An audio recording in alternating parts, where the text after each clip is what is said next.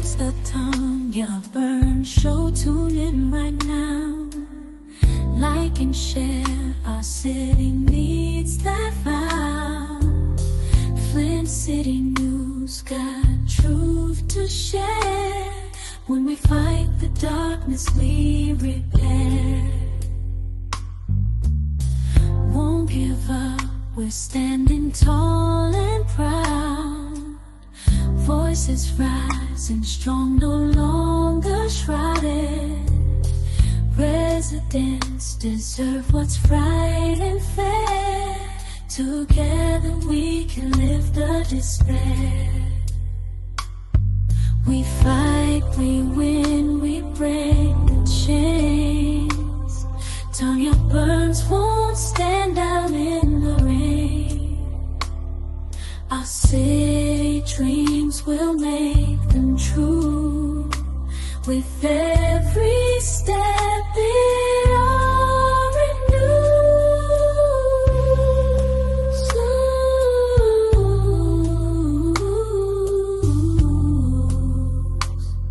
In a step it all renews.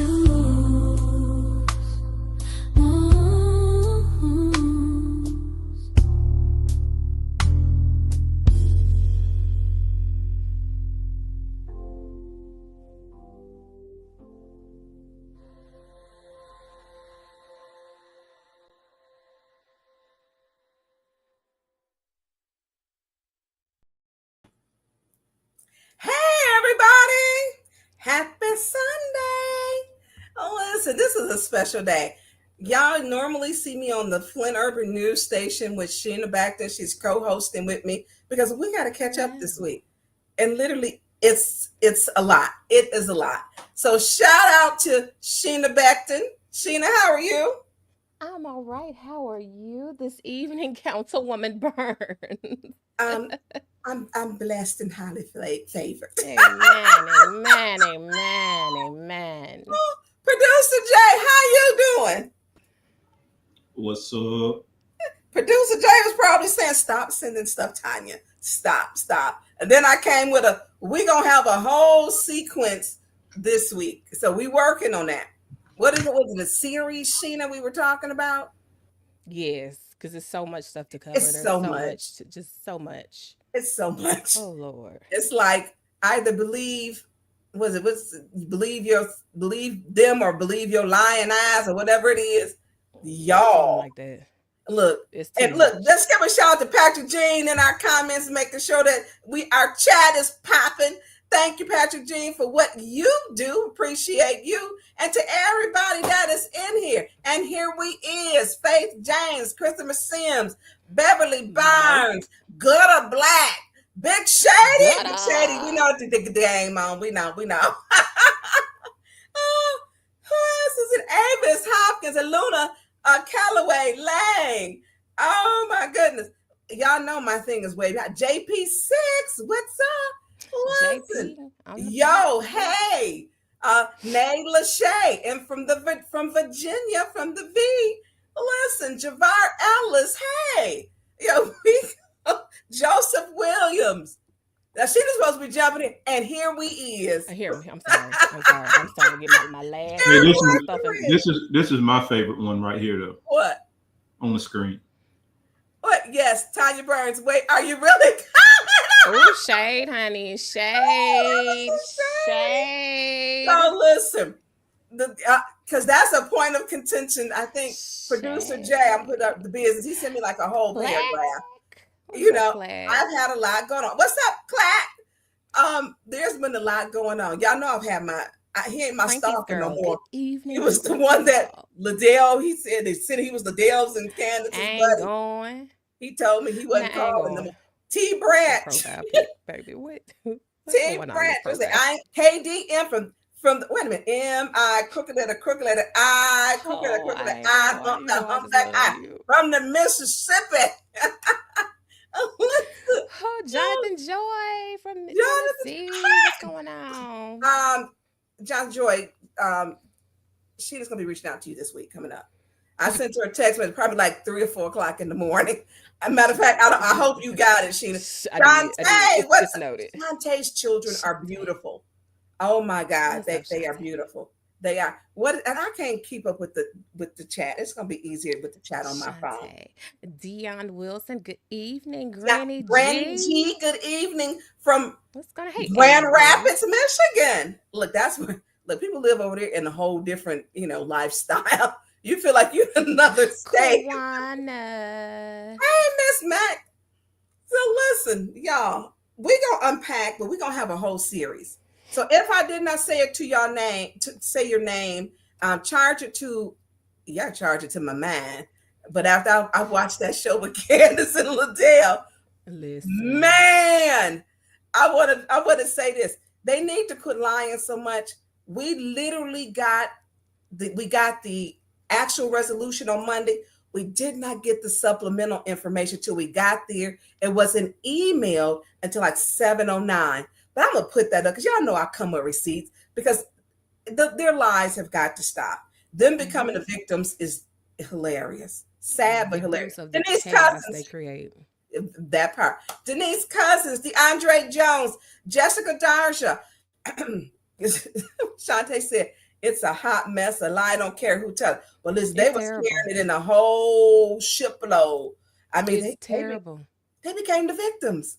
They out of nowhere, and it's like it's easy to refute all of this. Like what is happening here? But here's the It's like thing, it's so Twilight Zone-ish. that part. But the part she always says, well, you can sit up on the podcast and you can sit up on the podcast. Well, and got monetized. Girl, you had a whole TikTok. And she was using, what do they call it when you make TikToks? Queen say, hey, from Georgia. When they make them Reverend Frederick Powell, hello, alien superstar with the burner. So when she was, what do you Alien call it with Maze? She had the it wasn't funny, had his grave site over there and had the music and wine bottles thrown across it. Like, something is wrong with her. But Tasteless. yeah. And so, you sit up and talk about me. And no, I'm talking about your actions. I don't care about you. I'm talking about the things you do, your actions, and her actions is what got us here to where we had all these problems. It's how their behavior and their treatment of the people. It is what they do to this community and then pull back and say, it wasn't me. And it is them. It is their lack of respect. It's their condescending views. It is their I know that's right, Tasha. Hey, Jason. I don't even know DeAndre Jones. how they fill themselves up with stuff. It's just amazing to me. So we're gonna take it back to I gotta down arrow this thing because I done got the blue. Jason, no cussing on here today. Frankie's girl. Jason, just put in the comment. I saw Shalita's last video. And no matter what people think about what, Shalita's words, those are words. That was excessive force, in my opinion. And I've had a ton of calls and emails of people saying this was a problem, and we have, first of all, it's Chief Green, but we have not just this problem. And we're going to run down the problems that we've had with, how many people have been thrown out? Arthur Woodson has been thrown out. They used the fake public safety plan to put him out with a second warning. Liddell did. We never passed that. It doesn't exist. We're going to talk about that. They have took out Jason. They took out Shalita. I mean, everybody been kicked out, but the ones who have been handcuffed, the fact that even with Sister Taliba, they told her, with her being a Muslim woman, to put, she was to tell him to not touch me. That's her religion and her faith.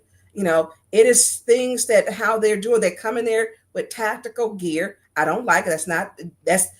That's uniform for you busting down dope dealer doors. That's uniform for you're dragging people out who are criminals. That is not proper attire where you're there to keep the peace. So who are we had oh God. We had so we said Arthur Woodson. We have had Kawana Mack. We've had Beverly. Kawana Mack. Beverly Biggs Levy. Beverly Bigsley, the ones that were violence, that there was brutality, police Oh, sorry. brutality. Okay. Yeah, so Oh, so. we had Miss Wolford who was handcuffed.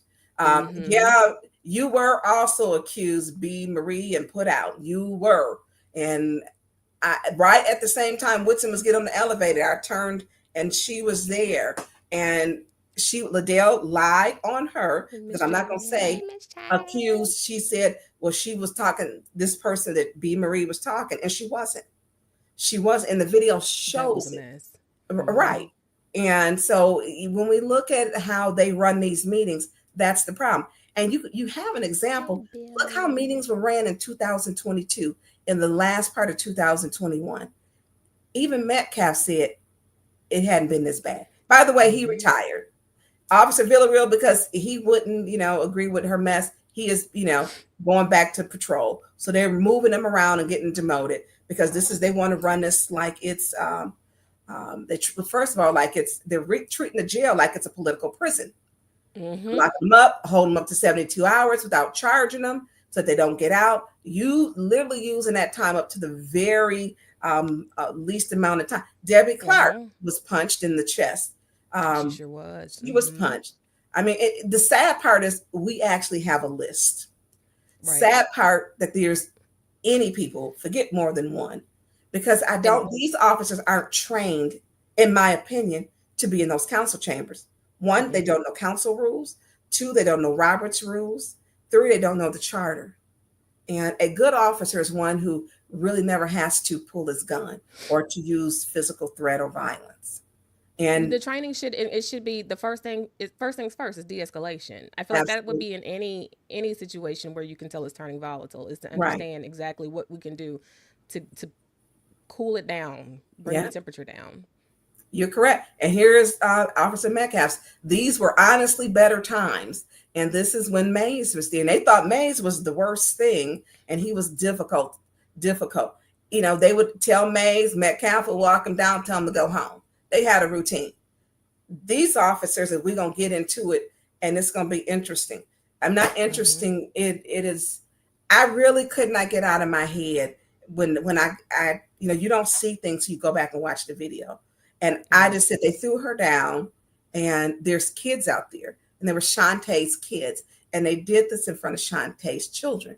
So when you do this, you inflict a form of trauma, because she was out there beforehand, before they went out, and you had 5 officers. That was just not the way, as far as I was concerned, to use it. She was leaving, let her leave. Liddell, first of all, Liddell broke the rule 27.3 or 4. You cannot have dialogue going back and become argumentative with the audience. Liddell did that.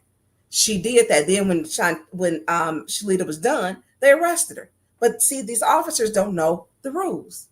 Liddell shouldn't have been going back and forth. But we know Liddell is the most contradictory, lying person, and so is Candace, a lying person. But that's a lack of interpersonal skills that have to do with that, because a true leader would understand, first off, I can see where this is going left, and this person may not be in favor of my viewpoint. They would know how to at least change the trajectory of the conversation to make sure, let's make sure that they safely leave, if not even for myself, but for themselves and everyone else in the room. A leader would make sure that everyone is in a good position. And that's not what happens when it comes to those two in leadership. It was not, and they want people thrown out. We got the video where the guy said he said, "Okay, thanks. That's your second warning," and put him out. Oh yeah, so he said thank you, and she said, "That's your second one." Huh? The man said thank you. And the officers are literally arresting like they robbed the bank. I don't like I don't like what they're doing. Don't put your hands on here. They're leaving, let them leave. You asked them, and she was already walking out.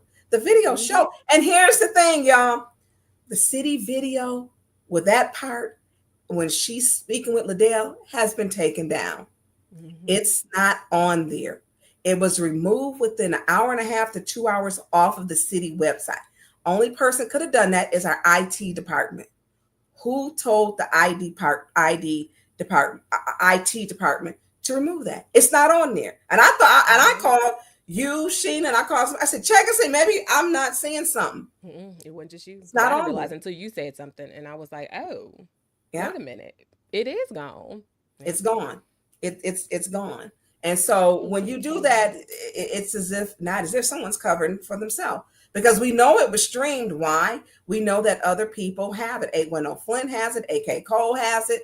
So they had the end of it because they were streaming live. So it was streamed live and received. And we're going to play that part. See, because they removed it off didn't mean that we didn't have it. And that is the part. She went in the bag. You can't leave the scene. Someone else, I felt.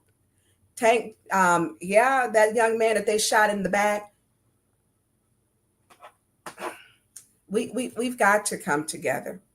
You know, the ones who are, you know, let our love for the community outweigh our differences. Is where we need to be. Liddell has been an ass comment about Tiny JWC when they went to check them. Yeah, I didn't see that part. I'm waiting for the other part. Well, she always states I'm breaking quorum because, you know, she is Little Miss Flint or Maury's number one fan too, and I guess she's my number one fan. To where now she had to go do a show today. Her Candace. My show bothers them so much, but what was they doing today? Dragging us. I mean, how very hypocritical when they gonna say we're taking the high road, and the host was on there, you know, playing the videos, and you know, we need professionalism. Well, you need to talk to the two people you with, because clearly you are blindsided or one-sided, and you not watching what's happening. But we're gonna get started. So, council rule, we're gonna start off. We got a long running show. I'm not gonna be on here all night. So, because we're gonna stretch this out, because it's gonna probably be a five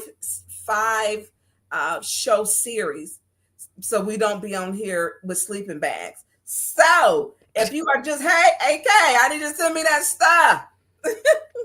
Because AK was like, no, I got some stuff, Tonya. Yo, I got it when Mayor Weaver was in the committee rooms even. She was there, Tonya. Yo, she was there. And she was. Not New York accent. His accent sometimes. When he gets hyped up.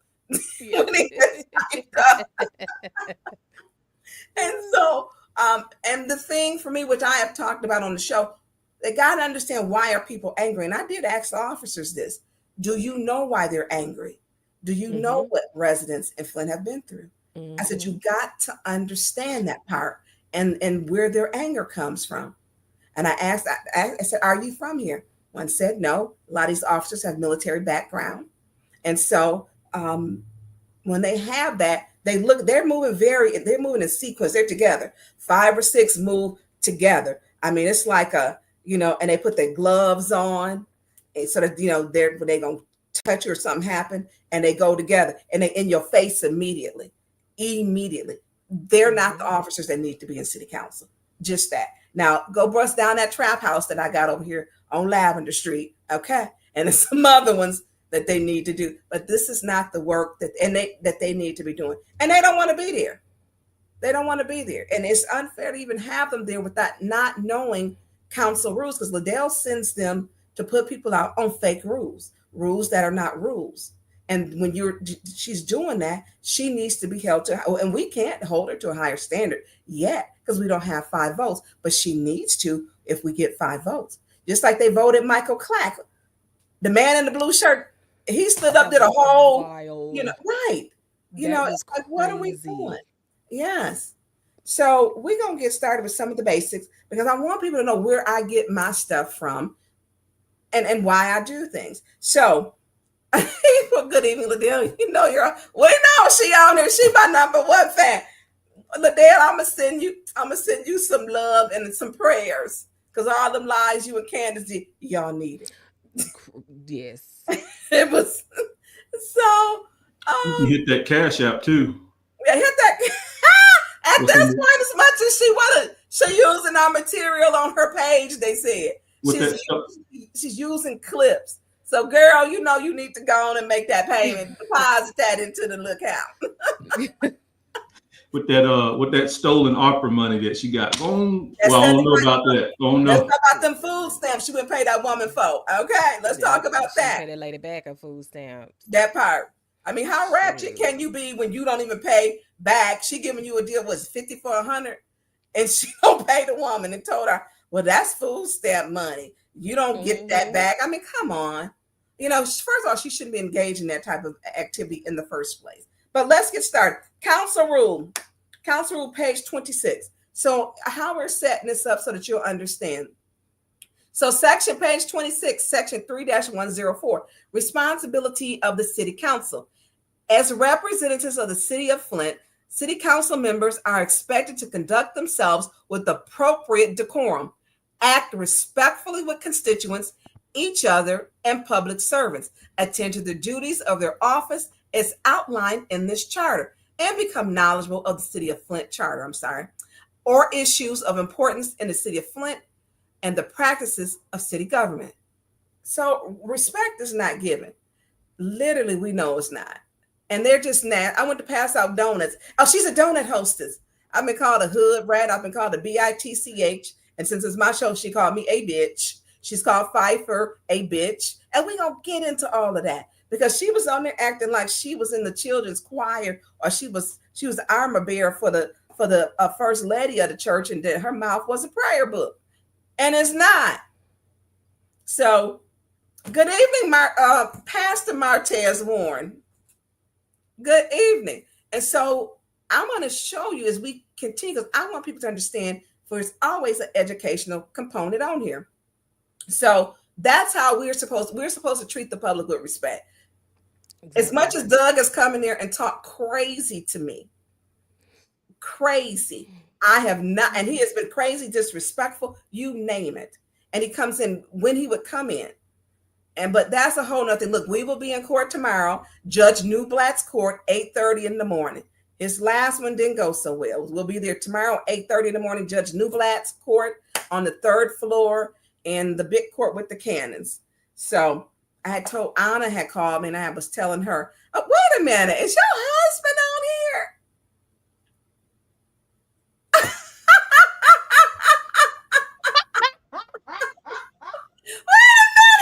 I hate this so much. Does she didn't have any lights in her house? Is she in a hostage situation? Oh my God. He is so...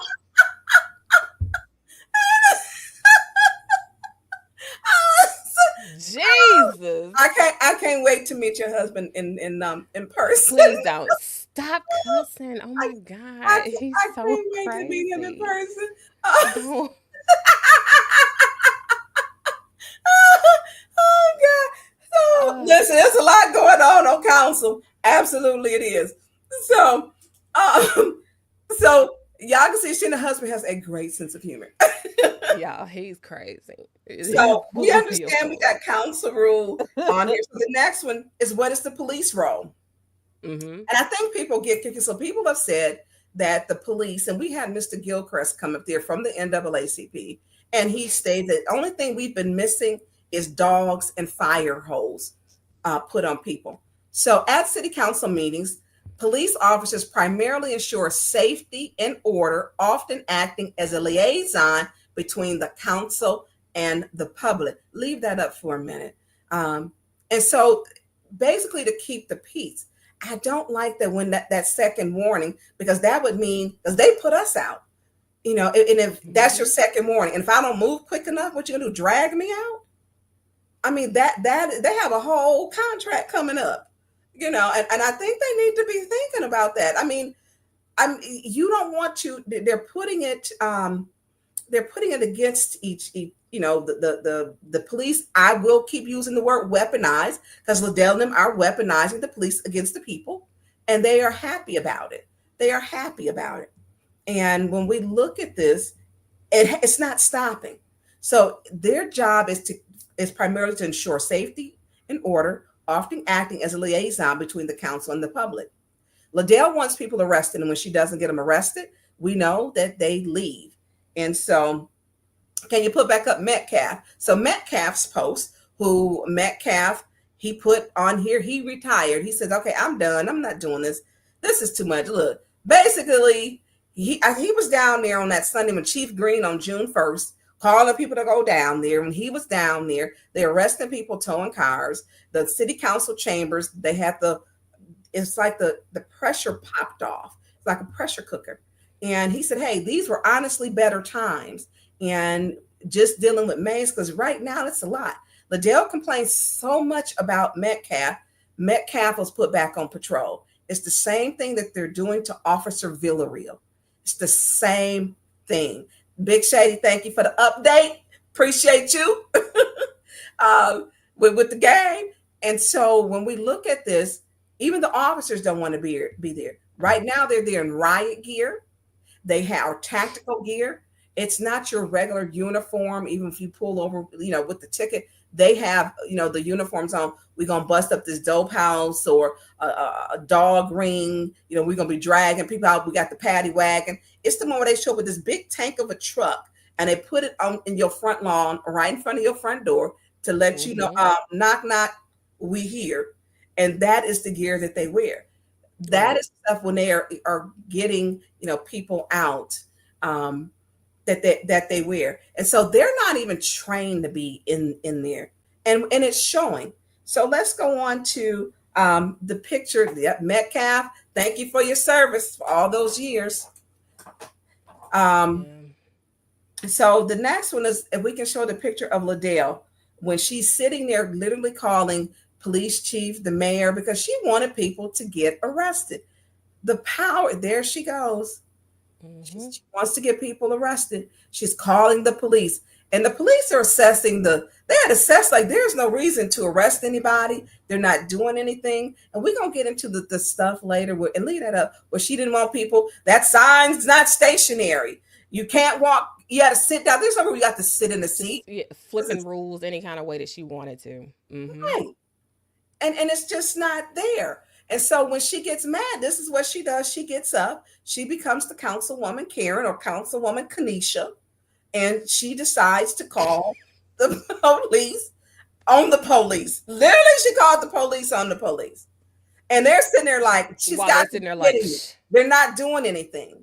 But I think that that third ward election, look, there's only 2 people on the ballot. Let me say this. Beverly Biggs leaving AC Doom. It's only 2 people on the ballot. Beverly Biggs was robbed of that first election. She was. So I am not, I think this has thrown them for a loop because they can't handle it. It's almost like they're having a meltdown, literally having a meltdown, and I'm looking at some of the stuff they're doing, and it's some weird behavior. So this is her calling the police on it, and they like, here we go again with her. So both of these men clearly over it in his picture. He is that part. He's and so these over it. Right. These 2 men have both worked council, and when you work, you get to know the people. You can basically they were actually doing their job as acting as a liaison. She ran them out of there because she wanted everybody arrested but her. And she shows her behind. She created the environment and the culture. Her and Candace and Judy created this environment and this culture that is inside council chambers. They created it. She has no respect for her other colleagues. If you don't vote for her, hell, she's scared Judy sometimes. Judy be scared to do what she needs to do. And do it. Yeah. And it's almost like she's thrown off while she's chairing. She's completely thrown off because she'll see or hear Liddell or Candace. They'll make, you'll hear them in the mic. They'll do something or say something. And then all of a sudden it's like, she stops and it's like, whoa, what did I mess up? Or what did I just do? Or something like that. And then you can tell she's just completely thrown off of her vibe. Well, she tells her, Judy, do your job. Judy. Like, stop through the chair. Yes. Yeah. But see, when Liddell ain't there, Judy is not in stress. But that's when Judy got to learn to speak up for herself. Because we go back through that. I had told her before, I defended Judy. And people were like, you should have let Liddell just left that alone. Because Judy came back the next week and tried, she came after me. But Liddell had her scared, not defended her. Because Liddell is a bully. She is a bully. She is. She absolutely is a bully. She throws her weight around via her title. Leadership. We're the you're the interim. That's gonna be gone in August. That's gonna be hasta la vista, child baby, sayonara. It's going to be hit the road, Jack.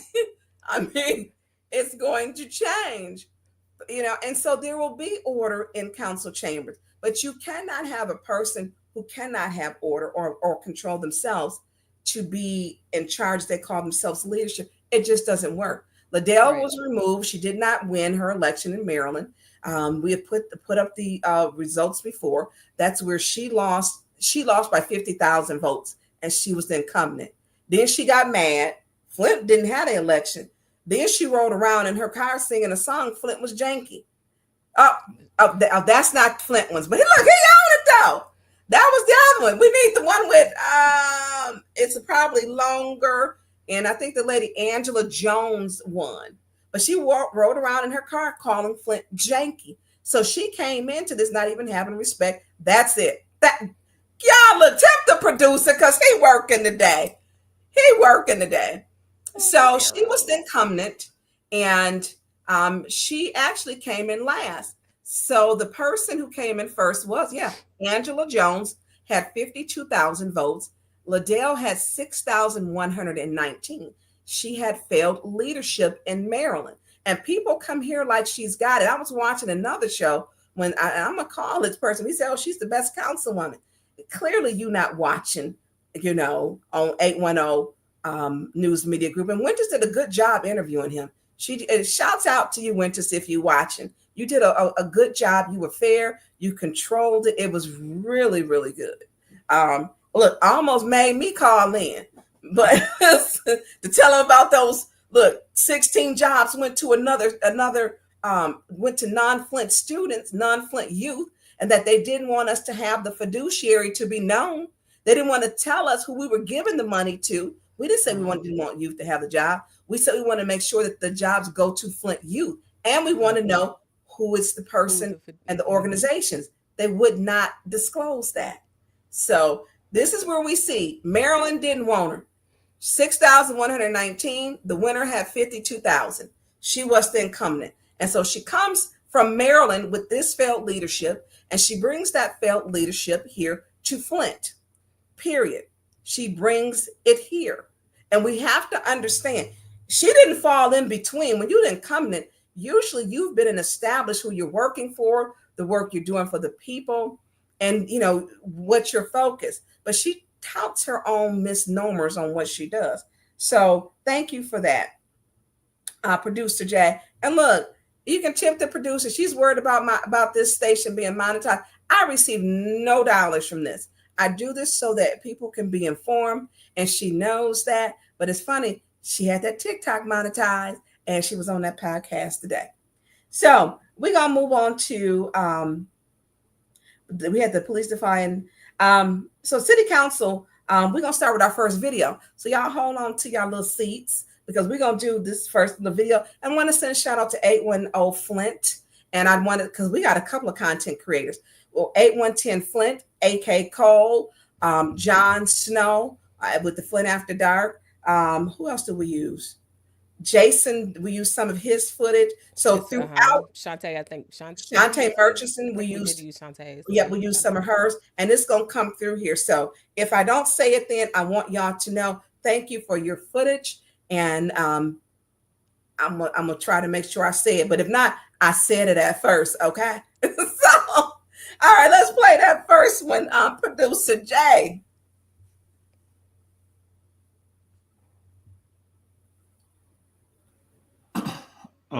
I think this is the right one, but I downloaded it, but for some reason I can't find. Hold on one second. Let me just see if this is the right one. Not to interfere with the dealings of our police department, and we want to make sure that in accordance to our public safety plan, keeping everyone safe, that no one can interfere. So just in case that happens next time, Madam Chair, that council members Point of order. What's your point? That is not on Police Chief Green's safety plan. That is not. We have not voted in a safety plan. It's not on his. So you're stating and making it's not on there. Yours is not his. That's incorrect. Okay, so Madam, This is yours. If I may. Please. So that is not exclusive safety plan of the council president. This is council leadership in collaboration with the Request for chief. information. And What's your request? We are all voted in equally.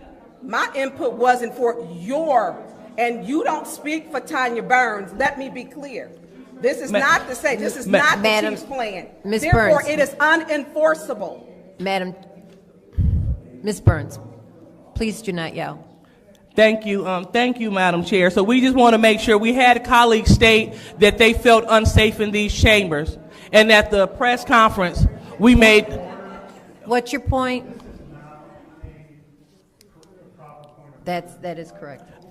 Okay, understanding, but just wanted to make sure, just in case that happens again. Point of order. That's Point of order. Had an understanding. She's abusing, point of order.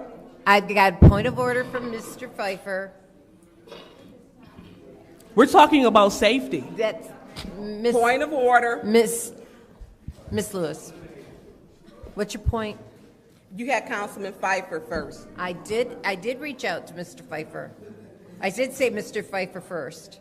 But then she went on and talked again. So I want Just to make my original point of order is still, like, So we will go on to council response. So I would like to thank my colleague, Mr. El Alamein, for standing game and for running a clean race. The first ward have spoke, and we are happy that they decided to proceed forward with your work and with the great things. Madam Clerk, point. You cannot obstruct the view of people behind you. You must put your sign down. It's per our safety plan. Go ahead. The lady in the back. Yes, Miss Mack, there are people behind you. point of You order. are not to be walking around with your sign, Point of please. order. What's your point? Are you reading these out of Councilwoman Liddell Lewis's rules? We do not have a rule. Her rules state this. These rules are not enforceable. They're not. Go ahead, Dr. Lewis. Thank you so much. And so, again, she needs to be brought to order. Ms. Williams, please sit down. The lady with the poppycock sign, she is disrespecting the authority of the chair. Point of order.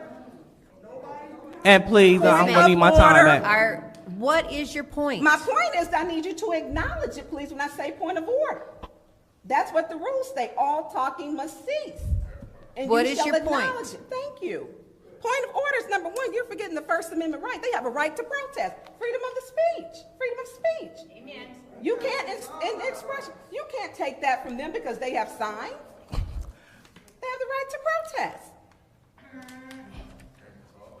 Go ahead, Dr. Lewis. Thank you. So we will address that. So point of order, and I'm going to need some of my time back.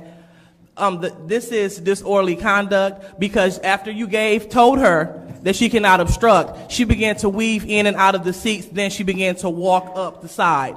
And so that right there deserves a warning. See, we can't sit here and talk about disorderly conduct and how the chair and how leadership is not making sure that we have the safe Point of environment. order. What's your point? You asked Ms. Biggs-Levy to move from the aisleway, and you're allowing her to be in the aisleway. I did ask you to sit down.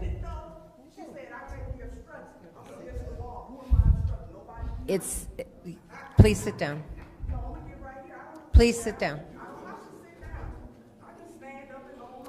Madam Chair, again, we have audience members that's going against the ruling of the chair as we enforce our rules to make sure that we're keeping order and the residents Point of in order. this place safe. What's your point? what rule? What rule's been broken? What rule's been broken? The safety plan? Safety plan is not a voted upon council rule. This was approved by the police, chief of police. The chief of police has no jurisdiction over the rules of this body. The request. What? Point of order. What's your point? We're talking about orders of the chambers. The Flint police have full authority over the conduct and disorderliness that goes on in this body and in this place. So let's be clear, that doesn't sound right.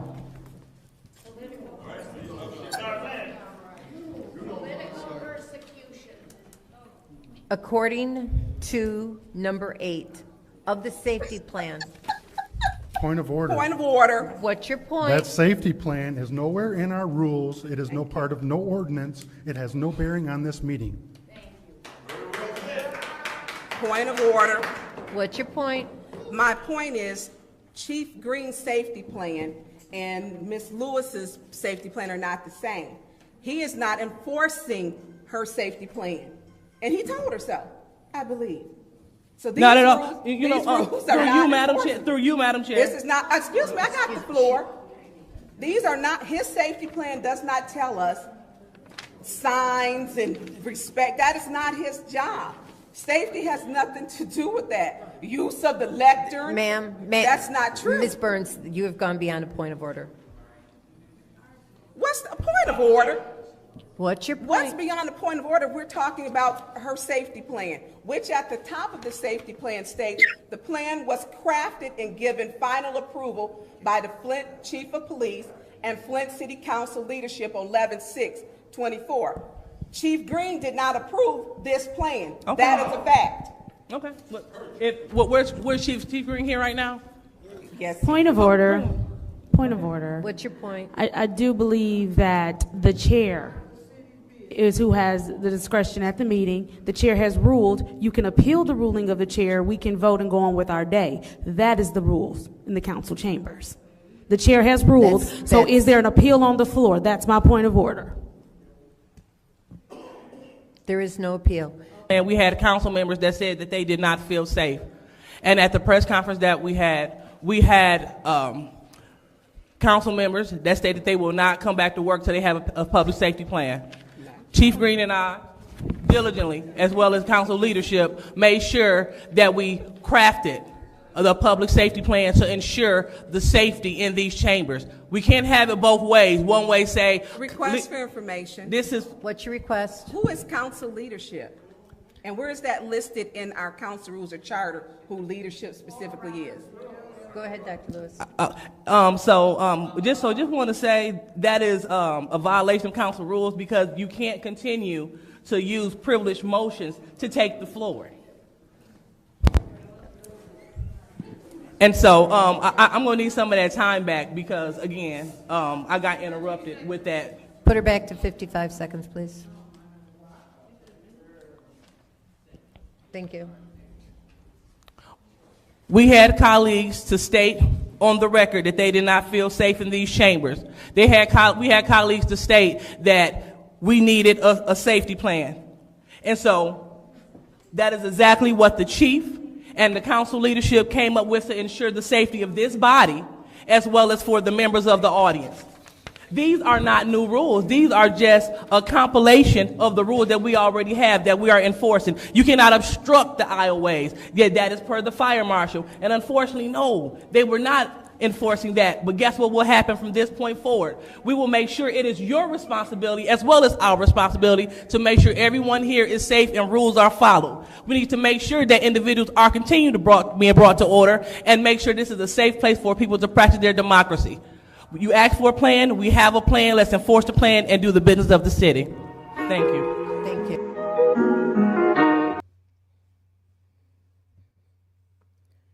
Child, look, the tit for tat childlike behavior is beyond for me. You muted, Burns. Oh yeah, yeah. You needed something you were putting up, Producer Jay. Hold on a minute. First of all, don't be saying you nervous. You know I get nervous. You know I do. But look, your girl over here taking notes still because that stuff was bizarre. Okay, so let's hear it. What you got to put up? Oh no, it's not anything to play. I was going to put up something that I want you to touch on as far as points of order. But give me a second. I'm going to pull it up. So go ahead. Okay. I have no idea what this is, Sheena. Oh Lord. And to the public, thank y'all. Look, it was a lot going on. I do want to address too, because this thing she keep trying to say. Oh, 25.4. Oh, so he ready today.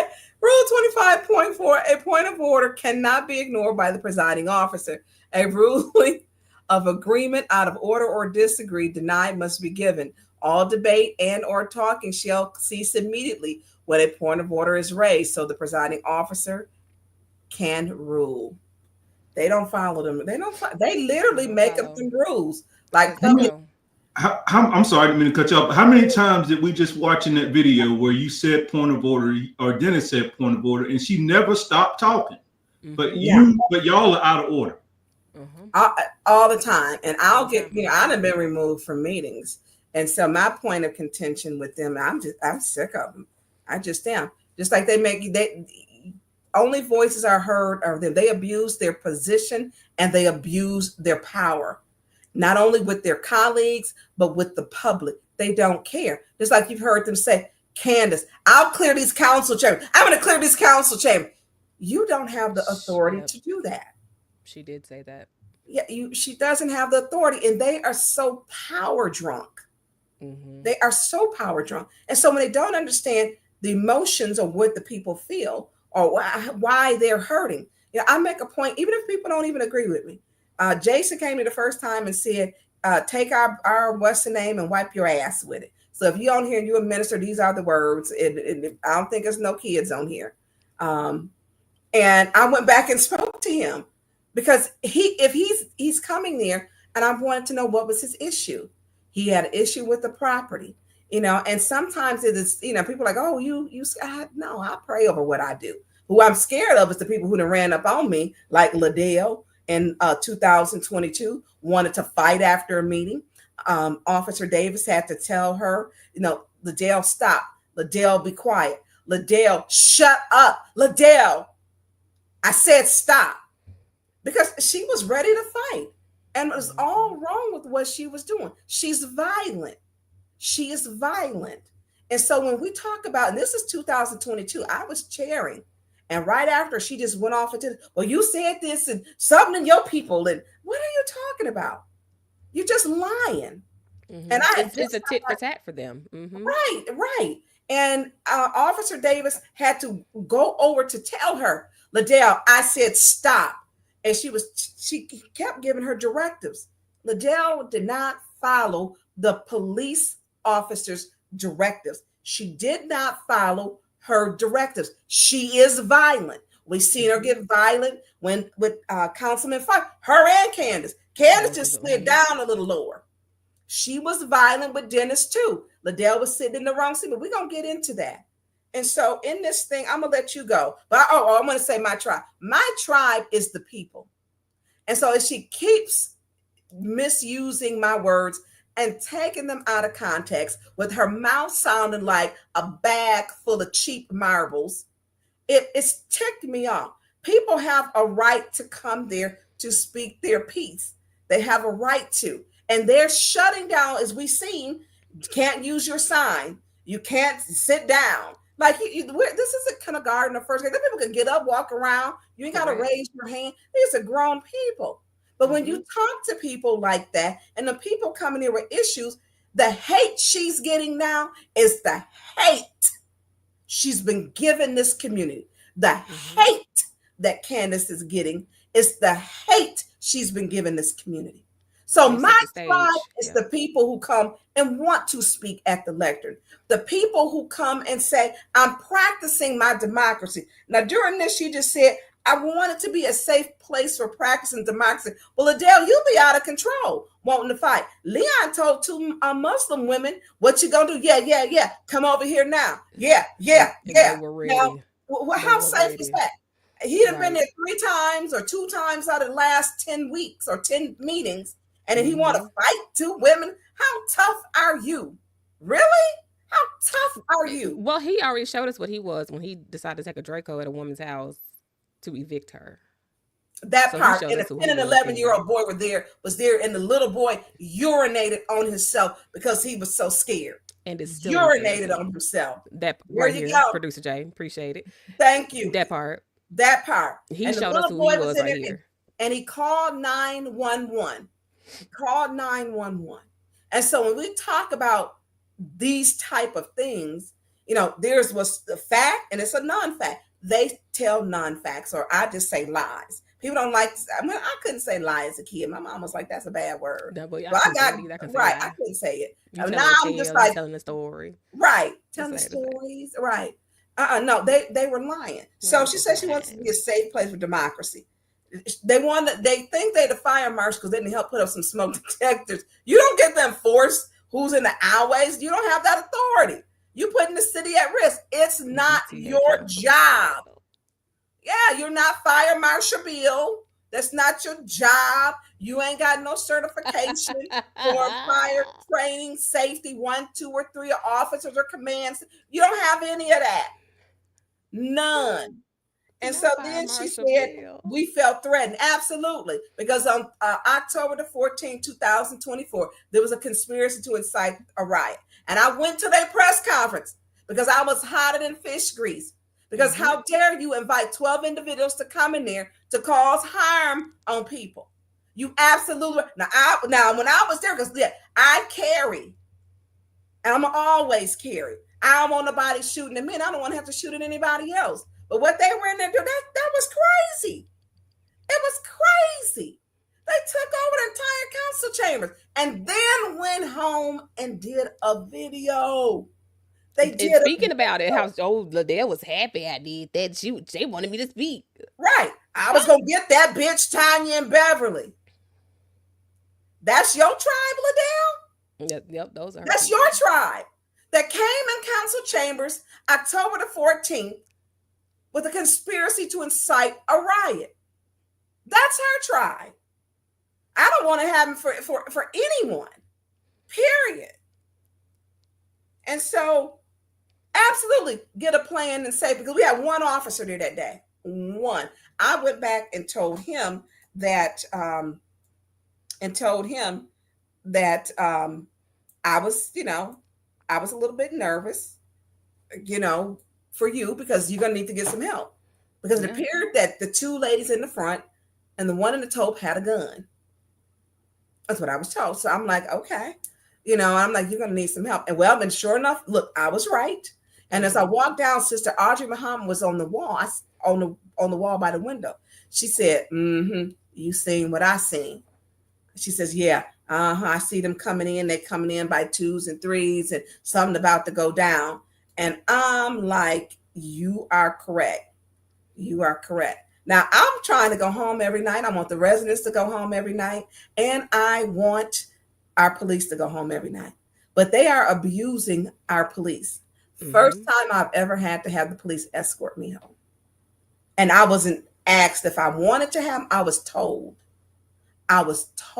Because they were there in there. We gonna and excuse me, y'all. I don't normally cuss. Okay. I'm professional. But this was their language. We're going to fuck that bitch up. We're going to beat that bitch ass. This is the language that people heard. No one has been arrested since. No one has been arrested. No one has been charged. And they made a video. Went home. Not to mention all the video that was there.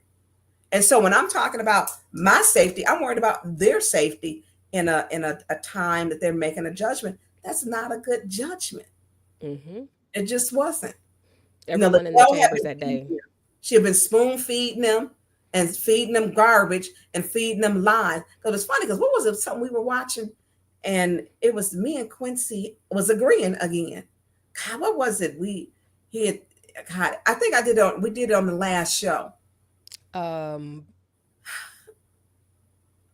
But oh God, they used Quincy and they used him up. They did up until his death, which was sad. Quincy, come on, and Quincy didn't feel well. Each time Quincy would be back there, and he was, I would go back and tell, look, if you need me to take you home, whatever our differences are, I would still want, you to be okay. That's just what it is. But so their exclusive safety plan. You can't walk around with a sign. You got to be stationary. Tell me what does that mean?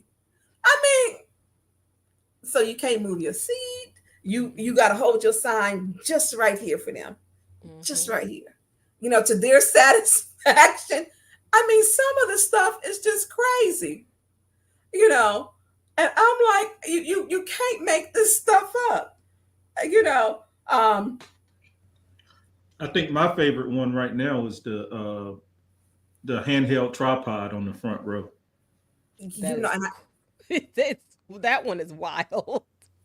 That part. You just like what? It's embarrassing. Oh, it's embarrassing.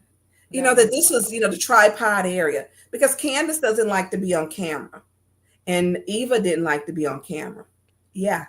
And so that's why they voted on that. But Eva had no problems filming people every time you looked up. She had no problem jumping in Don Pfeiffer's face. Didn't go very well for her. That was her camera. And she didn't have any problems telling you to get up out your seat either.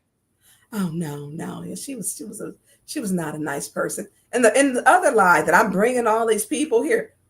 Well, I didn't bring Jason here. I mean, I didn't know who. You have that much influence. They think that highly of you, that you could just bring all these random people. Yeah. Look at you. Yeah, You Jason. underestimate your power, Ms. Burns. Yeah, clearly. Councilwoman, you're underestimating your powers. Clearly. Because look, I didn't know Jason before. Right. Jason showed up, but the one thing I want is for people to be treated fairly. I don't care who you are, whether you like me or not, or I like you or not, and that's just, what I want, You got Jedediah to come, and you got everybody to do a line dance. You got people from Chicago to come down. I got 2 bus loads and a sprinter. 2 bus loads, yes, and a sprinter. You got them to go to church and pray over people. It's just crazy. So here's when Judy and y'all will listen. Judy cited what's the rule? Number 8 in the public safety plan. Judy, there is no public safety plan. And she's citing the number because she goes along with Liddell's mess. I'm like, saying, it's the public safety plan. It's in the public safety. Girl, no public safety plan. No public. And let me tell you something. Shreve Green did not want to enforce. He's like, I ain't enforcing that. I just put something together, and basically Tyrone Booth did, and he was trying to be, but she was calling the mayor on Chief Green. So she's been doing that for months. And him and her don't get along. So let's just put it out there. They don't. Oh. Yeah. And so he was tired of her calling because this is mess. He has said, I want my officers out there on the streets. He has said that. Now he getting pressure from the mayor. Now he done showed up that Sunday. Now come on, Chief Green. Think you was out there in your daddy jeans, out there telling people which cars to pull over now. Now come on. You could have been spending Sunday with your grandbabies. Yeah, come on now. Serious Lord Jesus. Yeah. Look, for those who are watching, there goes your game update. Pacers versus... There goes your update. The Oakland, Indiana Pacers versus the Oklahoma City Thunder. So Thunder is up by quite a bit. I don't know what quarter they in. Fourth quarter with 11 minutes. 11 minutes, yeah. Yeah. So, but listen, look, we even giving y'all updates. So, okay. So I just want to say there is no safety plan.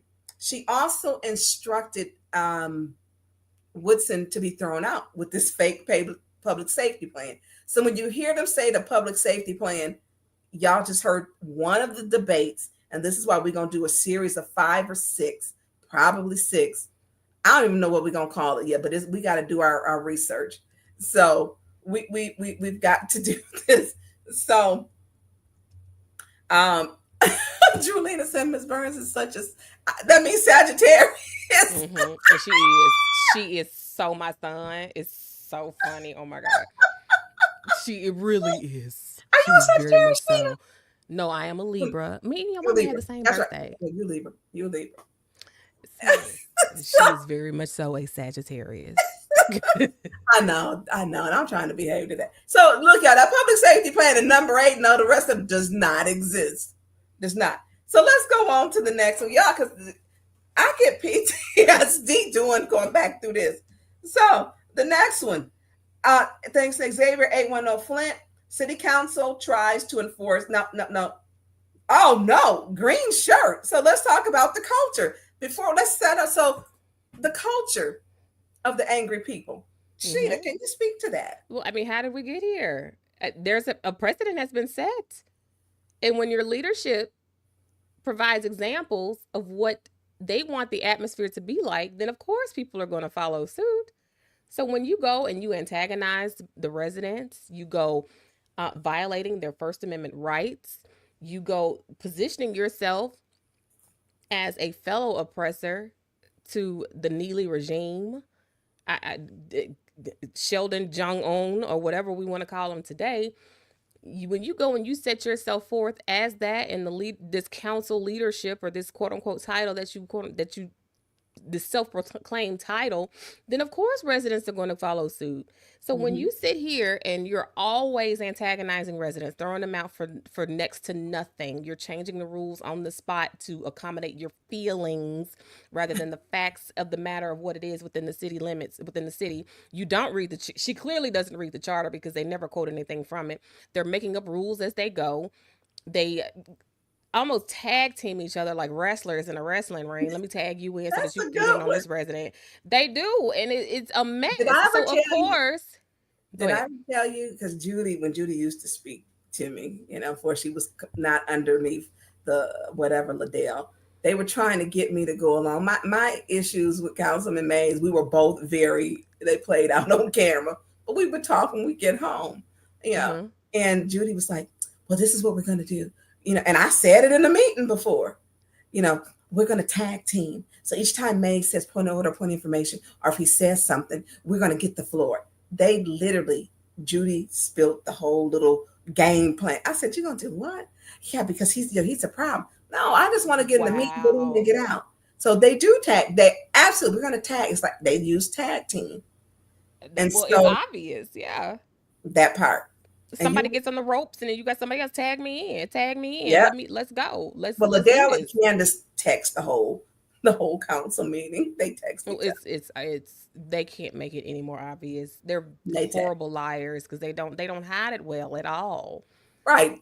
Just like she had time to read this. No, stop lying. That we got the front page to the resolution. Matter of fact, so what it would be is I got the first page. Everybody, it was email. But what we didn't get was the supporting information. And y'all know your girl reads. Hold on, hold that back up one more time. That was the resolution. Was that the agenda to the last meeting? Hold that up again. This one is that safe summer. I want y'all to hold that to the side so they can see how thick that is. Remember when you were requesting this information? Yeah. And they wanted you all to know this within what, a couple of days? No, right then. We did not get because it was given 4:17 p.m. Yeah, I'm gonna show you what only thing that they gave. Yeah, only thing that they gave us was the actual agenda. I mean, we didn't get. It was like. Boom. Keep going. Keep going. Keep going. So listen, as you were. You got the receipts. As you were. Correction. 7:09 p.m. Okay. Y'all let's tip the producer today, okay? Shoot. For context, y'all know why when they're talking all this shit about it needs to be completed, you need to read it, you need to do this. That is how thick. That is how much paper. Like, come on. Right. And so and it says, "Oh, can you read it, Sheena? Because this was your thing." Where we at? Oh, corrected agenda packet for the Finance Committee meeting, and that was on Wednesday, June 18th. Now, y'all, many of you all were in the same doggone comments. We were all commenting together that night. This is from Davina. All right. And this was submitted to them June 18th, 2025 at 7:09. 7:09 p.m. Meeting was on. We were in the meeting. Mind you, they received the agenda at 4:17 because we talked early that day by 1, and I was like, "Did you get the agenda yet?" Because I wanted to at least have some notes to know what was coming up that evening, and you had not received it. So it was changed, and some of the items. So we had none of the supplemental information. Right. We had like the the because they were adding on because this would be the last meeting. And so we had the resolution cover. So that would be just like the one paper. So this would be like, it was, look, y'all, just one, right, the cover paper. And this was for the Safe for Summer. This wasn't the full one, but we did not have all the other information. They want you to make decisions. They want them to make and I wouldn't do citywide decisions. I need y'all to understand these are decisions that impact people's lives based off of what appears to be 2 inches worth of paper. Yeah. Like, look at that. That's insane. That is what they're looking at as far as an agenda, the resolutions, and what the information that they need that is necessary. Now, y'all, come on. It can be the most interesting book in the world. I'm not reading that in 2 days. No. Much less 30 minutes when I just get it. No. Because I'm not even skimming through that. Oh, mine froze. No, it was just him showing how thick the paper I did an instant replay. Oh, well, next time freeze a cuter picture. Oh my God.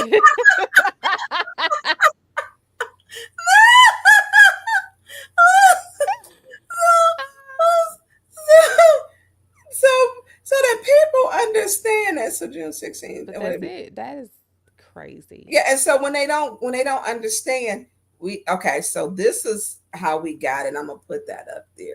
It's not gonna show though. But it just gives the resolution, and it does not. We didn't get everything. And they were still adding on to it because this was the last meeting. And so there were things. So when I said, when I asked, they sent up, we don't have a DPW. So they sent up the accountant, the senior accountant, to answer questions for the DPW. That's just so out of order. And in that order, we supposed to state, when I said the Arcadis report, and then also the administrative consent order. I said, is this a part of the Arcadis report and the administrative consent order? And she said, yes, it is.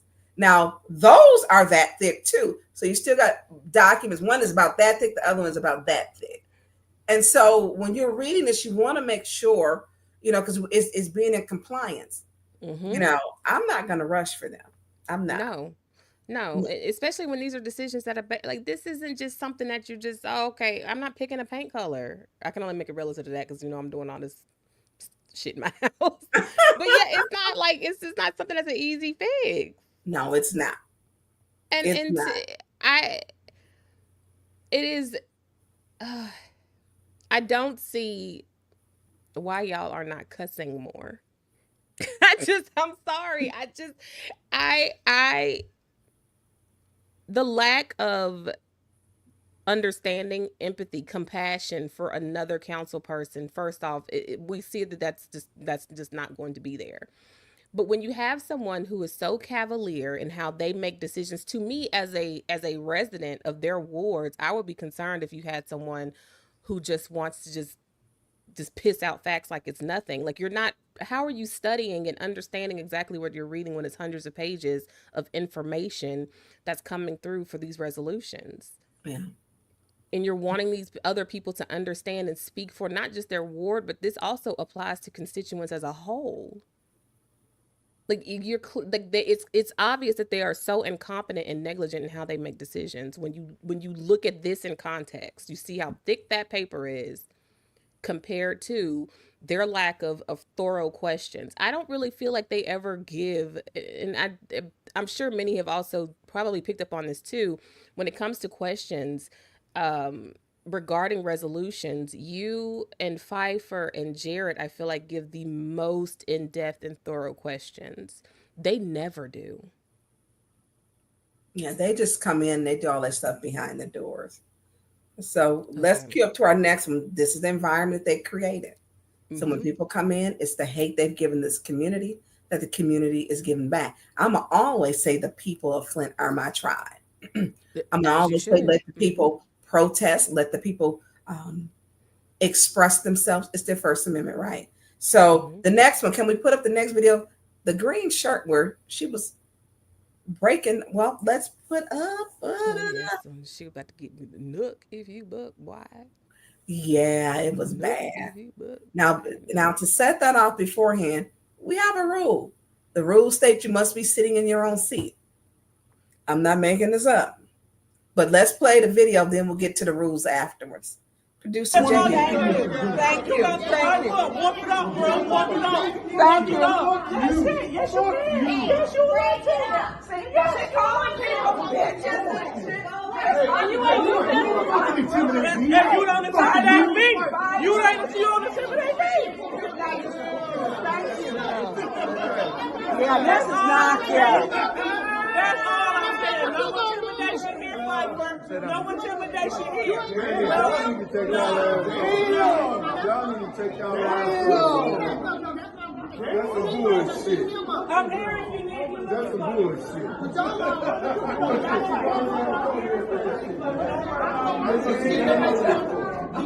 They gonna get enough big bitches up in this mother. You don't get enough for that with the president. Just raggedy. You better get her. Hey, fuck y'all dark ass. You know what I'm saying? Oh, man. Serial rapist. Did he touch you? Did he touch you? I would have. That's why you're afraid of me now. That's why you're afraid of me now. Yes, you are. Yes, you are. You're afraid of me now. That's why you always lashing out. That's why you always lashing out. That's why you always lashing out. Did your father touch you when you was younger? He was a serial rapist.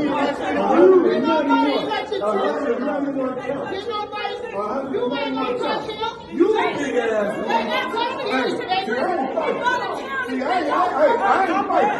I ain't fighting. See, I ain't fighting you, big ass move. You will the beat. You went around here. Motherfucking deer out. Big ass motherfucker. Wow! Ain't shit. I ain't fighting. You're retarded ass. You know what I'm saying? I ain't fighting. You know what I'm saying? I got no way to put it what you think. You the one working here for $24,000. You dumb man. Go talk to.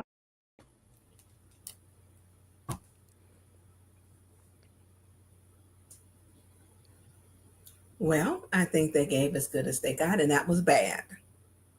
That was bad. So one of the things people need to know is that one of the things is, and I'm what since I've been with the different presidents and candidates from the vice president, absolutely. And remember, Judy voted against them one time. Liddell was so terrible that she voted to remove Liddell from the presidency so we could finish our meeting.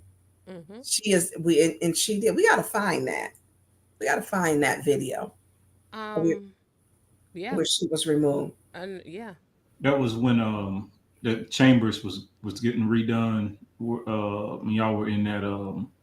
No, we were in the new one. That actually. Oh yeah, that's right. I remember AK's last video. Yeah, I remember. Yeah, and because Liddell was so disruptive, so out of control. It was another dumpster fire meeting that she had actually had given. Mm-hmm. And we were all very shocked. I think there was a collective gasp when Judy voted to also have Liddell removed his chair. Exactly. Yeah. So one of the rules, can you put up the rules? It's two of them. You can put them up.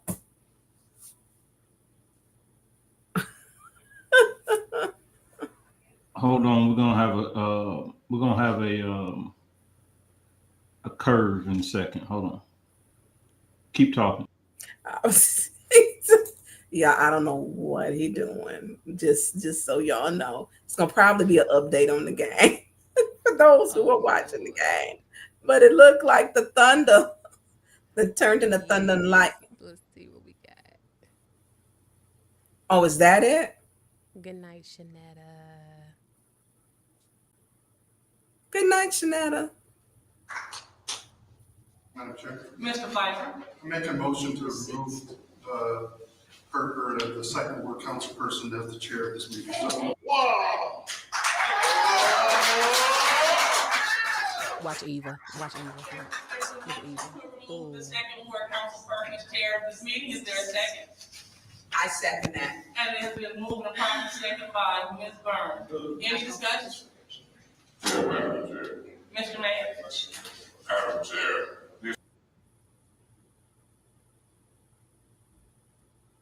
What happened to the sound? Oh, I didn't know you wanted to play the whole thing. I can go back. Yeah. All right, hold on. I wasn't scared for this one. Now, once it got the rolling, I was like, More meeting that we have got off to a terrible start. And in my opinion, we got off to a terrible start because you handed out warnings. I don't care what Murphy, you, Priestley, Mashack, and Worthing do on this motion. But I know me and Ms. Winfrey Carter came back. We didn't even know the motion that Mr. Bible was gonna make, but we came back as we stood on the outside and watched this mess.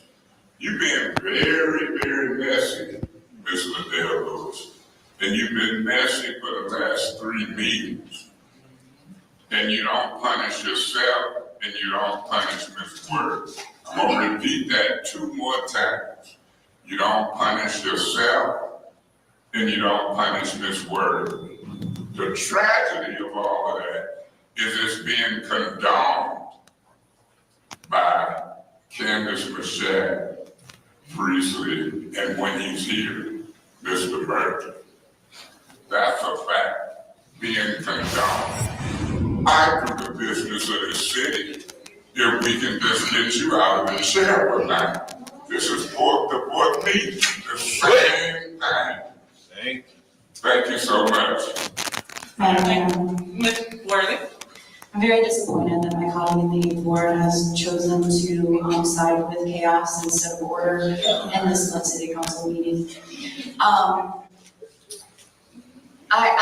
It's hard for me to believe that we have people on this council actively hindering progress by all the appeals and points of order, and then they flip the script and say it's me or Liddell out of order when we just want to get the business done. So if I say point of order, please state what you mean, there's a problem because I'm not letting you state all these lies about all of your colleagues. And I'm over here because apparently I smell like baloney and disappointment.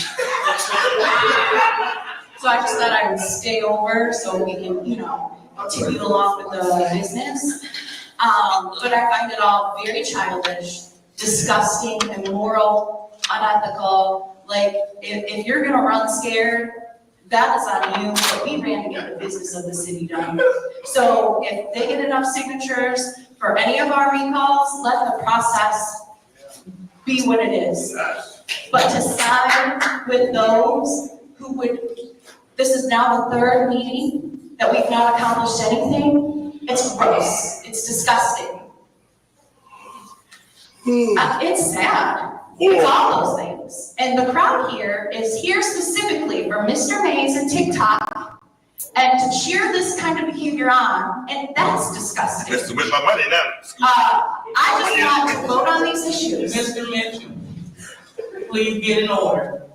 Dr. Lewis just wants to vote on these issues. Ms. Michaud and Ms. Priestley, we all are here to vote and do our job, and we are prevented from doing it. And no amount of people, there could be thousands in here screaming at me right now, saying they hate my guts, and I would still do the right thing because I am not a coward. So, Dr. Lewis, I am now leaving this meeting because I gave it an hour. I have my children. And I came here thinking we'd get things done, but it's very clear to me that my colleagues did not have that intention. So I am now leaving. Thank you.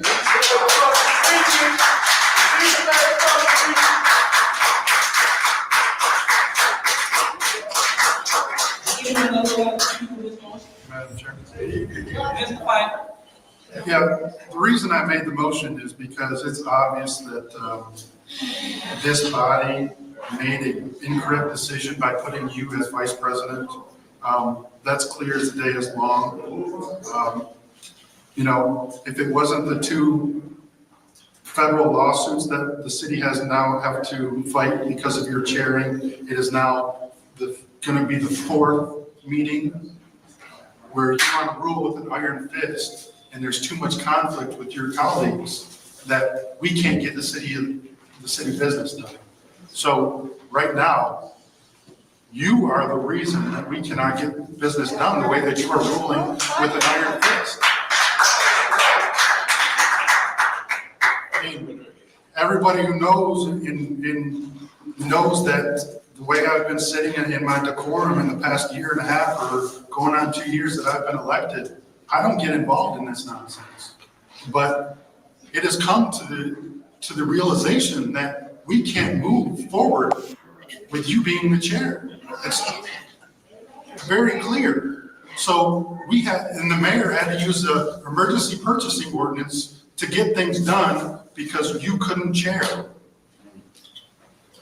So the chair's sole responsibility is to move the meeting forward and to get the business of the city done. And you have failed at several meetings, not just these 3 or 4 that we've lost quorum and couldn't keep the quorum. Go back and look at every meeting that you've chaired. It's been utter chaos. Yes. So while I like staying out of the fray, the time has come for a change in leadership in order to move the city of Flint business forward.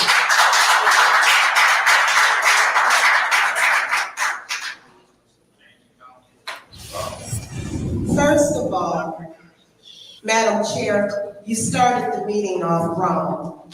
And it was indicated by the way you hit the ground, okay? It was harsh. And I said then, I said, wow, she's coming in with an attitude. You started the meeting off wrong. I knew it was going to be bad. And I just couldn't take it. You know, after working all day, and to come in and to be in the midst of negativity, I wasn't going to sit up here and sit during this meeting while you chair this meeting with that attitude. It's too much. So I did leave. I had to cool down. Then we have Paul videotaping individuals. Yeah, he is. That's unfortunate. I don't know what he's trying to prove. But I'll be voting yes. Because you cannot chair a meeting fairly at all. You are a terrible chair. Thank you. The role of the chair, again, keep everyone in the meeting. Make sure each ward is represented. Make sure the meeting is flowing. You weaponize the police on the resident. That was your resident. She needs your help. She needs your help. You warned her and had the police put your own second ward resident out. How could you do that? That's your resident. She has been begging you for help. She called me, and I think she called Councilman Mays, and we continue to try to help her. She can't even stay at her home. You spend more time on Facebook, which I'm glad I'm living rent-free in your head, because you stay on pages in the 6th ward, and I think the 6th ward residents weren't happy. You going all over there putting in stuff, and then you tell the one lady, ma'am, don't do that. You're disrespectful. You're a very disingenuous person. In order for us to move the business of the city of Flint forward, we need to remove you as chair. We have to. You are unethical. I don't know if you're upset because it was disclosed that you applied for your own nonprofit that was originated to receive $50,000. But you did go back and change it because it was on social media today. It was on social media today that you went and changed and took yourself off of there. So you knew there was some wrongdoing, or was it the Ashley Capital $1,500 check that you didn't disclose? Or the box of cash that the lady came up here and stated for the free event that you charged $5? I don't know, but you continue to gaslight this community. And we have 18 items on this agenda that we had last week, and we need to take care of the business. This was another opportunity for you to come in to be fair. You and the audience probably didn't hear. She was whispering, give me a warning. She been talking underneath that mask. Yeah, you did. You did. And you're not a truthful person. I remember you said, and I was all on your side. I was like enraged when you said, Councilman Bain called me a mother effing B. And he didn't. He did. You told a lie on him. You stated that the news heard, the cameraman said no, the journalist said no. I asked Judy, she said she had never heard it. And when you do these things, but what you never did was apologize. My whole desire in wanting to be in this seat was to truly move the city forward in city business, do what a council person is supposed to do. Not to get into all of whatever has preceded me being here. Being here for a month now, I'm going to tell you it has been an interesting experience. It's been unfair for the residents. And it doesn't go for one side or the other. We toss around the word click here a lot, but the reality is there's clearly 2 clicks since people want to use the word click. And we need to be fair. Everybody keeps saying the word fair, everybody keeps saying the word fair, but nobody is actually being fair. Everybody keeps saying they want to get the business done. It's leave this person in their seat, otherwise their ward is not represented. It's let's go, let's go, let's go. For the past 4 meetings, wards 1 through 9 have gone unrepresented. And I'm not sure why nobody can put behind whatever has happened.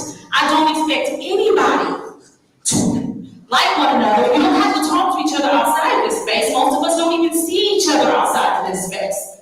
But here we are again, more than an hour into a meeting where everybody is proclaiming they want business done, but everybody's putting motions on the floor that are frivolous. Everybody is stopping. Everybody is harming the community.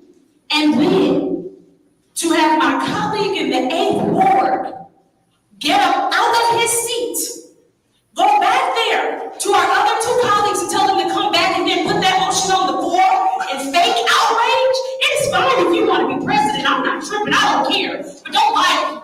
Don't go behind the cameras and act like you're not doing what you know you're doing. I have no problem with you wanting to be president. That is more than fine. I have no problem if y'all want to remove her from chairing this meeting. That's more than fine. But quit lying to people and playing in people's face. You know what you just did. We saw you. You went behind the cameras and did it. If you want this position, then you need to act like somebody who wants this position. Stand up and do what you're going to do in front of the cameras where everybody can see. Yeah. That's all you have to do.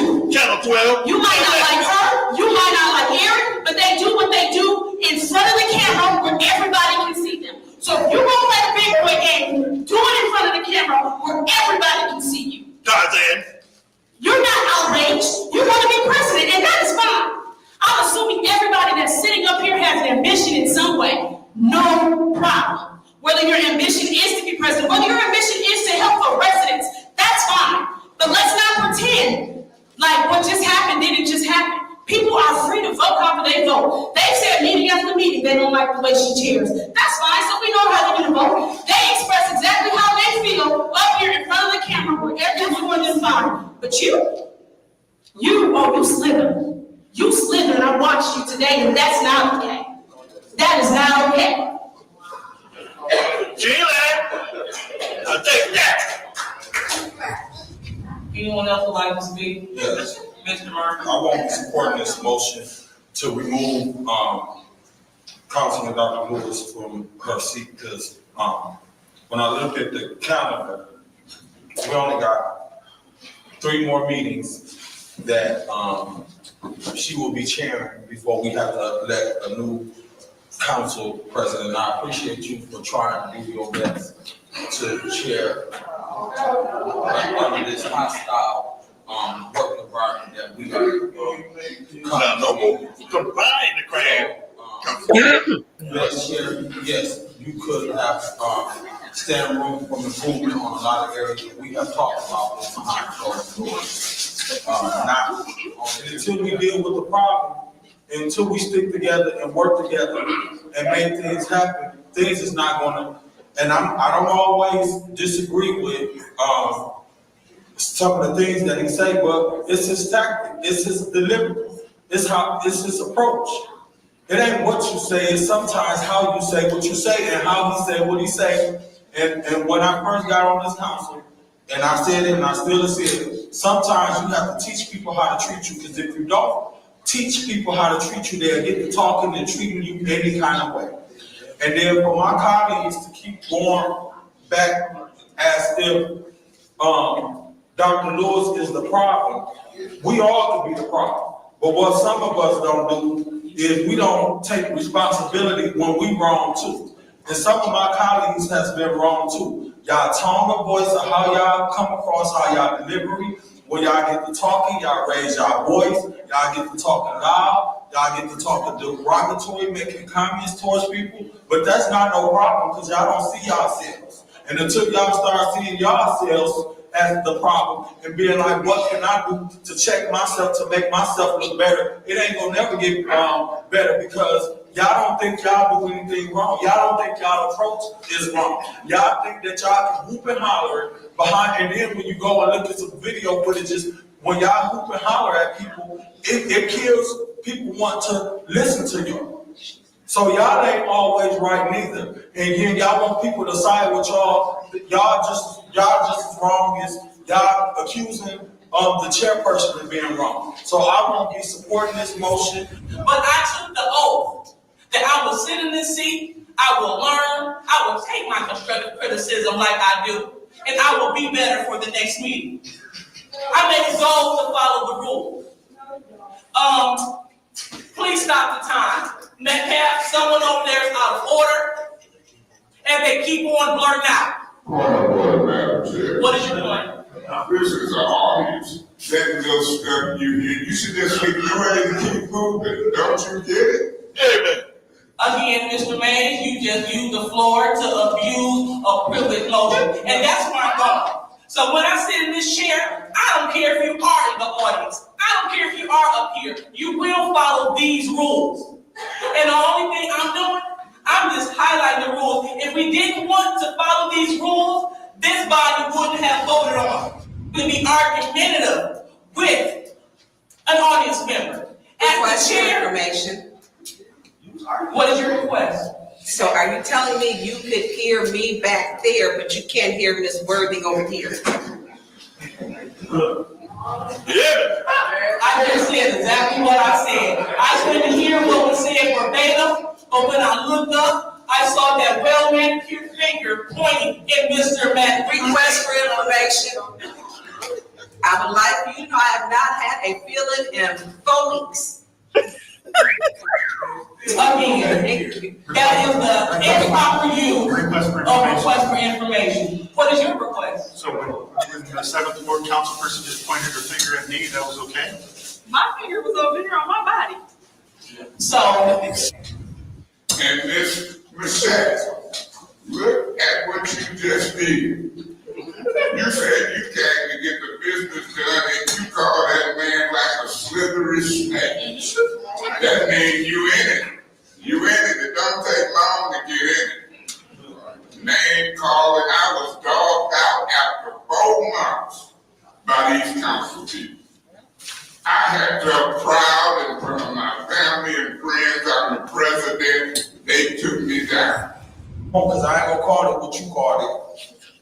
that she the problem. No, she ain't the problem. The other councilman in the first ward is the main problem that don't nobody want to talk about. I will. Thank you so much. I just want to point out that the chair is an embodiment of the rules. But Madam Clerk, is there 2 rounds? You don't know the rules. You don't know the rules, so you don't chair the way that you're supposed to chair. And Ms. Mouchette, whatever it is. I didn't, if I would have called them back here to sit in their seat, I would have been out of order. I was in order to go back to the back of the room to bring my colleagues back up. That is bringing people together. That is putting people back in their seats instead of removing them every damn meeting is what the chair is trying to do. Because my colleague in the 5th ward would probably be gone right now. She was packed up and gone. But here we are trying to get to move the city forward. And if my colleagues in 3 and 4 don't want to vote for that, I can count votes. It's going to be 4-4. We're exactly where we are. Remove you from the chair, second round. Okay, Mr. Dumas, that means your warning. So with that being said, we are at the vote to remove me from chairing this meeting. Mr. Mays, please stop talking without the floor. So roll call, Madam Clerk. Roll call, Madam Clerk. Madam Chair. Mr. Mays, you're on the roll call vote. Roll call, Madam Chair. Ms. Bouchette. No. Mr. Pfeiffer? Yes. Mr. Mays? Yes. Ms. Lewis? No. Ms. Priestley? Yes.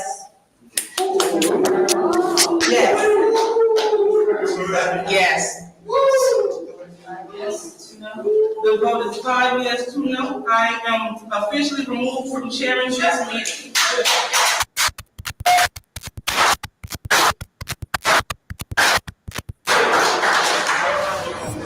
On that from the city attorney.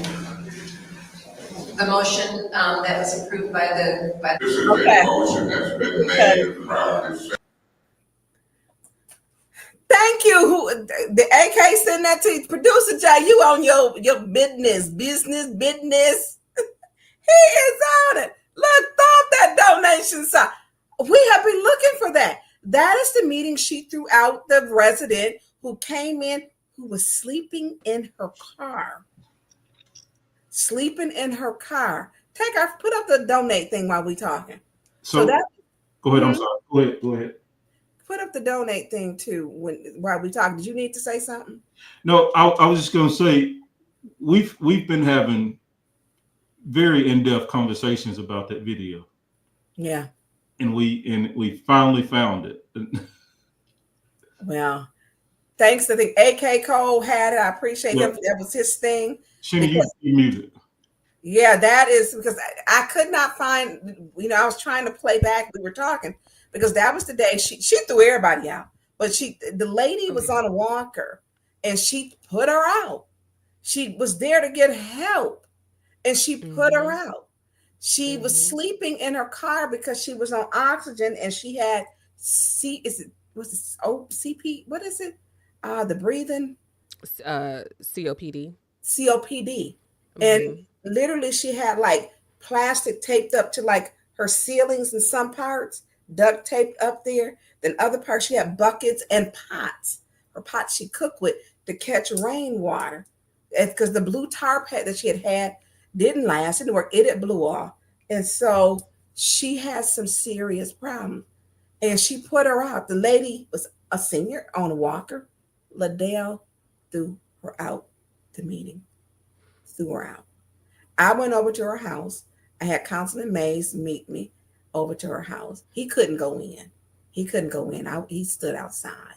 And I went in.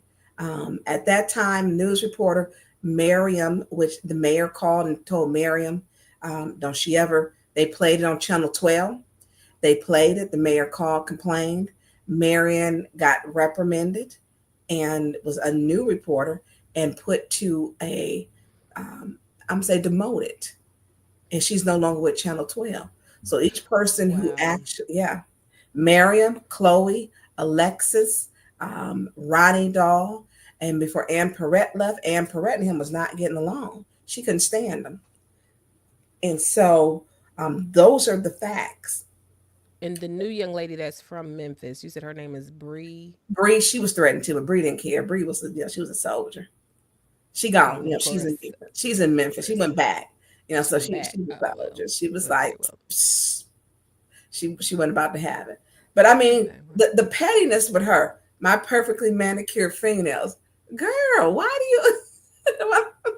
Now that you made a whole point of order to tell her I hadn't had a feel in 4 weeks. I mean, what does she care about my damn nails for? That was when she went and said that me and Jay, and hey, JWC, she was in the comments, when she was saying that Doug, that I had purchased, we had purchased some shirts. She worried about everything I do. Her time, what she needed to be doing is learn how to get along with people. Take some etiquette class. She need to do that. She need to take some classes on how to communicate with the public, because she has 2 distinct personalities. People will see her out here and think she's this nice person. Then they get the other person who she really is. Mm-hmm. Very Mr. J. But I guess I just have one question. I'm gonna stop chiming in. How are you a likability expert, but you're unlikable? Look, and her unlikable self got voted out by 5 people. And Judy did what was right. But see, Judy was trying to get that presidency seat and knew she had to make a stance for it. And that's what she was going for. And so at that point, Judy was ready to throw Liddell underneath the bus because she knows Liddell do some crazy stuff. She knows it. Yeah, because I believe the last meeting that Judy had chaired was when you all were in the Dome, I believe. But even when she chaired it, even then it was still a mess, because that was when Eva was bucking up to you, as I would call it, and all of that. And she never would check her. Yes. She would never, ever warn her or any of the others. She was never a fair chair. Let's just No. Hey, JWC. Hey, JWC. Hey, Councilwoman. JWC. Yeah. When you coming to see your grandpups? Oh, God. Y'all. Come on now. Okay, I believe in grandchildren, not these grand animals. Go see my grandpops. You come see your grandpops. So, yeah, okay. So, can you put up, because we played the game, can you put up the rules? And thank you for putting that up. Thank you. Because we needed that one. It's over Oklahoma. It's over Oklahoma NBA Finals championship. Okay. Congratulations. Look, I thank y'all for hanging in here. Yes. But they was kicking their butt throughout that game. They was They was kicking their butt. Oh, look, we got Beverly Biggs of the 3rd Ward is in the building. Councilman Beverly Biggs Levy, how are you? Wait. Is your husband allowed to watch? He's back in here. He told us he can watch. You can leave. Oh, wait, you did get some backlighting on.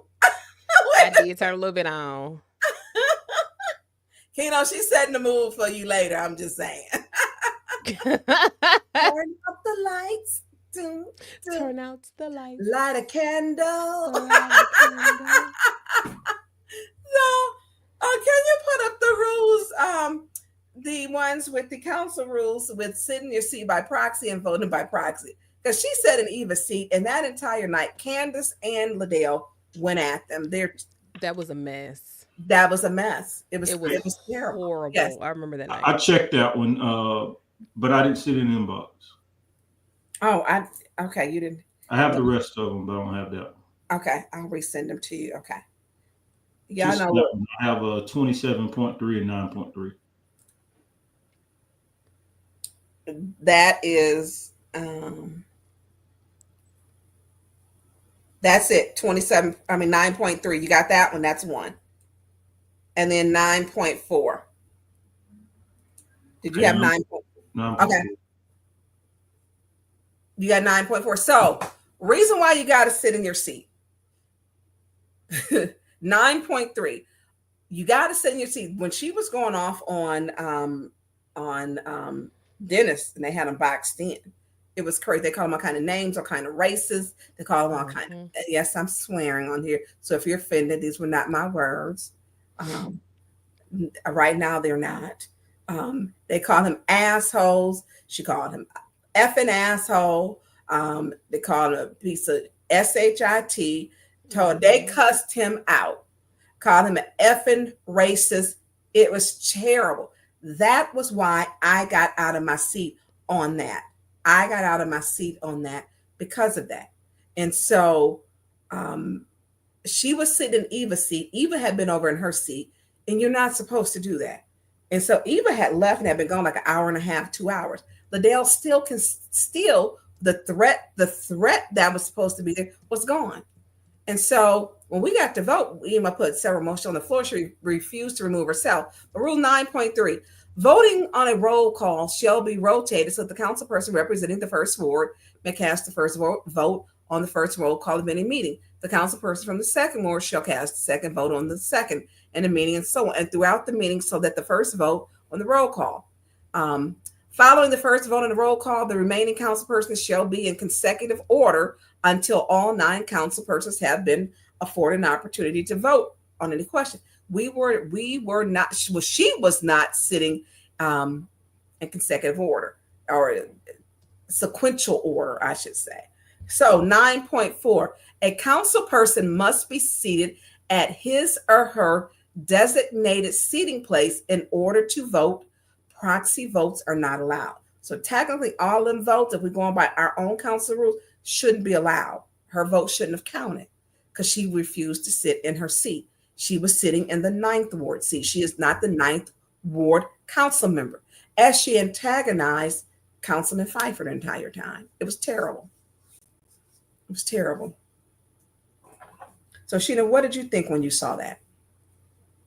All of the above.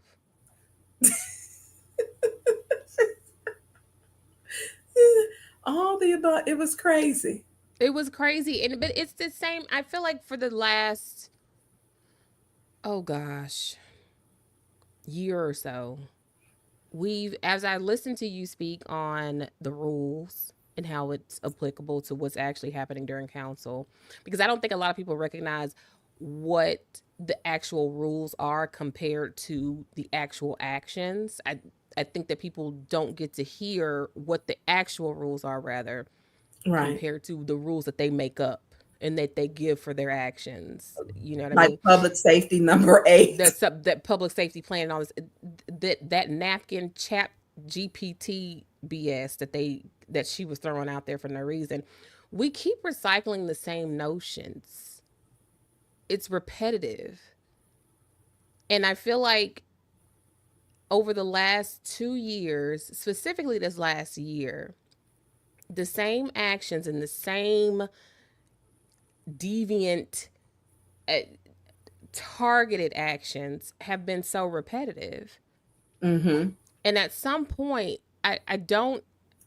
my fear is that this breaking point that is coming with Flint residents who have been going through this, I hate the word celebrated 11 years. Commemorate. We've commemorated the 11th year since the discovery. Because I think personally it could have been going on longer than that. Listen, people didn't drink Flint water. Yeah. I mean, and most of our families came from people who worked at General Motors, and they dumped everything in the river. And they did. And what was it recently about the fish in the Flint River? Listen, people be fishing on that Flint River. And so there's all that. I just feel like the repetitive notions it's at a boiling point, and the leadership has to step up. Mm-hmm. You know, and we can only repeat what's been happening for so long before there's no the solution is there, but they are choosing to ignore the solution. And at some point, going in circles about what the issue is going to become more of a problem, because now you're riling up the emotional portion instead of moving towards, and they're not solution oriented. Whereas you, JWC, Pfeiffer, everyone else is trying to push forward, they don't see how they are regressing. They don't see anything. They don't see anything at all. But I feel like as we continue to go over the emotions, we're seeing it's being compounded. But it's such, their actions are so regressive, and it's sad that they don't see this. I don't think they ever will. Down to the point of, let's put the next one where she went into the garage after the meeting. Producer Jay, do you have that one? Oh gosh. Hey, Skeeter. Mr. Burke's not a fucking Cadillac. Oh, racist bitch.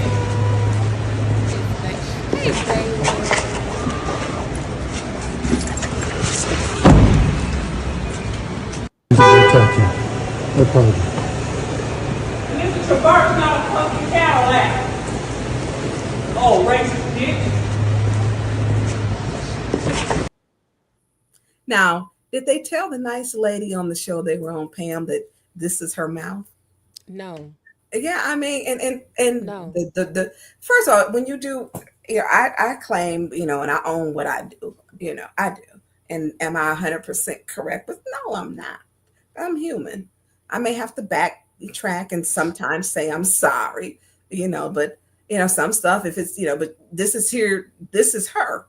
This is her. Play that one more time, Producer Jay, because this is her nastiness. Let's play it one more time, because this is Mr. Burke's not a fucking Cadillac. Oh, racist bitch.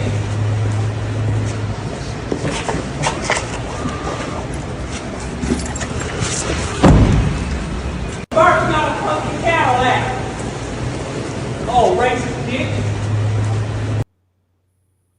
Yeah, somebody send that to Pam so Pam can see that this is the tongue that she speaks with, that's not really like a little flower petal. Someone send this whole live to her so that she can understand, because watching just one meeting is not going to give you the contextual realization of exactly what's happening on this council.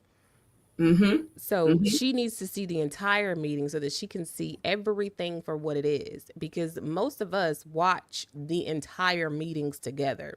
So we see, it's not that anything's taken out of context.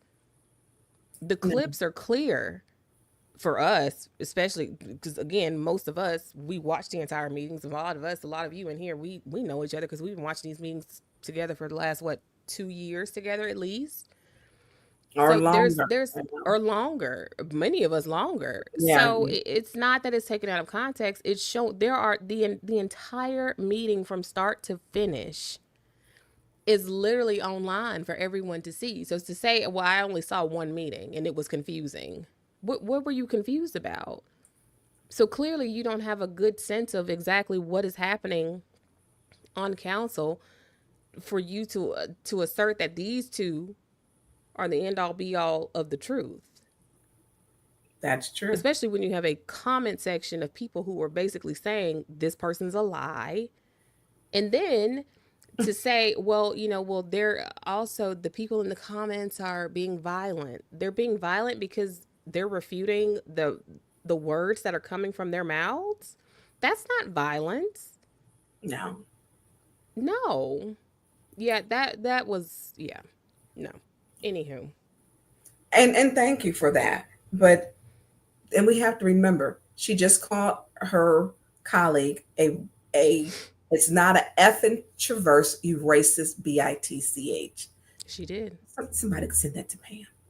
Okay? Because this is what these women do. They cuss at people. They have nasty, filthy mouths. They do. And they be trouble when they wearing pro socks with heels, or the thick and thins, hot black socks stuffed down to a spectator heel. I'm like, oh shoot, we in for a bad day. Because girl, go get you some some trouser socks. Some trousers. Hey, take that one down. I don't body shame. I will talk about your shoes, though. I will talk about your shoes.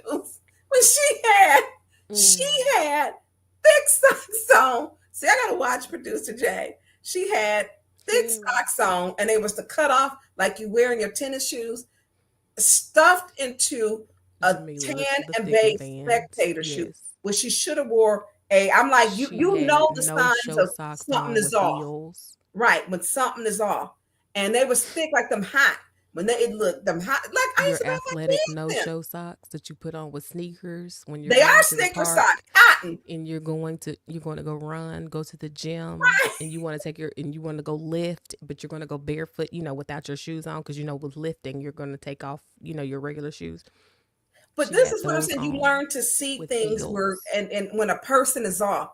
And I knew she was off because then she held the people in the council chambers hostage by not coming out of the committee room. Oh my gosh! Please tell this. So and she had the socks on, and so you know something was wrong because she had them socks on. And I literally looked at. I said, "Oh my God," to myself, and I was like, "Oh shit."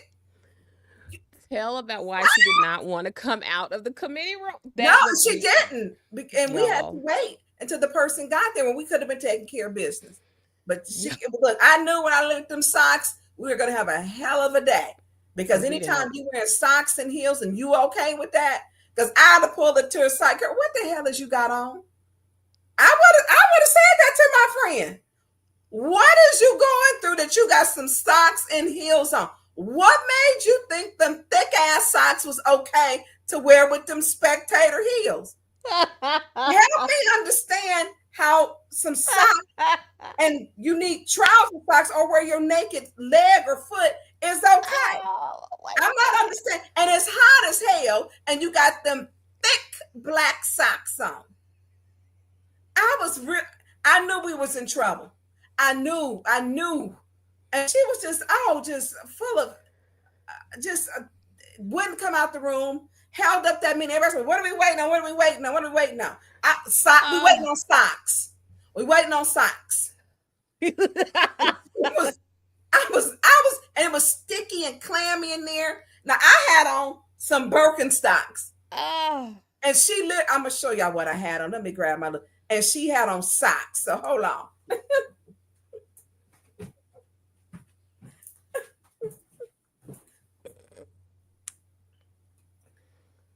I had on Birkenstocks. She had her geezers on, y'all. I had on Birkenstocks, and she had some socks on. I was like, "What her heels?" That would be like me wearing some socks with my Birkenstocks. And so you could put your thumb. The heels were the heel, like the heel of the heel. Was not touching the heel. She had that gap in the back of the heel. Not meant to wear athletic socks in. They're not. And I'm wearing sandals, and she wearing socks and heels. Okay. And then when she would come out that room, I'm like, we are in trouble. And so we knew that something was off. And I'm not. Why didn't she want to come out of the room? She was just mad. We had to wait on somebody. So everybody was waiting like 45 minutes to an hour. It was ridiculous. So look, this is how hot it was. I had on Birkenstocks. Javar, imagine you had on socks. Right. Ladies. So we see us men ain't understanding what y'all talking about. Let me help you. Okay, no, let me help you. So like when we wear pumps and we wear heels, okay? So think, stilettos, heels, a pointy toe or whatever, just a heel, something to give you height, okay? Typically, we will wear those with stockings or trousers, socks, depending. We will not, how y'all or barefoot you can this time or barefoot or bare-legged. Now, typically, how men, how you go and you let me go put my tennis shoes on, my sneakers, and you put your socks on, and you put your ankle socks on. That's what she did. She put her ankle sock on. She had, and then she put her heel on, and she was off that whole meeting. So, and that's what she did. I'm just saying, when people, there's certain things that you see, and you know that wasn't right. Because if she was my friend, I would have took them damn socks off her feet and them shoes. If you don't take them socks off, you making me hot. My friends would have my friends would have took me to Genesee County Community Mental Health and just would have said, look, she needs to be here for observation because she thought it was okay to put socks on with heels. Yeah, my friends. And I know she knows better. I know she knows. No, because she wore them. She did not know better. She did not know better. Well, I'm just saying, if it was my friend, I would have taken them to the for us. In Memphis, it's Lakeside. That part. We're taking you to Lakeside. My friends would have said I didn't have a mental episode because I should have known that that's not okay. You can't even try socks on in the store, in the shoe store. You can't. They give you that little balled up. Yeah, they give you that little balled up little thing. Yeah, right. The little stocking. And I'm like, right, you do a little stocking. You're not trying on pro socks with no. No, we're not putting on Nike Pro, the Nike socks with the thick. And it was probably what color were they? Black? Were they faded? Ashy black? Not black. Were they black or faded black? Like they had been washed a lot. I ain't look at that. I looked. They've been washed like an off black, light black. Don't give us the blues today. you just knew just based off of that. And I was right. And you were right. Then she went into that room and refused to come out. And kept the residents waiting for 45 minutes to an hour. And she had a temper tantrum. Then did not come back out to vote so we can go back in. She refused to. I'm telling you, if it look crazy, you're going to have them socks.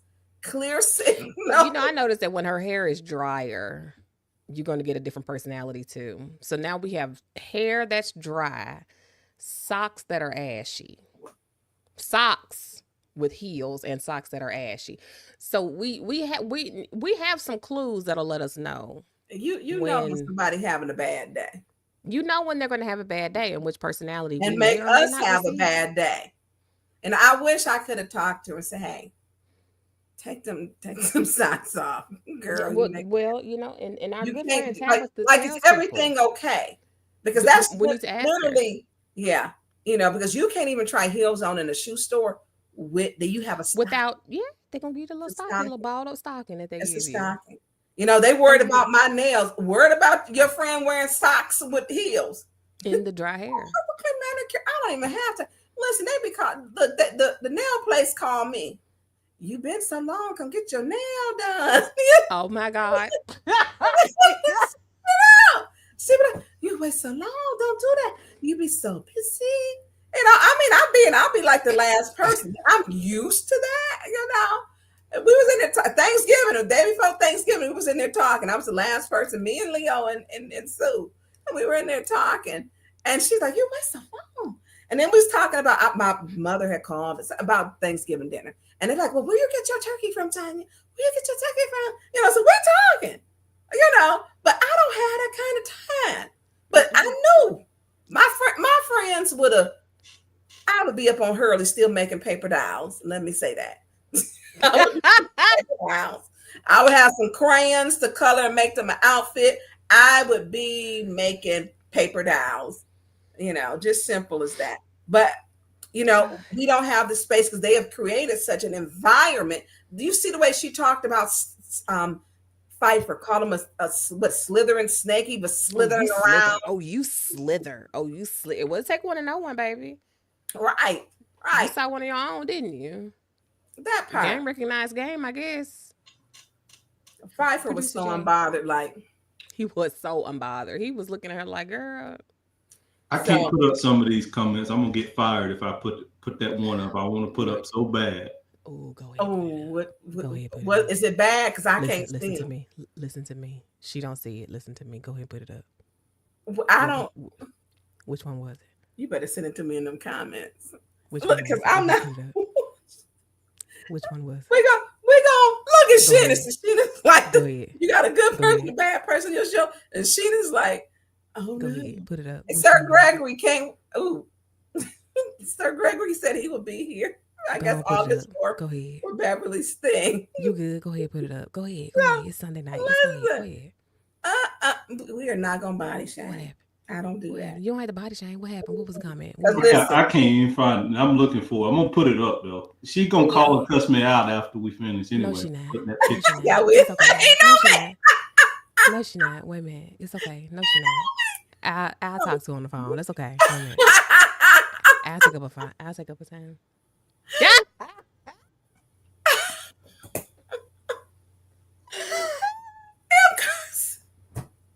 I mean, Producer Jack. Producer Jack. It's not a lie. That's an old Southern proverb. That's what that is. That's a Southern Black American proverb. We're gonna move on. That is not the views of Tonya Burns. That is a guest Sheena Becton and Producer Jay. That wasn't that's okay. You know what's gonna happen though, right? What? You know Tonya Burns is the mayor, so you know she's gonna call me when we hang up, when we get off here, and it's tell okay. me. Don't worry about it. It's okay. It's okay. So listen, this is what I'm have. A call to go to the mayor's office. I got her. I'll take her time up. It's okay. She used to say that all the time. She'll forget. I got a call to go to the mayor's office. She'll forget. It's okay. Don't worry about it. I got you. It's okay.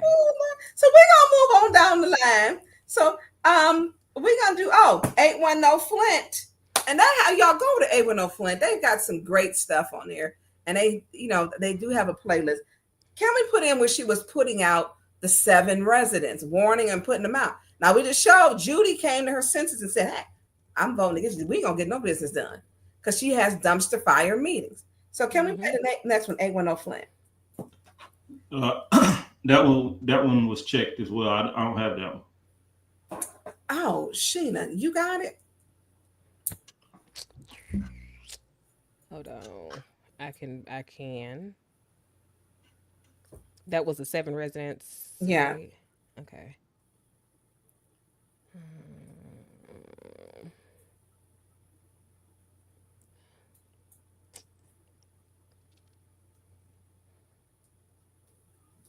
While she's looking for that one,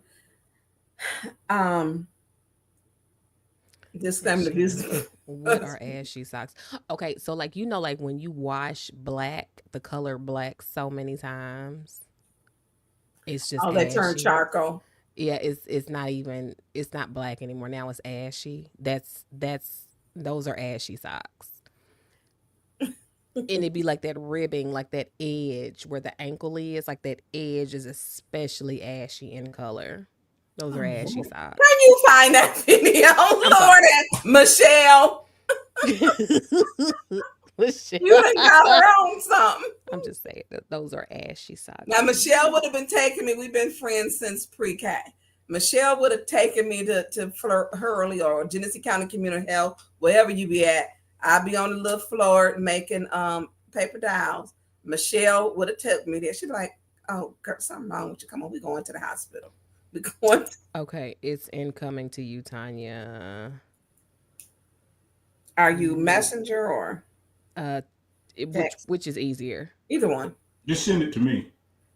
Okay, let me go messenger. Hold on. Ooh. So what did I just see, Jeremiah? You got See it. if you just got that. Yep, I got it. Okay, so we're gonna go on to the next one because we need to show there's a clear pattern. And the clear pattern it shows putting out people all the time, the warning. They just want to be in there by themselves. They happy with that. When you got it, pop it up. I just got to download it. And so thank you to each and every one of you. Hit that like button. Hit the like button. Click like, share, subscribe, and hit the notification bell. And isn't that your thing, Sheena?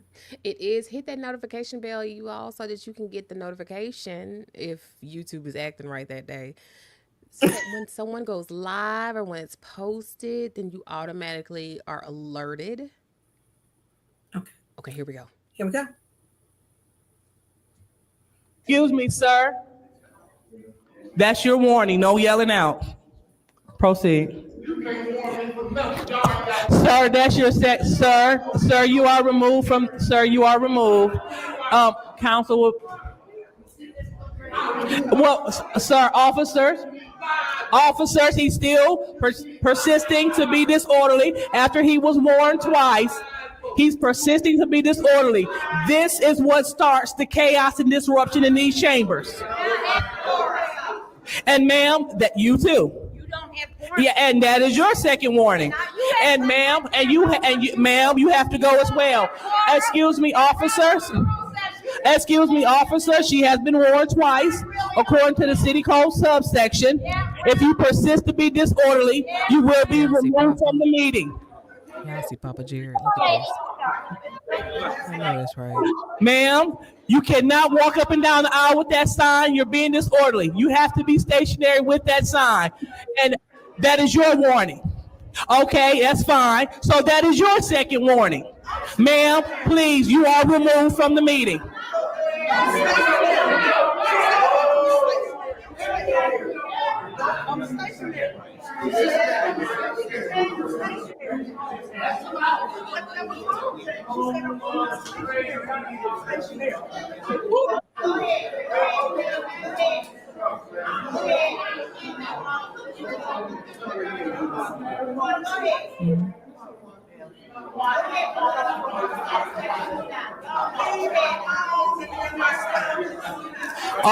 All right. We are not. Council is still in session.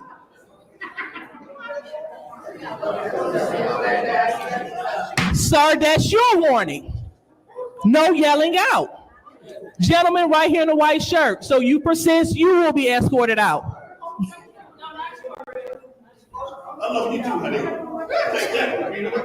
RL, that is your warning. No yelling out. RL. Crazy.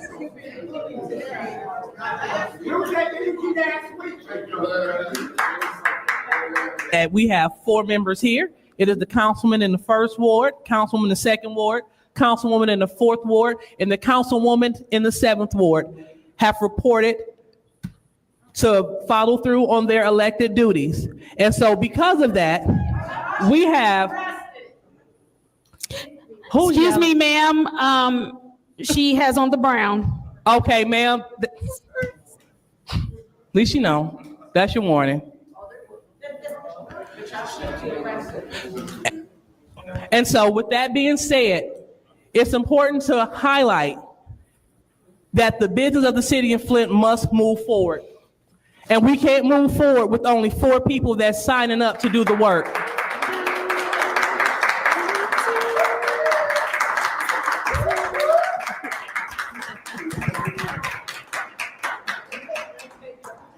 And so highlighting who's here, we would like to say that this special city council meeting is now adjourned at 6:23. So one of the things with her is that she worries about who is in the audience. Hey, there is no, you must keep that sign stationary rule. It's not a rule. And Flint police officers keep enforcing illegally removing people for a rule that does not exist. And you wonder why the people mad? Blame Liddell. It's not a rule.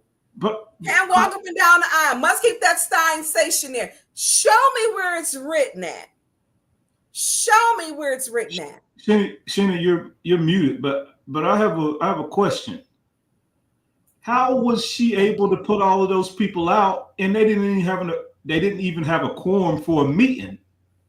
Okay, that part. Go back to that October one where they didn't have a quorum, which we off for 4 weeks. I'll be writing up that paperwork.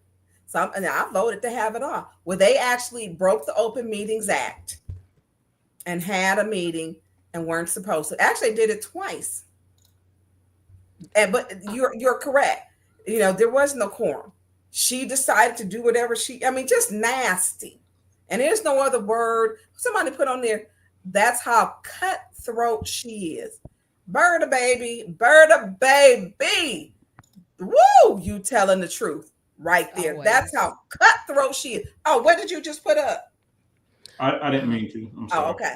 So Randall had a great question. I'm sorry to cut you off, but in situations like this, why can't the police deny action? Because Chief Green and the mayor have told them whatever she say to do. And that's why they need to have all these laws. They need to be sued. because they understand nothing. So for instance, the metal detectors that they were putting up there illegally, and they couldn't, then they ruled, so that's still in court. And so they do what they want to do. And yeah, leave that up, please. And so when they keep doing this, when she wants out, you see her get on the phone. She calls the mayor, she calls the police chief, and they do this. They call the chief, police chief, they call the mayor, they won't have them removed. They call Ed, whoever they can call to tell them. They call Clyde. They go down their list to call people. So this is the mess they create. Everybody, stationary sign, no such rule. And officers are enforcing laws that aren't. So what happens if you don't enforce it? You get demoted to patrol like Metcalf did. Mm-hmm. You get demoted back to patrol like Officer or Sergeant Villarreal did. Mm-hmm. This is the mess they do. They mess with these officers' livelihood, their positions, their dedication that they've given to the city, because they're in there exercising what she wants them to do, whatever she wants them to do. And if she don't get away, she calling everybody. Well, I've told them. And y'all seen Councilwoman Kanisha over there in the corner calling on it. They like, it ain't even a reason to put them out. Instead of focusing on your agenda, which are large, she worried about somebody clapping, coughing, moving their hands, saying thank you, moving the sign, that part. And then she wonders why the people give her back the hate she gives. Yep. You're violating their rights consistently, and you're telling people who look like you. Absolutely. We are on a national level at a place where our democratic rights are at stake. Mm-hmm. You are in a city that has been subjected to oppressive measures on a level that we haven't seen it. Some would call this biological warfare. Yeah. I mean, let's just call it what it is. And these are some of the words and the things that I have seen described on multiple social platforms when we really think about it. 11 years, and the city of Flint can't say that they have been completely remediated of the issues of water from 11 years ago when this was discovered. A city full of Black people, a race, a complete race of people, marginalized, or whatever you want to call, whatever you want to say, whatever you want to call it. We're talking about 11 years of this. You have He wasn't living here, so she doesn't understand the plight of the people. Boom. She wasn't here. Remember, she made the janky. You're janky. The janky video. You're janky. If you don't vote, if you drinking don't on bottled do this, water, if you don't do janky. that, if you don't blah blah blah, if you do, your if schools you're drinking are out janky. of your bottles, if you do this, huh? You're speaking to an entire community of people who have been under an oppressive regime. Hey, Jasmine. So, do you have janky? Long. Producer Jay might have it. Because this is why she don't understand. She was mad because they didn't want her no more. I'm not from Flint, and but I understand. Okay, you won't wear socks and heels either. So, I mean, friends, and you got friends that's going to correct you, okay? I got friends that's going to shoot me. Okay. Okay. You see, my husband was on here talking about why he turned on the light back here. Y'all didn't see it, but he turned on the light. He flipped that switch. He handed me a drink, and then he bounced. What a good husband! I love him. I love him to death. 15 years of marriage, 20 years together. So congrats. Thank you, my best friend. So like I don't live there. Some would even put me in the position of being one of the privileged. Many probably would. You know my life. But the lack of empathy that people have. I could not imagine. So Tonya Jones is in the comment, and Tonya Jones, just saw her. I want you to email me your information, and when we're going to do our series, because we've been speaking about opioid money, and she has a son that's on meth and other issues, and send me your stuff. We're working out. Well, we didn't even have a chance to work out the schedule. We just know we're going to do a series. Yes, we need to do a series on how did we get here and how did we get here. Yeah, and that's our series. Oh yeah, look, America's least favorite councilwoman with her song. Let's play her "But Out of That Bump" or whatever it is. Let's hear it. This is what Facebook. I'm driving and Facebook living, but I had a song on my heart. That part, Beverly, and I wanted to sing it. So you want to hear it? Here it go. This is dedicated to everybody that didn't vote. It's 8 o'clock now. It's 8 o'clock Eastern Standard Time. So if you didn't vote in Flint, Michigan, you just didn't vote. And this song is dedicated to you and yours. Put your hands together. Yeah, yeah. What up, Roy? Put your hands together. Yeah. If you didn't vote, you janky. You janky. You janky. If you didn't go vote, you janky. You janky. So janky. Guess what? You janky. You janky. You janky. I said it. If you didn't go vote, you janky. You janky. You janky. Your kids gonna be janky. Janky. Janky. Cause you didn't vote, your kids gonna be janky. Just janky. Janky. Yo, people, just janky. Yo, schools, janky. Yo, taxes, janky. Yo, water, just janky. Didn't go vote, you janky. You janky. You janky. One more time. If you didn't go vote, you janky. You janky. Player, you janky. That's for you. So if you in Flint sipping on bottled water as you watch this video, you janky. If you ain't a Flint, but you didn't tell a loved one in Flint to go vote, you janky. And I'm just gonna leave that there. So you guys have a great day. And you know you're gonna be humming this tomorrow on your way to work. Ba-da-da-da-da, janky, janky. I see you, Bobby, janky. Hey, Elma. Are you janky, janky, janky? All right, then be up. And 2 fingers in the air. I'm gone.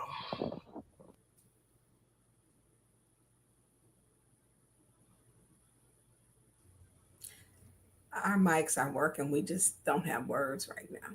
It's right. Mics are working. I don't even know where to start. I mean, you first off, well, if you didn't go vote, you're janky. What? Okay, because there's a whole thing. Why don't people go vote? Right. And then especially in the city that has, you all have even documented and stated on several occasions how it was not trustworthy. It wasn't a trustworthy process within the city of Flint. And this has been happening for years. This isn't something that's new. Like, what do you mean? If you're drinking out of a bottle of water, you're janky? Your schools. Your schools? Didn't she just complain about not even having a school in her ward? Mm-hmm. She did. Mm-hmm. Did she do that today too? She did it today. Wow. And so when we look at why don't people vote, there's it's so many reasons, and that's the whole show. Why Black people don't go vote. And even that's and that I can't wait until we dig into the political paradigm of Black part Black political sphere. That's where I go off. But anyway. And what made people what made them vote? One of the things, like even in the South, people wouldn't vote when they were scared they couldn't vote. And so when we get that it's carried down, that we feel voting doesn't yield any results generally for us, like right now, 94.7 million came here to Flint and with ARPA, and it hasn't yielded anything. We've had almost $1 billion come from, well, you know, the MEDC got problems right now because they were raided, that the money never hits. So people just figure, why don't I vote? But not just that, let's talk about the part that, let's say her neighbor who couldn't barely get out. You know, if you have got an illness from, you're sick, if you got diabetes, if you've been poisoned by lead, or you have a child that's poisoned by lead, you don't know why. But to be that cruel and insensitive to make a song about your schools, and you didn't go vote. And someone had actually defended her before on this, and shame on them, because that person that was wrong defended her in council chambers. But it's not just, well, we're a predominantly Black community, and the things that plague a Black community. Yes, we should vote. Yes. And we should do our research, but we have a literacy issue. Councilwoman Carter teaches literacy, and she speaks to that. And so when people don't go, hey, you may not be able to read, you may not have transportation, you might be riding dirty because your tags, you know, so many other reasons. You may feel that voting, you are disenfranchised, that who's representing you. But to do a song, and I'm the council leadership, I'm council president, I'm this, I'm that. And then you make a song when you lost a race, when they ran you up out of Maryland, didn't want you represent not even a box of Kleenex. You make a song and call this is before she was elected. And she calls people janky because she lost in Maryland. She had just lost that race. And to hadn't even did this race yet in Flint. Yep. So you attacking Flint? Yep. I mean, how dare she do that? And to people have medical issues. When you're worried about water, food insecurities, food's so high. I got $25 or $50 to feed my family for the next week. I may not have gas to go to the polls. Oh, well, call the people and get a ride. You got kids. It's so many things that, you know, she's always got a smart answer for something. But what she did was made that very rude and disrespectful little chant or song. Correct. Very cruel. She's a very cruel and insensitive individual. She is. And I think another thing that makes her out of touch with the community is the thought that you would position this song as some sort of not just a gotcha moment, but also almost like this air of I'm better than the community that I'm trying to represent, that I want to represent also. I feel like that was in there too, because why would you refer to people who don't vote? Because again, I understand, like you said in the beginning, yes, we should vote. And yes, we should be aware of those who we are choosing to elect and put in these positions. However, I also understand the hurdles. I understand where there would be apprehension. I understand where there will be people who will feel like their voices and their vote may not even be warranted or valued or even counted. And again, Flint has not made it a secret that they have had issues with trusting the system when it comes to their vote. There's so much distrust there. And Arthur Woodson has on his page where they were told to do something that was illegal with the voting. And we know, say for instance, the absentee ballots come out. They've been getting them early. The other people get them like a week later because Carol had that problem. Right. And that's just the fact. But let's move on because we're going to get into that. Why don't people vote? That is something that we're going to get into. Let's put that in our, this series is going to be a long series. It's going to be long. It's going to be a long one. So let's put up the letter of, we've had Pastor Reverend, I'm getting a hiccup, Reverend Matthew Hogue Smith. So Sheena, can you read the letter? I can. I sure can. For immediate relief. Oh. So hold on, Okay, let me see. So Reverend Matthew Hogue is with the People's Church. This is his second letter. He's been to city council 3 times. 3 times. He's spoken at the podium and he's been like dynamite. And he speaks clear. So Sheena, you got the flow. Okay.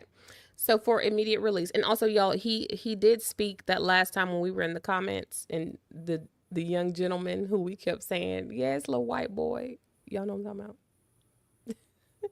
That was the one that this is him. He has been amazing in speaking up and just being forthright and strong in his stance and how he represents the city. So for immediate release, a statement on the weaponization of Flint Police Department at city council meetings.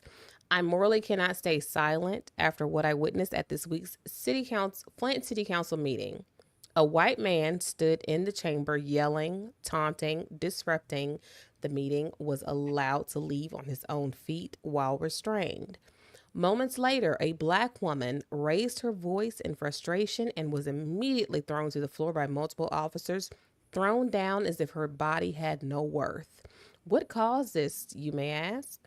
A movement of a shoulder while saying the handcuffs were too tight. I witnessed 2 very different standards of treatment divided along the lines of race, plain and simple. This isn't just about one meeting. This is about a pattern, a creeping weaponization of the Flint Police Department and spaces meant for public participation. It is about fear replacing trust in a city that can't afford to lose either. I am calling for a full independent review of the weaponization of police at council meetings and for clear enforceable policies that guarantee every person has the same dignity, safety, and respect when they enter those chambers. In hope and peace, Reverend Matthew Hogue Smith.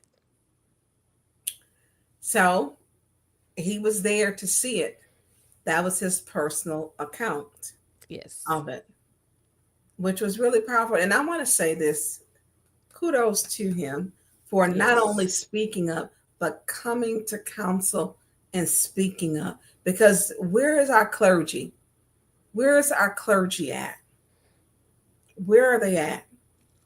He came and he sits through the entire meetings. Mm-hmm. And he speaks to and he listens. And he's not taking anybody's side. No one's asking him to take a side. He's speaking to what he's seen, what he's seeing visually. And so what he's seeing visually, which I know everyone probably seen everything that was going on.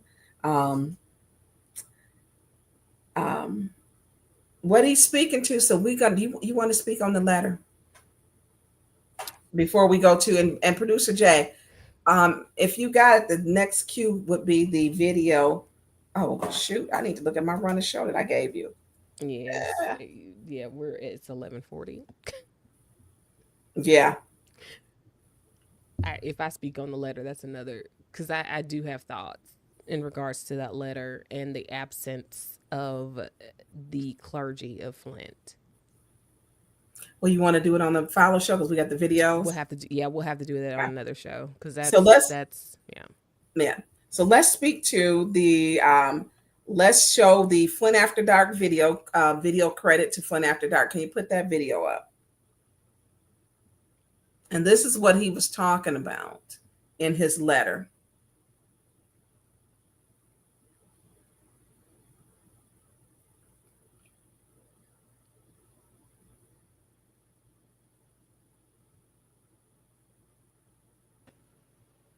Give me 1 second. Oh, get out. Working on it. What y'all talking about in these comments? Y'all be in these comments Shout going out up to and the then have me snowman. and have me laughing. Yeah, look, and y'all know me and the snowman getting along now. We had a major crash out, but we good now. People don't know if they can vote because the roll has not been updated. So this is video credit to him. Okay. There was two or three from him. The first one? I think, did I put how many seconds was on it? Let me see. Because I think it was like 29 seconds or something. So Foxy, to our knowledge, she has been released.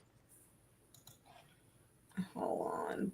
And she is out. I think it's like 29 seconds. Hold on. I'm not quite sure. I believe it's 54 seconds. Nope. This is, I think, 29 seconds. Happening, but I'm not quite sure. Don't quote me on that. It's right above the letter. 580 Mafia Records. I concur. I agree.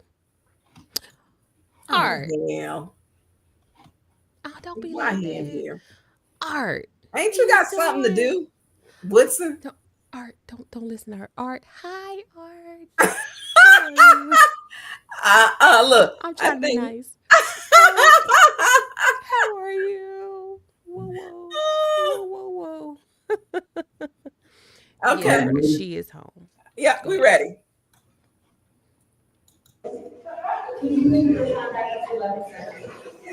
No, that's Shalita's. Why are you touching me? No, take that. Give me your drink. For what? I'm trying to put my drink down without spilling it, and you're talking about a resisting. Disorderly.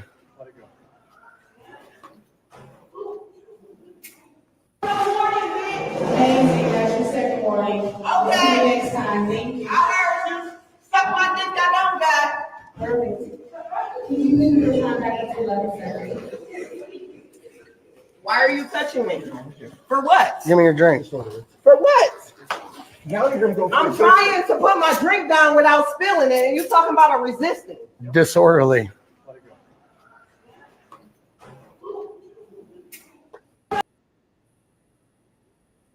So that one was Shalita's, and I want to put up the other one. The other one is going to be, I got it. Okay. Because she has like a 3 series with 3 different angles. Be nice, Art. Come on now. Art, wait a minute. Who'd you say? Nobody. Don't pay attention to shit. She talking to Whitson. I'm asking you about the 3-part video. Yeah, but I want to do Josh's. Hers has got 3 videos. Yes, yeah. Josh has to be first. All right, give me 1 second. Because hers, when we do his, then hers has got 3 different angles. But I want to do his first because there's a contrasting goes with Reverend Hogue Smith's letter. Mm-hmm. Matthew Hogue Smith's letter. I like his name. Who was that said that?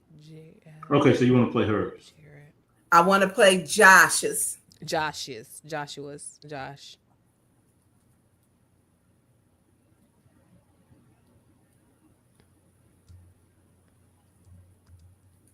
Oh, you.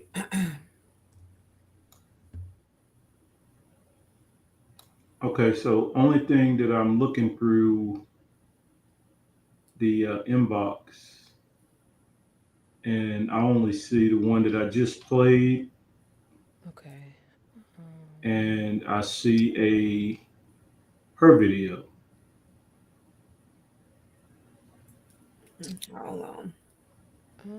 Unless I'm missing it. And I see one from, I think it's an AK Cole.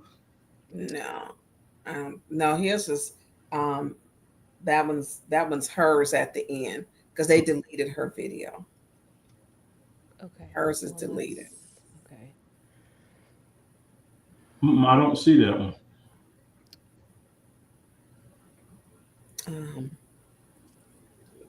Let me go on his and see.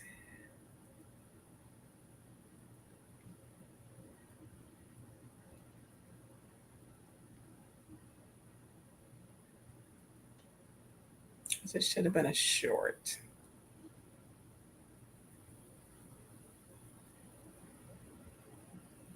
Okay, I'm sending it to you now.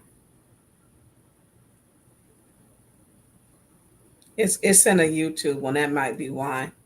So it's at the bottom. Oh, okay. That's why I didn't. Okay. Yeah, because it comes across funny. You did send that, but I didn't. It wasn't nothing to look for. Yeah, it comes across with the YouTube signal or. Yeah. Hold on 1 second. It's Wait a coming up. minute, Jessica, what? Say what? Hold on, Jessica. Say what? What? I ain't seen that one. Where's that video at? Yeah, where is that at? What? No, I know I saw Liddell say she wants her 11 seconds after she just witnessed police brutality. But yes, the room across from the elevator, they were dancing. Someone who was live that night had the footage. Well, if you find it, send it to us. Please. Yeah, send it to us. Let's put Josh's up. You got it? Find us on Facebook or yeah. You ready? Yep. Yes.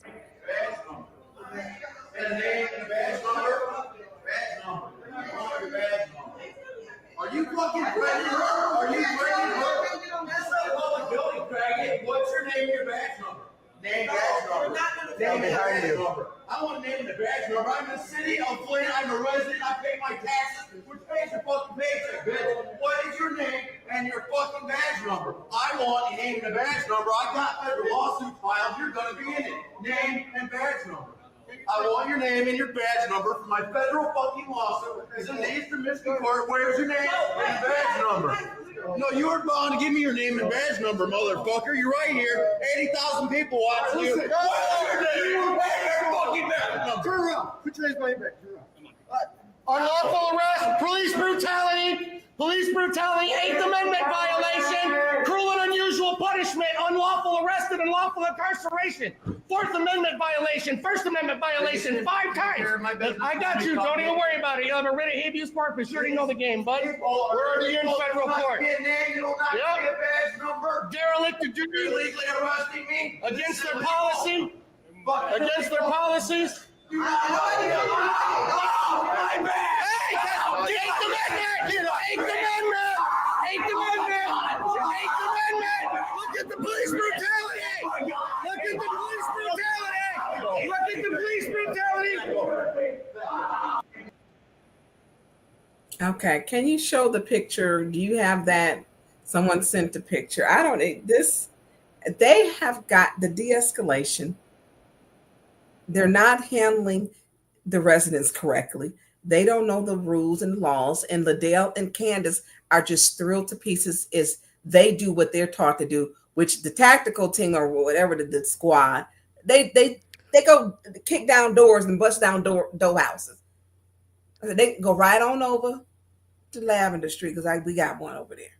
Right. You know, and so, but they don't have time to get to that one. Why? Because they're in council chambers. They're in council chambers. 5 or 6 usually, no less than 5. So can you put up, I think that he had his arm broke. He went to the hospital and his arm was fractured. They fractured his wrist. Okay. Berta, please. Berta, when I come to New Orleans. Do you have, Producer Jay, you got it? Or do I need to send it to you? So, Mark, that's ridiculous. So, Josh got a fractured arm. It's a bone in his arm or whatever. And then something with his wrist. So he's got some issues now. You know, he does not leave quietly. But I think the more when you're up in this space, it really, you know, we are going to attract mental health issues is a real thing, but you have to learn how to deal with the people. It's the same when Officer Villarreal did handle very well when Ariel, and leave that up while I'm talking, please. Ariel picked up the chair to throw the chair, and he was upset. And Liddell and them can get you just into a, you know, they're just so mean and rude and disrespectful. And now we're looking at this man actually has a a real injury that was, in the emergency. So let's play the next one, which we can play.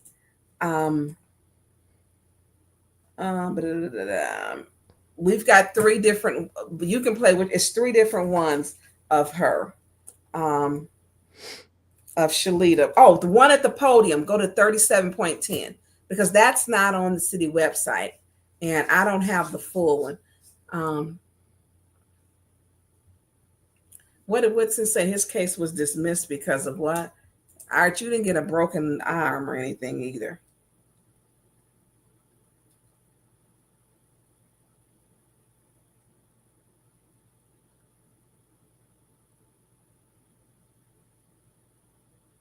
So the one with AK Cole, then I think at the 37 and 10 minute mark, 37 and 10 second mark.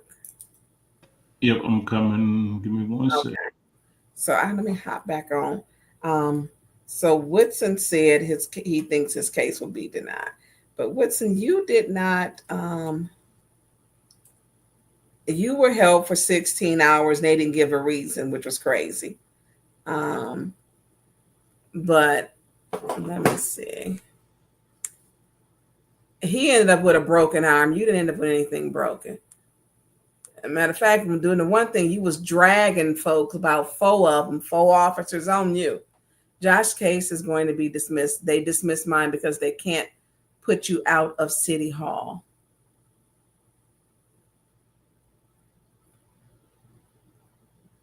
Oh, I get what you're saying now. I got it. Right. And they was in the hallway. Yep. I get what you're saying now. And that's okay. Let's play. Now, this is the part of the meeting that's missing. It's missing. The video has been altered. So, but we know it was out there because here we go. All right. Let's council response. Yes. You recognize the fact that I wanted to, but ignored me. Thank you, Ms. Candace. We're moving on to the consent agenda. I do have a note. Go ahead. Yeah, so I was trying to speak. I didn't hear you. I'm sorry. Go ahead. I'm sorry. Not a problem. So just want to take my time to address the young lady who addressed me in the back. I do apologize that you are grossly misinformed. Now, I know that you came in here and you came out pretty hot, yelling at colleagues and not knowing what we do, not knowing what we stand for. So to say what we support, what we don't support, that's very unfair without having a conversation and asking us, what do we support? Because in the city, I know you mentioned that it's important to get the pipes and the water fixed. You are absolutely right. But this is not a monolith. We must literally juggle multiple things at the same time. So while we are fixing water and pipes, we're also working we must have summer jobs. We must work on helping. We have the money, helping residents with their home. We must make sure that we get rid of blight, knock down these abandoned buildings so people won't get sexually assaulted and murdered and bodies left residents with their home, summer jobs. We must work on helping. We have the money, helping residents with their home. We must make sure that we get rid of blight, knock down these abandoned buildings so people won't get sexually assaulted and murdered and bodies left in there. There are things that we have to do all at the same time. And it's a lot of things that I'll speak for me that I've done in the community as well, such as the Fire Safety Initiative program, different blight initiatives in Second Ward, because we have a ward with no schools. Imagine having every single school in the city of Flint in your ward closed down. So every scholar, they have to go somewhere else. So every single ward has their unique challenges. But I would just like to encourage you it's not about being loud, but if you're gonna be loud, let's be loud and right. So have a conversation with the other colleagues, and you will see that a lot of us— Is my loud and right the fact that you don't live here and you always in Baltimore? Is that my loud and right, or is that not right? Can we please exactly. put the time back so don't up at cut 11 into me seconds? if you don't want me to cut back into you. Ms. Like Savage, I said and like I meant. Ms. Savage, I appreciate what you're doing as far as making Savage, sure you people's don't internal have the pipes floor. are fixed. But Ms. y'all are Savage, fucking up that's your the first city and get the warning. fuck out.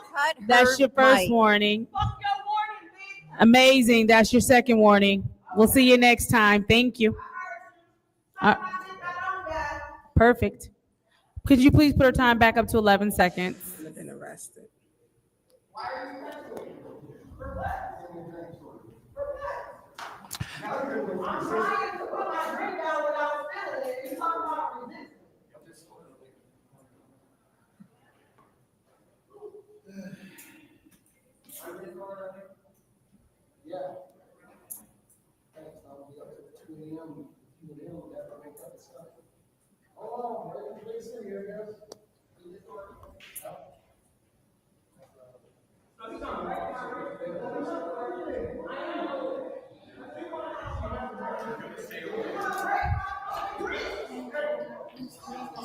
Oh, they done threw her down. And them kids.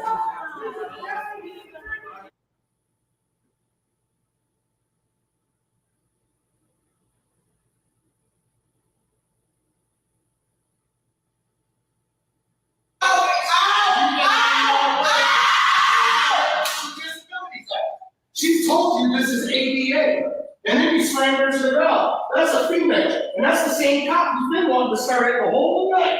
So, if you think you're safe, you don't get your badge number, you're about to find out.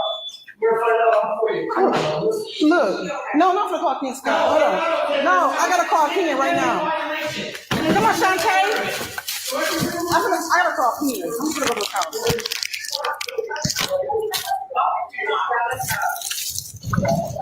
No. No. All right.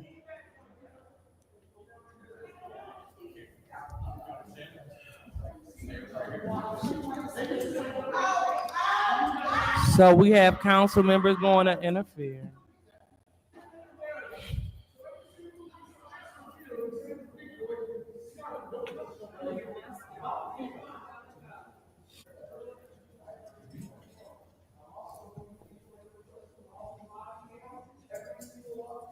The time is now 10:55 p.m. I call this I can't finish my 11 seconds. girl. Yeah. Please start her 11 seconds. Thank you so much, Madam Chair. So as I finish my time, we need to stand on order. Thank you. Thank you. That is the end of council responses. I will not be taking my time. It is 10:56 p.m. I call this legislative committee meeting. It is now adjourned due to lack of quorum.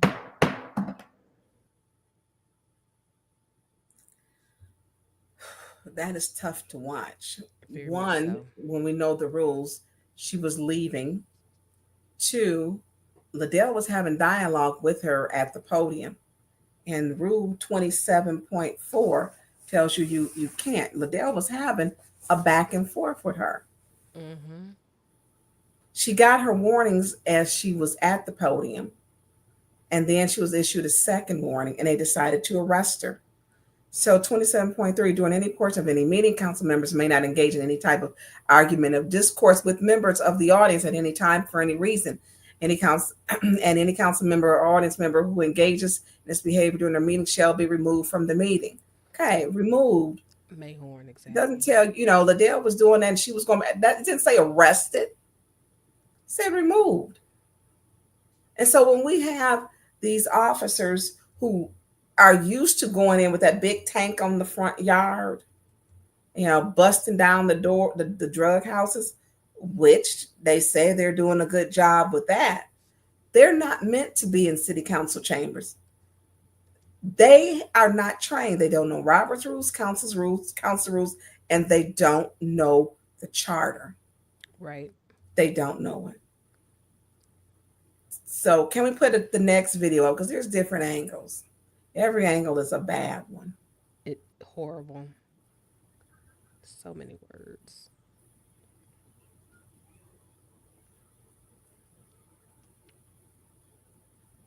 I got it. Just give me 1 second. Okay. Exactly, Julina. That is the overall issue. And they that were I have. camping. I didn't To, come out to of watch another black woman. Yeah. And there was a mom in the hallway, Shantae, with her 3 children. They were already there. I don't know if she took them to the restroom or what they were doing, but she was already there. I think this was the worst one. And that's why Reverend Matthew Hogue Smith wrote that letter. Those officers are not trained to be in council chambers, but you have to learn to do with every type of resident. Mm-hmm. Every type. Okay.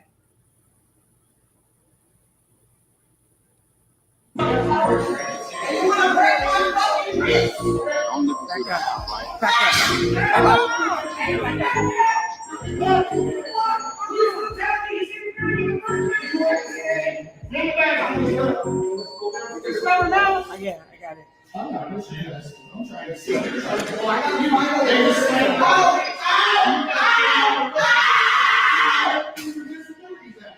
She told you this is ADA. And then you slam to the door. That's a female.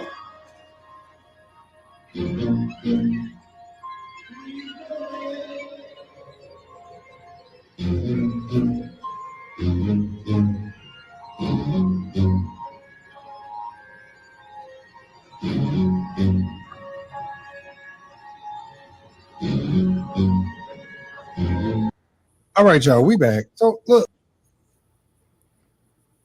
Okay. Can you play that one more time? Because if you're looking at that screen, you see the child, the little boy, move across, like, the fear. And they didn't care that there were 3 children in that hallway. They threw her to the floor while she was handcuffed. She was already cuffed. She was already handcuffed.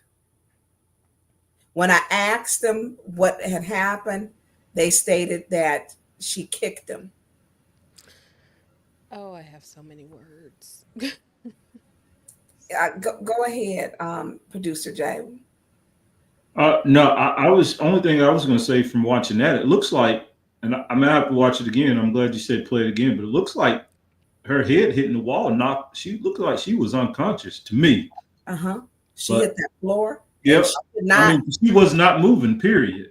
And her head hit and that floor is cement with them little tiles. And the wall is cinder blocks. Yes. And it wasn't like when you fall, you might put your hand to break the fall. She couldn't break the fall because she was in handcuffs. And so, I got up out my damn seat to go check on her. I don't care what she had did. She wasn't criminal. She said cuss words to her to the council people. Doug says that. He calls people names. He's never arrested. He's out of order. He calls people names. He cusses. What you say I didn't hear? He does it all the time. And so she's arrested, thrown to the floor, but a white man is not. A white man, Doug is coming here and did everything there is to do. Oh, she hit that.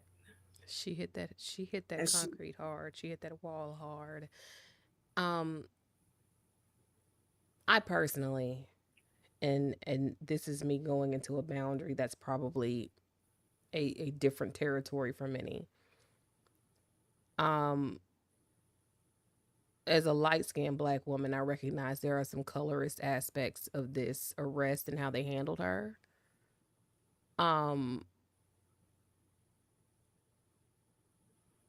Look at this. Look. There was zero care, zero hesitation of this being a woman. This is a woman, a Black woman.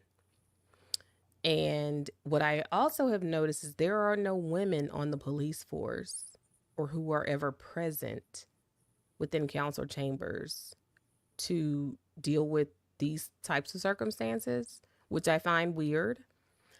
So when you have a woman who is clearly leaving the chamber, she shouldn't have been accosted to begin with. She should have never been touched to begin with. I feel that to have 2 officers on this woman and to wrangle her the way that they did is we're touching into territory that is very, very sensitive, specifically when it speaks to how Black women are treated to begin with. You have a dark-skinned Black woman who is tall in stature, who is definitely, she's taller than the 2 officers who apprehended her. She's 6'3". She's 6'3". And she makes no qualms about who she is in regards to her stature.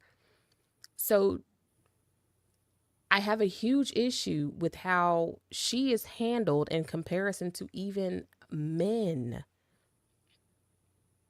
who have been handled within council chambers. Yeah, being thrown down to the ground, handcuffed. Mm-hmm. And my thing was, help me understand. I said, help me understand. Mm-hmm. Help me to understand how that was okay. Well, she kicked. Okay, before the kick, why did you arrest her? She was leaving. Leaving. That's off of the city feed. She was already leaving. Mm-hmm. So she was already leaving. Mm-hmm. Liddell was having dialogue with her. Now, if you don't like the word, she didn't threaten her. She did not threaten. She didn't have a weapon. But this is how they treat Black women. Period. And then you had other Black women who were pleased by this behavior. Yes. I wouldn't care what she did not warrant what she got. It did not warrant that. And she could call them, and I'm getting ready to have a cussing session, so hold on. She could have called them, and it's, if you don't cuss, I'm getting ready to cuss. Because my husband was a police officer. He said, Tonya, they can call you you cannot breach a police officer's peace. You can call him a motherfucker, bitch, skank, asshole. Pipe lip. You can't. Right. You cannot. Waterhead ass. Peace. Right. He said because they've heard it before. And they're trained, supposed to be trained to handle this. Look, she was going to go. They was wanting to throw out Ariel. They throw everybody out of council chambers, which pisses me off. Except for Doug can come say big sleazy, call people out their names, AC dumbass, of theft, accuse me of illegal activity that didn't happen. All kind of write a story, tell me I'm not Black. His folklore. And he gets to walk his white ass out of there. He sure does. And so she, on the other hand, a tall Black, now her mouth is foul. I'm not going to defend her on that because she going to give it to you. But you cannot breach a person's speech. Doug's mouth can be foul when he's up there. His mouth has been very foul. Podium. Right. And the microaggressions that he's lobbed towards you. Yes. Right. But there were other, specifically a light-skinned Black woman went mammying for his fuckery. So, it's those officers have no business. They are not trained to be there because Liddell sends them on stuff to do that does not warrant that. What is his state to be removed for or to leave the meeting? I don't say throw him down. What was the one you had put up? Producer Jay, you had put that up. That is excessive force. That's like somebody fleeing and eluding you. They just shot at you. Somebody's been threatening your life or, tried to take their car and ram into you. Not a damn council meeting. Mm-hmm. Not at a council meeting where you have the freedom to speak and speak freely how you choose to. The act does not match what happened to her. It does not match. Can you play the slow down one, please? Yeah, but can we do something? And I didn't talk about this, but this seriously is nothing. You ain't got to worry about it. But I think we need to play the reason why she was really arrested. If you're okay with it. Yeah. Because I mean, this is why she was arrested.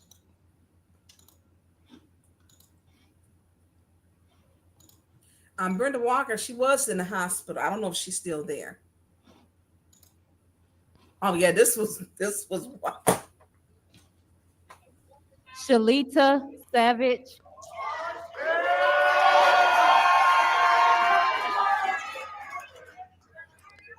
Christopher Sims, that part. How y'all doing? My name is Shalita Janae Savage, for the ones that don't know. And yes, I'm going to be up here being a motherfucking savage about this shit. Leon, the fact that you want to sit over here with Cruella DeVille and laugh in our motherfucking faces like this shit's a motherfucking game, both of you bitches need to resign. Fuck you and fuck that mop-head ass bitch.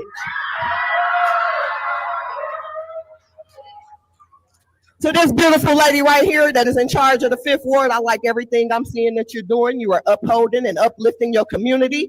You are for your people, and I can appreciate it.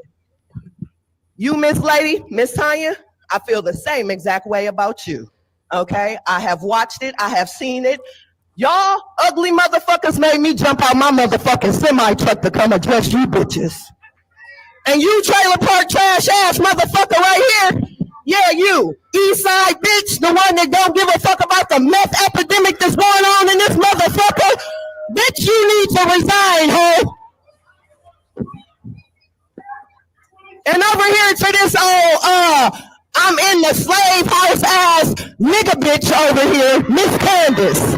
Yes, massa, I see massa. What you need me to do, massa ass bitch? Where you motherfuckers pitch the tent at is where I shall have this motherfucking circus at. Y'all got me fucked up.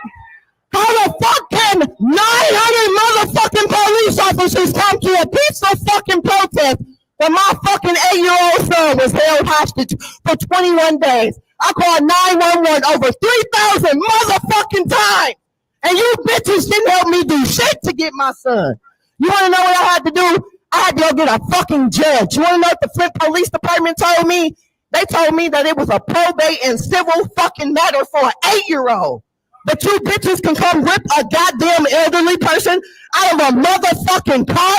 Are you fucking serious? Eat my ass and suck my dick I don't got. Are you fucking serious? I know you motherfuckers is lying. And then the fact that there's a $2.6 million account somewhere for our educational system and arts program, and you bitches can't tell us a motherfucking thing. If y'all don't go ahead and fill this 3rd Ward motherfucking seat with death, because I'm from the 3rd Ward. I swear to God, what that movie say? Mississippi burning? We need to start lynching some of you motherfuckers and burning y'all bitches out.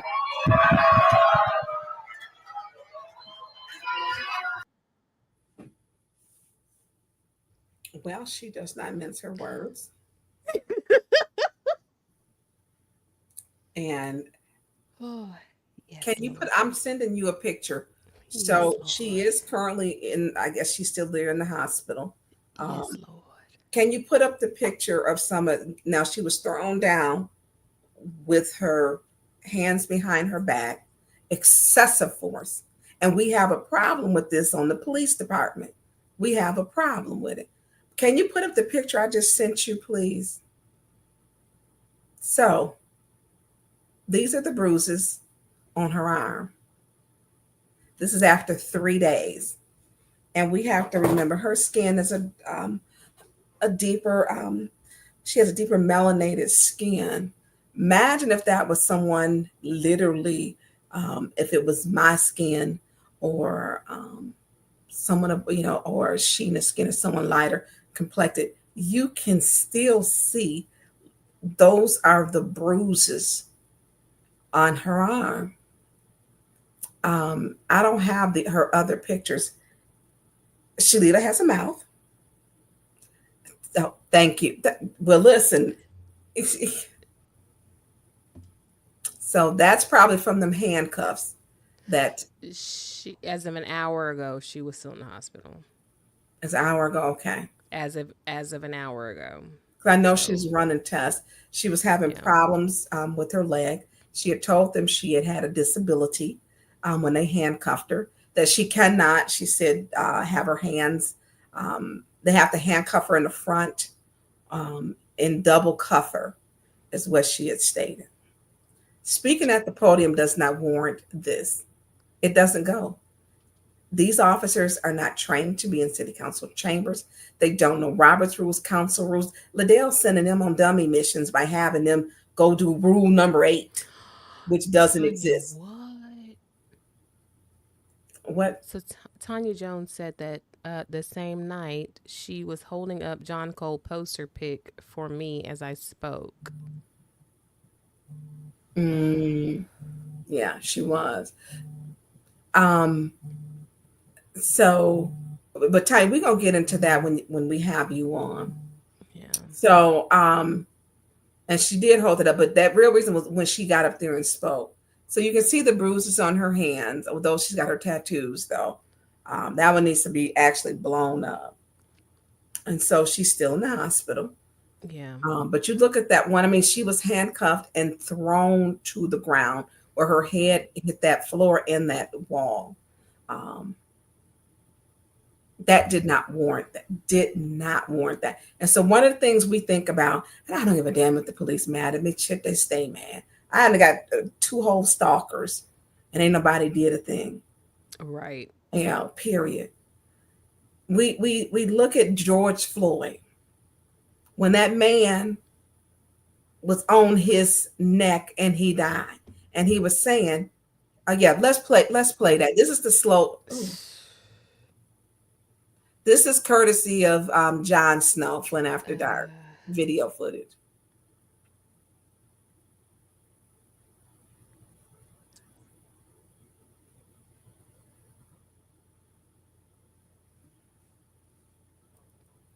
Because he said she kicked him, didn't he? He did say that she kicked him. I am not seeing that from this angle. And I have not seen that from... Oh.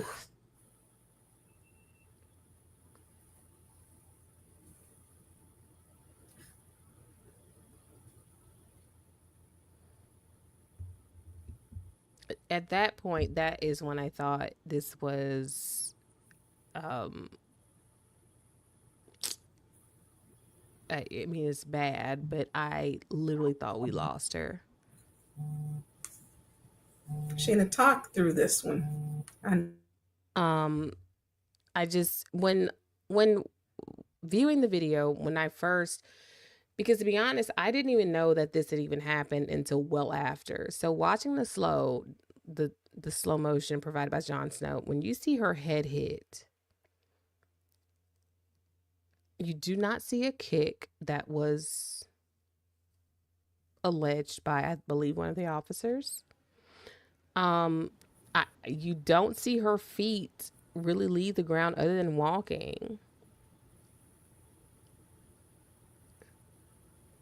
I know she spoke about her wrist. She said, "You're about to break my wrist," because you can see where they're like pulling her arm. So when she did jerk, this officer, well, that jerk back was that everyone sees is definitely from them pulling that one officer pulling the handcuffs as tight as he could. That was right. That's you what said pulling the handcuffs as tight as he could. Yeah, exactly. That was that jerk back that we see. That get off me. Yes. Yeah, and right. She's right here. Yeah. Yes. She knew what he was doing and could tell. So as she's walking,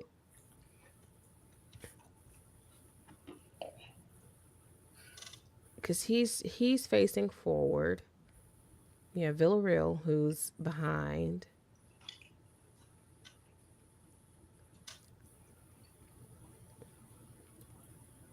I mean, she's restrained as much as she possibly can be. There's nothing more that she can do. Even if she was to be I mean, what can she, there's nothing more that she can do. So for them, this was totally unnecessary. It's 5 officers. They could have controlled her up on her feet. They Yes, right. She's handcuffed. She's restrained. There's nothing more that can be done. Even if she's jerking and doing whatever, there's nothing more that can be done. Like it's what it is. But If you look can't, they're in tactical gear. Yes, Riot gear. They're not in police uniform. They're not in uniform. In a normal patrol. And so for them to take it as far as let's ram her to the ground, there was no reason for any of that. She was handcuffed.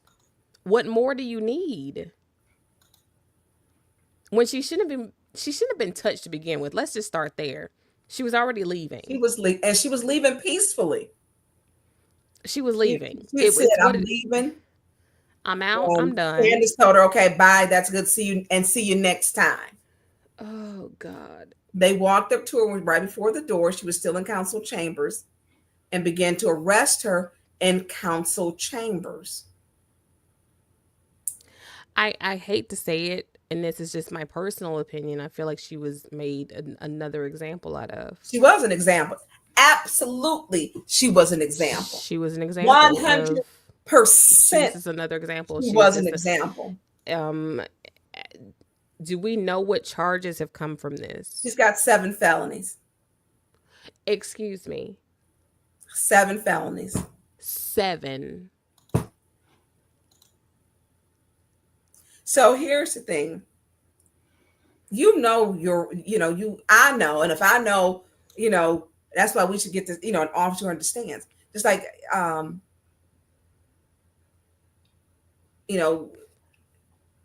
who, like Ariel, they was just on the thing with throwing everybody out. Ariel been there forever. He been a city council for 50 years. 45, 50 years, forever. Listen, he missed one day, and I think we all were about to lose our minds. Right.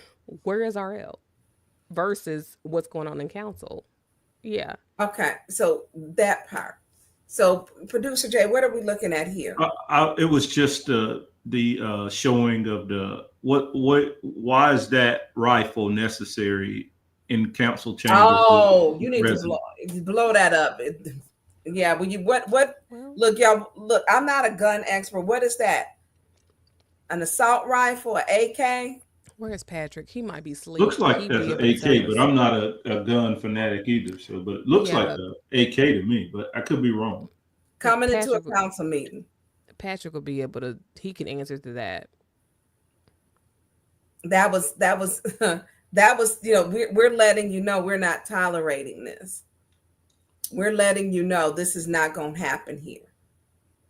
And it's the visible threat. Now that didn't work out and then they wonder why people are pissed. What do they think people are going to be tomorrow? I mean, serious, what do you think they're going to be from here on out? Yeah, that was my guess, an AR-15, and that's what someone said in there. Oh, an AR-15? Okay. We know it's definitely an assault rifle, but Bert is saying that ain't an AR rifle. So it looks very similar to the one that Jason Dyfor had during the protest. However, so Hollywood Herb, what you saying? AR-15? Okay. Look, we know some people more knowledgeable than us. Right. It's a shoot 'em up, bang bang, pew pew. It's a 22. Patrick would definitely be able to identify the gun. So it's an AR-15, and I think we had about 3 or 4 people in there. But she was made an example of. But you were saying being a Black woman. I just have thoughts around the colorist aspects of it, and being a Black woman, specifically being a Black woman, before we even go to the dark-skinned Black woman aspect of it, of her being a dark-skinned Black woman who is 6'3", who has been very vocal. Very vocal. Very, very vocal. And that would, of course, so what would Armor Light rifle hence AR? Okay. Thank you. So, because Armor Light because AR is the brand before, so Armor Light, okay. I'm reading some of the comments. I'm sorry. So, and speaking to her being a Black woman, I think the way this was handled dips into a territory that is extremely uncomfortable for me. Especially when, again, as a light-skinned Black woman and watching a dark-skinned Black woman be apprehended and accosted the way that she has been is very uncomfortable. She has been very vocal regarding her disdain towards the council and how they have handled the residents' First Amendment rights as it pertains to how she approaches them and her disdain towards how they have handled council, how they have handled residents. I believe that from what it appears that Shalita has really been involved in what's been going on in Flint as of late. I don't know what she's known as of, before the last, month maybe. Yeah, I don't either. When people claim I brought her to council, Liddell and Candace be lying. They swear that you brought all of this. I didn't meet. I thought she came with Woodson. Woodson told me no. He said, Woodson, yes, that was another thing that they said that Woodson had something to do with her. No, he did not. And Woodson was accused of him egging her on. He doesn't even know her. It's not true. And so when people put these mistruths out here, yes. No, go ahead and finish your. So she was charged with 7 felonies, and she can come to council, but she cannot speak. She cannot use public speaking. The judge ordered that. I don't know how you get your amendment right taken from you, and you have not been convicted. Exact. Thank you. Thank you. This is what right was taken, and she was not convicted. All right. So this is twofold. So what if you brought her to council? Right. So what? And the second thing is, I think the message, and me and you have spoke about this. The message was lost when she first got up at the podium. Because what she said was her son was kidnapped or whatever, and it took 3,000 calls. Yeah, 3,000 something calls for anything.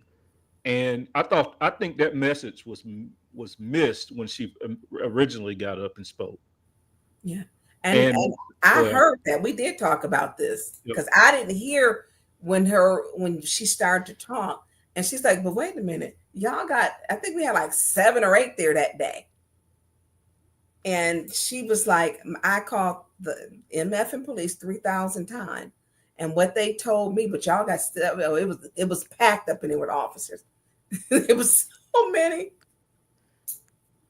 But go ahead, producer Jay. No, and that was it. I think that was lost. And so, I said that to say, so what? If she has a reason, and and that what happened to her with the 3,000 calls may have been her reasoning of now wanting to speak up after what she witnessed with the protests and the march. So, that's just my 2 cents. Mm-hmm. I agree. I agree with producer Jay's standpoint, but I also think that I think that ties back into somewhat of a colorist standpoint. I do. I think we miss often how, especially when it comes to when you have a government in a local government that is a mainly black government. You have Sheldon's beige ass up there, damn lighter than me, my color, up there acting an ass and sending out other black people to carry the water for white supremacy, who then in this moment they use a black woman who's a dark-skinned black woman who they can subject to this whole manly. She's 6'3", she's this, she's loud, she's boisterous, she's all these things. I feel like all of that falls into that same category. It's hard to, this also goes with the series. This also will fall into place, and it will make more sense as the series goes along when we discuss how we've gotten here. I've written about this in an essay sort of format before, when it came to how Doug Matthews approaches Tonya Burns. and how each person has their own kind of role in how they've responded to how Doug Matthews responds to Tonya Burns in such a disgusting and negative way. Like, you see the levels of how racism and white supremacy and how colorism is affected, and you see so many different layers of how the oppression and oppressive tactics of colonialism and white supremacy play into what's going on. I really feel like, and I agree with producer Jay when he says we're watching in real time how certain elements play with, or at least played with, Shalita's treatment. But the way that this government works and its tyrannical, the tyrannical aspects, this authoritative regime, this oppressive, it's so evil. And it's like they will stop at nothing to go to a depth to make sure that that's known that they're in power. But who are you really working for? It's clearly not the residents. But anyway, go ahead. No, they're not interested in the residents because they throw them out all the time. And I want to say, she does have a source of pain when she was speaking about her son. But she did cuss everybody out. Everybody cussed everybody out on June 2nd. Everybody got it. They went up one side. But the thing is, it's the hate that they've been giving this community that the community is giving, is what the community is giving back. So one of the things that I am concerned about was the safety of the people. And then this happens. I have never voted before to go away, to take a vacation. My vote has always been no. But I voted this time because you can see it consistently escalating. Yes. Consistently. And here it is now. Her vote has been taken. Her right to speak, her freedom of speech has been taken. I never heard of you can't speak at the podium. I mean, they cuss. Liddell calls people bitches. She can't be offended. You can't all the time. Candace has called people bitches. Fuck you. Who the fuck you talking to? Fuck you talking to? Hood rats, snakes, slithering snake. So this is the part that these officers coming in and they trying to get a handle on something that's very real. So we know that there was an article that came out this week because we have a problem, Flint. And we have a problem. How many people has this happened to? Denise Cousins put in the chat.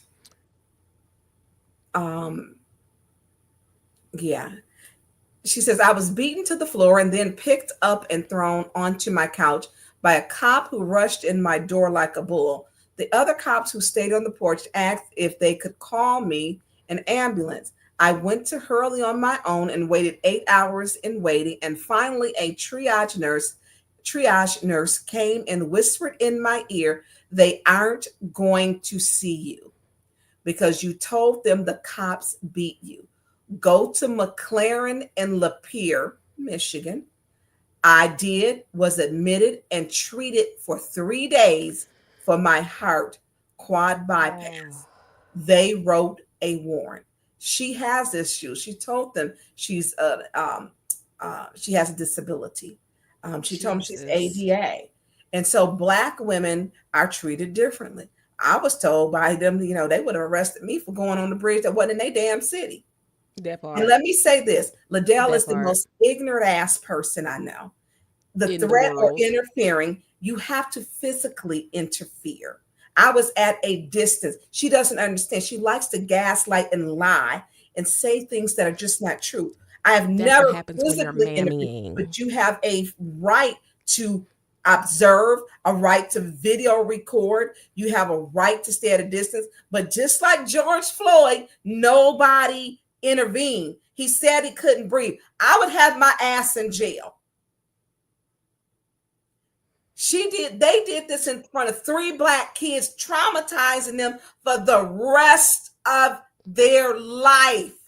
with other cameras. The city's cameras are also in the ceiling. Yes, watching, and someone's personal camera. Yep. And it's not a coincidence that they cut the video footage. I got a call this week from someone who said, Tonya, and don't get offended, I'm a Black woman, I'm getting ready to say it. And this was a white woman called me. Some of them police officers on the Flint Police Department are part of the nigger beating crew. NBC. Mm-hmm. This is what I was told. I got a call and said some of these officers, this was a white lady, said some of these officers are part of the nigger beating crew. I can't listen. I can't. So when we say this, and I'm seeing how they're handling, we had Hasselbrink Center. They were going to cuff and arrest him. And I was at my mother's. I went over there. And that was straight BS. They're moving their own flower pots and their own park benches. We have had June 1st, where a peaceful protest. They towed cars. They arrested Mrs. Wolford, handcuffed her, put her in the back of the car. Then the cop told her, tell me thank you for putting your keys in the car. Tell me thank you.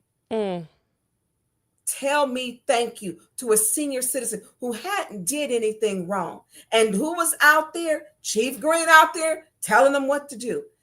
You have them giving Arthur Woodson a fake public safety thing to remove him for a second warning. Didn't exist.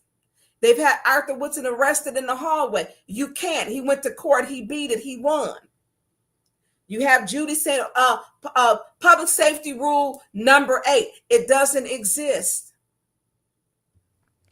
Oh, Shantae. Even though Josh's language is completely foul. Yep, Josh, yep, we go through this every week. Yep, okay, yep. Gotta go. Get them out. But you have to, all that throwing them out and arrest them. You're not stopping. You're angering a community. And if they didn't learn from June 2nd, the police, you're angering the community. But how you're handling the people who have been victimized, the water's been poisoned. We have a literacy rate that people can't read. People are living in poverty. Over 70% of children are living in poverty. We have so many things that plague this city. Gunshots every day. People, family members, young kids in gangs. We don't have schools. So the things that we don't have, and they come in here and don't know because they're not from here and don't give a damn. You have to take all that. And Liddell ain't from, she might have been born here, but her ass ain't from here. Mm-hmm. And she ain't been here. When she around this janky is janky. And so these are the lives of the people. You keep on putting your foot on their neck. And the people are tired. And they wonder why June 2nd happened. You got the youth coming out. Amari, her sister, Miss Terry's daughter. The people are tired. At no point, even you, I don't care what, black, white, or blue, the Boston Tea Party, the people rebelled and threw all the tea over they was mad at the king. People will rebel when you keep doing them dirty. They're going to rebel. Time after time after time, Liddell and Candace throw them out. Mm-hmm. Not even with proper warnings. They make up shit and throw them out. Yep. And the police exercise it and enforce rules and laws that aren't even real because they don't know. They don't have the knowledge. They don't even know while they're being told, is this in writing? Because they have never been educated on Robert's rules or government, period. The city charter or the council rules. The officers are not educated to even know, well, that's not who I'm watching the meeting, because they throwing all kind of bogus stuff at them and they throwing people out. That's your warning. And this ain't the first time tactical gear. I walked over to Jay Nino one time and I said, hey, I don't want you to go to jail. because they're going to take you. And he said to me, he says, Councilwoman Burns, I'm willing to go to jail for this. I'm going to be okay. I'm willing to stand up and go to jail for this. And this was over a year ago. And so when it keeps on building and building and building and building and building and building, at some point it's going to pop. It is. And June 2nd was that. Yep. You went there. When I'm saying that's my tribe, it's my tribe because number one, I want people to be able to speak out. Liddell keep throwing that is your First Amendment right to be able to speak out. Exactly. I want residents to be involved and to be engaged. So yeah, my tribe is the residents who speak out, who want to be engaged. It's no difference when Doug bring his silly ass up to that podium. He has a right to say what he wants. He says it. Demeans, denigrate. Without reproach. Right. Does and says whatever he wants to. It's just, I'm not offended. I'm not thinking about Doug. Ooh, Christine. Something that's wrong with him. And so when we have the police carrying out the orders, yes, Christine, to cause harm and abuse and excessive force, we have a big ass problem. Sheena. You said it all. So you said it all. I could go on. You've heard me go off. I don't even say hello sometimes. When you call, I'm like, girl, look, what are y'all doing? What the F? Yeah. And so this is what leads me to be that this lady is true. That what she said was true, because I didn't know about Denise Cousins. Denise Cousins, I'm sorry that happened to you. Yes. I'm sorry that happened to you, because that shouldn't happen to anybody. And because you might be a Black woman with a mouth, or you got, you a little sassy, that you can't breach their peace. You can't. And that's what's unfortunate. And so regarding the article that is on the screen, as far as the young lady, I believe her name was Diamond Smith. This was an incident that occurred, I believe, less than a year ago, where a woman was pulled over. She was alleged to be involved in another incident. And when she was taken out of her vehicle for questioning, she was, and I cringe in speaking about this, she was taken out of her vehicle. And at some point during the questioning, she was slammed on top of her car, which is an Impala. This happened in July 21st, I believe, of 2024. She was slammed on top of her vehicle after she had just had breast reduction surgery, or an extensive breast surgery, where she still had sutures on her breast, and she was slammed on top of a vehicle. Yes, Berta. And she was, I can't even get over that part. I struggle.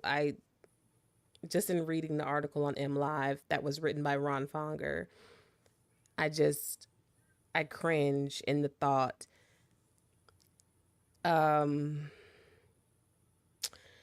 She was slammed against her vehicle. She had just had extensive breast surgery performed. She explained to the officer that she did have surgery performed, and that was of no consequence. And from there, she filed a lawsuit. And I know that, I'm pretty sure Councilwoman Burns can't speak to it. I don't know, but I did read this article when I was looking up incidents of police brutality, in those who have fallen victim to excessive force used by the Flint police. And this was one that came up, incidentally. So yeah, so this is what this article that is on the screen, where the city inches closer to settling alleged Flint police brutality case for $175K, comes from. again, I cringe at that thought of. So the date on this is January 20th, yes. Okay. So when we spoke about, when we need to go into how did we get here, what's going on, and I'm thinking myself, Flint clearly has a police brutality issue.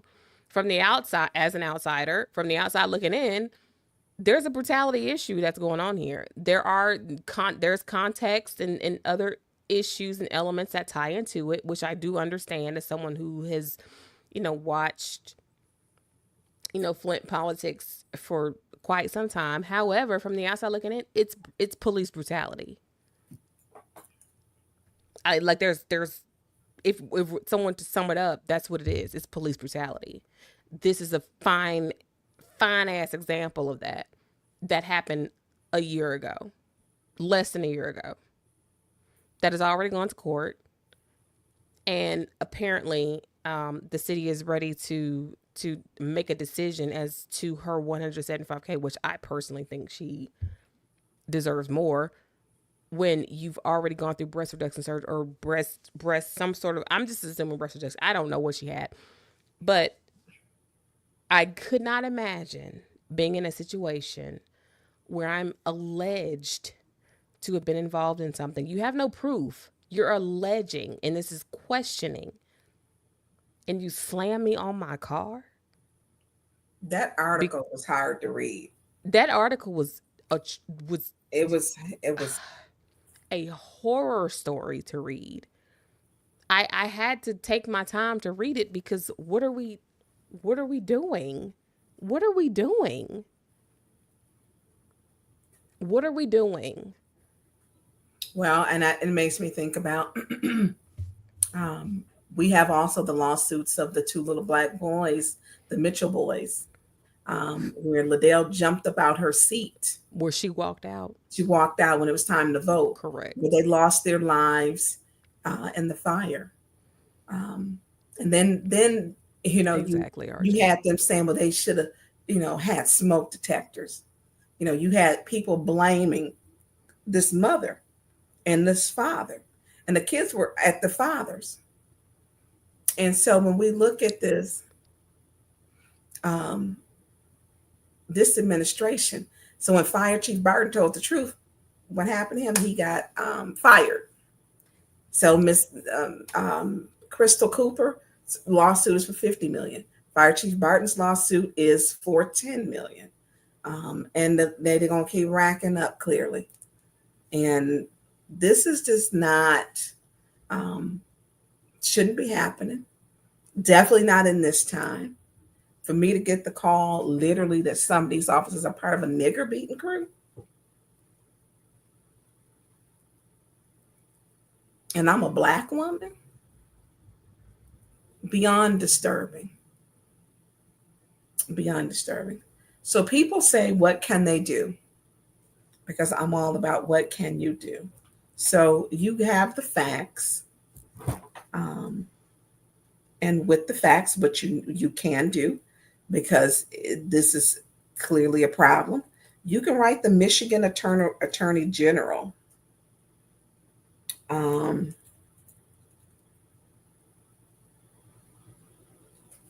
I didn't think to get this address up.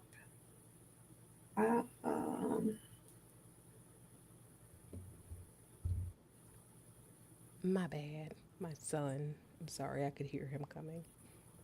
No, you're fine. You're mine. I can hear him coming. I hear those little heavy feet.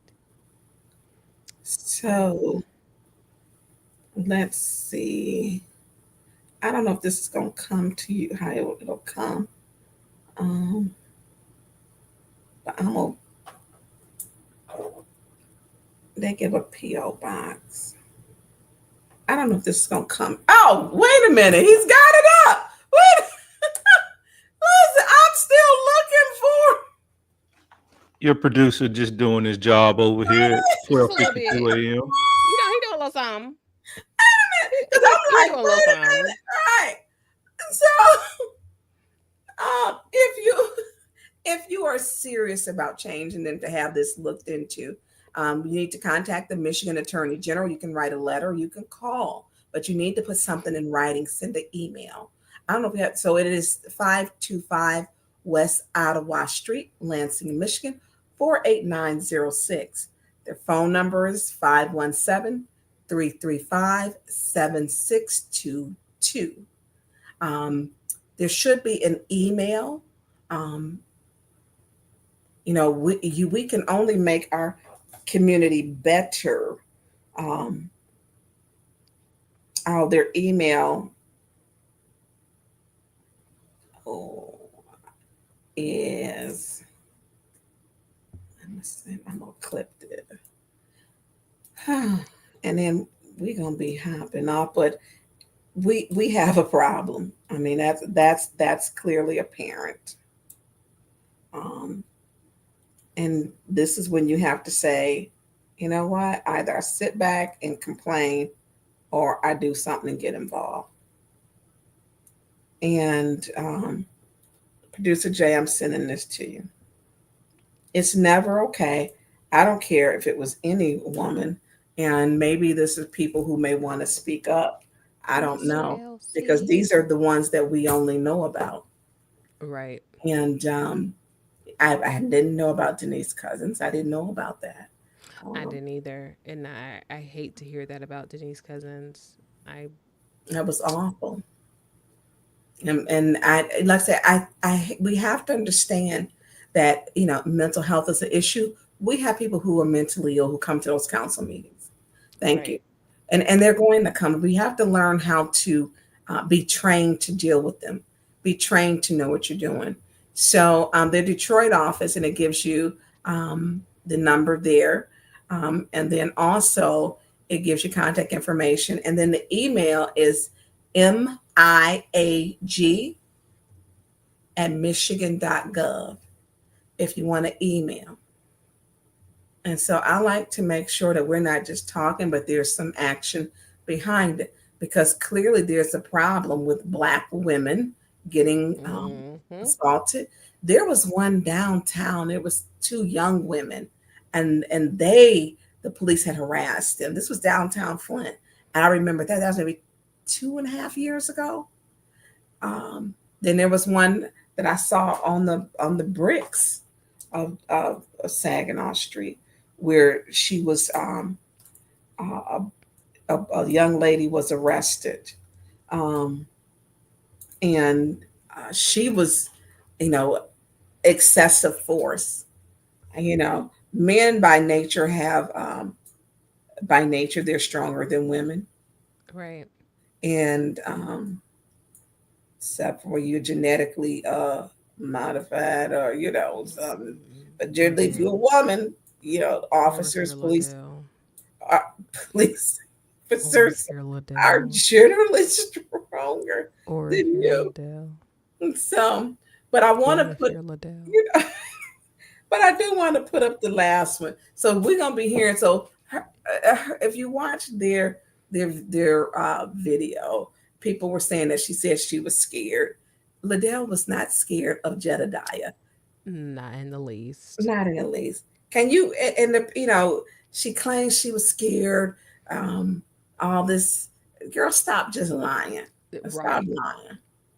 So can you put the video up? Because she's scared of Jedediah, but she rolled up on him, looking like with her velour pink curtains on, and she was not scared. She was not. Producer Jay, you got that? This is gonna be out. She rolled up like a G and was talking to him. Now she want people to believe she's scared. Like Baby Bop. Look. Oh, you know what? We didn't play. Oh God, the police brutality. So we got a couple of them. Hold on, because we didn't play Beverly Biggs' husband being thrown down either. Okay, well. Now we're gonna go on to Baby Bop. Let's go on to Baby Bop. Because we got our series coming up. We played that one before. We did that one earlier. So that's Liddell behind y'all. That's Nell. This is Nell Beverly's daughter. Let's bookmark that Video car. credit. Liddell Lewis out here watching people get the recall against her. I know. So you said, I sure am. And don't threaten these people that signing. Don't threaten them. Look. Was that a Mr. signature, LC, Kawana? I missed it. Okay. Did you get a signature? Right there. Look at this. Look at Liddell. Liddell Lewis is out here trying to intimidate her Second Ward residents from signing.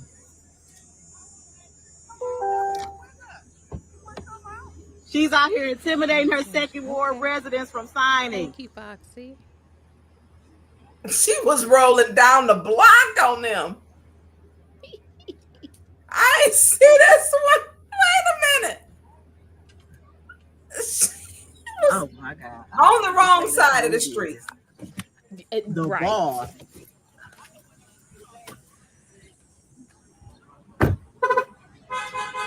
Foxy that part.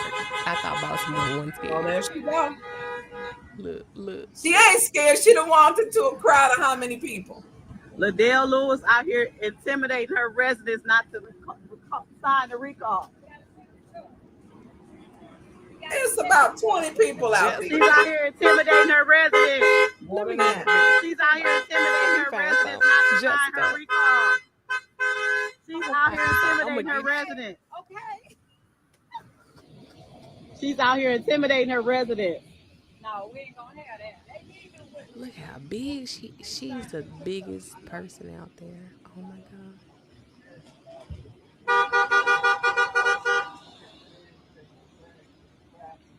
She is not scared, and this is my point. I got put out Wednesday for saying absolutely nothing. Oh, Nell's been put out too. Mary's been put out.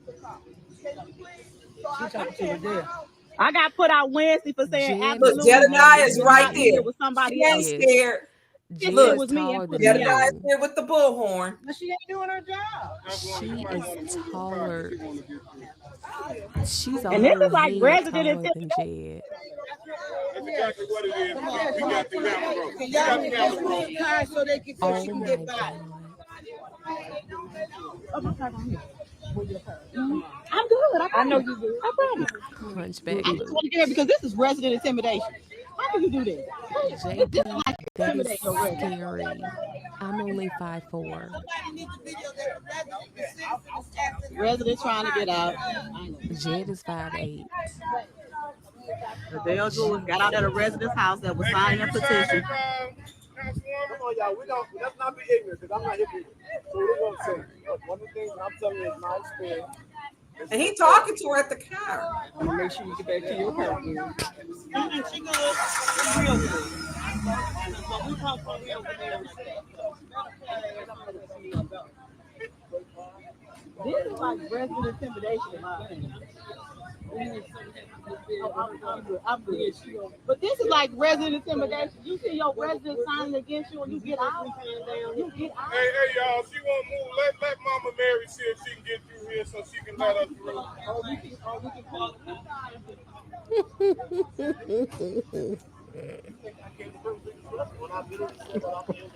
Now she talking to him. Watch out. Don't hit nobody. Watch out. She's having a conversation with Jedediah.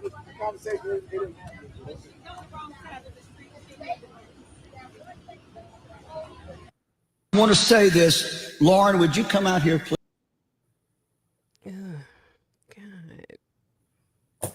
Listen, if y'all are still with us at 1 o'clock in the morning, It's 101. Yes, Lord. Wait a minute.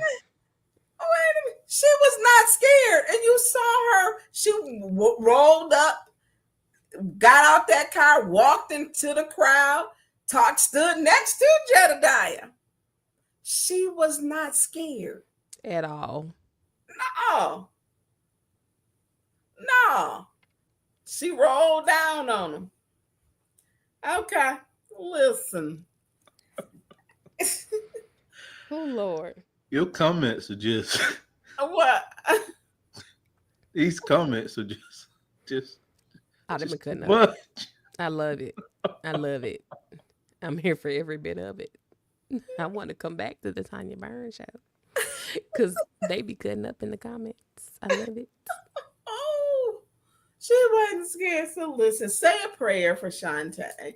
And we're gonna even pray for Josh because Josh, not looking at their language, but because they are human. And for healing. I would have liked to have seen the officers pull Josh aside and have a conversation with him. And I don't know if Jason is gonna work because Jason be on the scale go to 10, he be on 19. Yeah. But to have a conversation, and that's what you do, is to try to keep the peace. Queen Hanifa, how you tuned in? So you remember when we were hold on.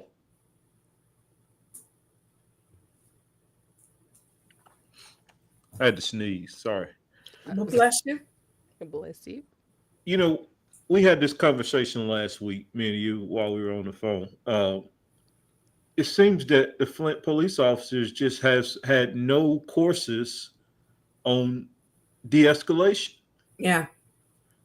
I mean, and that de-escalation was a big thing, or has been a big thing over the last 10 years since with all of the unarmed Black people being killed. Mm-hmm. That went through police departments all around the nation on teaching officers de-escalation. What is Flint just that far behind that it just hasn't rolled through Flint on de-escalation? Listen, how do you not have? We actually had done very well, like through COVID, when a lot of this was going on, and the last couple years, it has just really gotten. We're finding out some things, should say, finding out some things, but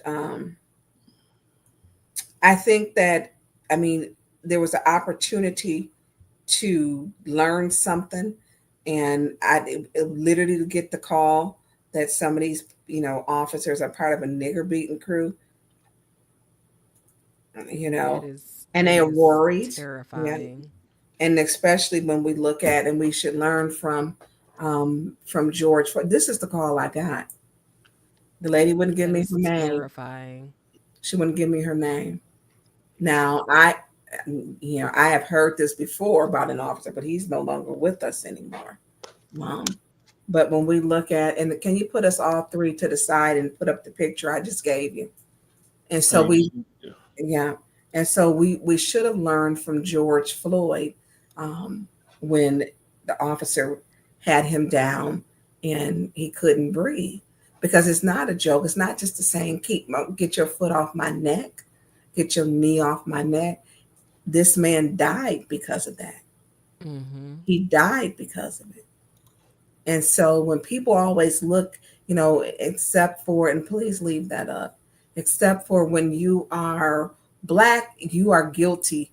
You automatically guilty. George Floyd lost his life, and police departments should have had training, proper training, de-escalation, how to deal with it and handle it. But you get some of these officers, and there is a YouTube channel that's and leave that up, please, because as we talk, it's a YouTube channel, and this officer is called he's an attorney. And he takes some of these cases, and these cases that he takes, you would be surprised, and there are cases that are tough cases where there has been, abuse. It's these type of cases, I should say. And so I can't think of his name, but he's on YouTube, and he's got, and he tells you, he tells you, it is called John H. Bryan, attorney at law. He's got 849,000 followers and dealing with current issues of police misconduct, criminal defense, and civil rights cases. He's on YouTube. Take some time to listen to that. Go on to that, because he talks about it and he breaks down where they went wrong. I would love to see him break down some of these cases, some of these things that they're doing. And when he's saying it, because this is his job. He's an attorney, and he cites it and he breaks it down. But when we sit back, and people don't get up to say anything, like Miss Savage. You had Shantae was out in the hallway. You had Tonya Jones. So people went out. They stopped Jason from going out there. I got out my seat, and so did Councilwoman Winfrey Carter get out of her seat, and we went to check on her. She's still a human. Yep. She's still a human. We know she's a mother because she was angry about her child and the 3,000 calls that she had to make to police. And she said no one ever could do anything for her. So she comes from with the hurt of pain, some pain, but she may have other issues, but nothing warranted that. Same thing as George Floyd. And look at, you see his knee on his neck. Look down in that bottom corner. He has his knee on his neck, restricting the flow of air. Yeah. He killed him. He killed him. And so when we look at these cases, she was manhandled. She was manhandled. It was excessive force. She was walking out peaceful. She peacefully put her hands behind her arms, but she was telling them, she said, you got to cuff me from the front. And she said she had a disability. She wasn't being violent. She was thrown down to the floor with the handcuffs on. And so when much better picture. Oh my goodness. Yeah. And so you see George Floyd right there, and he has his foot or knee on his neck. What's hands in his pocket? And people were recording and taking pictures. So do you stand idly by? And you would think that these officers, but then they feel that they carry guns. I mean, you can't, you don't know what people are doing. And when you make the environment in council chambers dangerous by Liddell and Candace and them telling you these fake rule number 8 of the public safety plan, that's from the public safety plan. You're enforcing something and putting your career and your life on the line. That's not a law. Did you not learn from Metcalf and Villarreal? Did you not learn that Liddell and Candace and Judy don't know what they be talking about? Why do you think they would sit over there? They had begun to learn. They learned, they knew that they were telling them to do stuff that wasn't right, that it was illegal. You don't have to act on anything unlawful. You don't. You don't. So you can make a choice to sit in your seat and be silent. I'm not going to do that. I'm not going to do that. Because whether she has some mental health issues, or whether she told them all, she cussed them out. Nothing warrants being thrown on the floor, handcuffed, with her head slammed against the wall. Mm-hmm. Nothing warrants that. And, once they out of a meeting, they know that they're out. And they were saying, well, we let her back in the meeting. You didn't let her back anything. If you knew the rules, you would know she's allowed to come back. Let them go kick down drug doors or whatever. Villarreal and Metcalf in that picture when Councilwoman, or what, not council, what I call her, she got so many names at this point. Right. I was gonna say Councilwoman Kanisha, not Karen. She's our Karen. Called the police, so she's Councilwoman Karen or Karenita or whatever. But she puts the police and weaponizes them against them on rules that don't exist. Why do you think Metcalf and Villarreal were sitting there? Because she was telling them to do something that wasn't breaking a rule. Yep. And they both got demoted back to patrol. But this is under Chief Green. Chief Green either has to chief or he needs to quit. Shit. Do your job as administrator. It's the chief. They don't know. Villarreal and Metcalf knew the rules, knew nothing was broken. That's why they didn't put anybody out, because Liddell was lying. And Chief Green, you decided to demote them, to put them to patrol when they did nothing wrong. They knew they did nothing wrong. And because she made a mistake, or she kept making calls and stumped around and threw a hissy fit, you caved. You caved. And so now you got the ones that go into drug houses who are willing to arrest everybody. Do you really treat them like they murderers and people who have robbed banks and drug dealers and killers? I mean, you treating the residents like that? Correct, you didn't Jessica. learn This is with under George Green's watch. Floyd. And they're paying out on these cases now because the police chief is not putting the proper people in the places they need to be. This is his fault. This is Chief Green's fault. Villarreal and Metcalf understood the rules, and that's why you weren't getting all this, because they didn't know what they were doing. No, I'm sorry, Metcalf and Villarreal knew what they were doing. Liddell didn't. The police we got now don't have a clue. All they do is second warning, and they just off to the races and arresting you now and everything. And it is a terrible feeling in my spirit. It sits so bad with me because individually I've talked to them. I don't believe those officers are bad people. They have no business being there. That's not the type of police office or policing they do. They don't come to your house if you're the drug dealer or you got a warrant, you just stabbed 5 people. Those are the type that you're seeing. You got to place people in the proper positions. They come in there with AR-15s, tactical gear on. It's not the council chamber. You're threatening the people. You're threatening the people with the use of force. Threatening the people with the use of force. You aren't supposed to resist. George Floyd's family probably wished he had resisted because he probably would have been alive. He was detained. He was, couldn't go anywhere. And he put his knee on his neck. Chief Green is allowing his police department to run rogue. Or he's putting us, like they called me, the nigger beating crew I'm like, who is the nigger beating crew? She was so afraid. She said, I just want you to know this. This is dangerous. So if you want to do something, send it to contact the Michigan Attorney General. Write a letter, email a complaint. Please do. Local residents, please do. Can I ask a question? You can do it from anybody.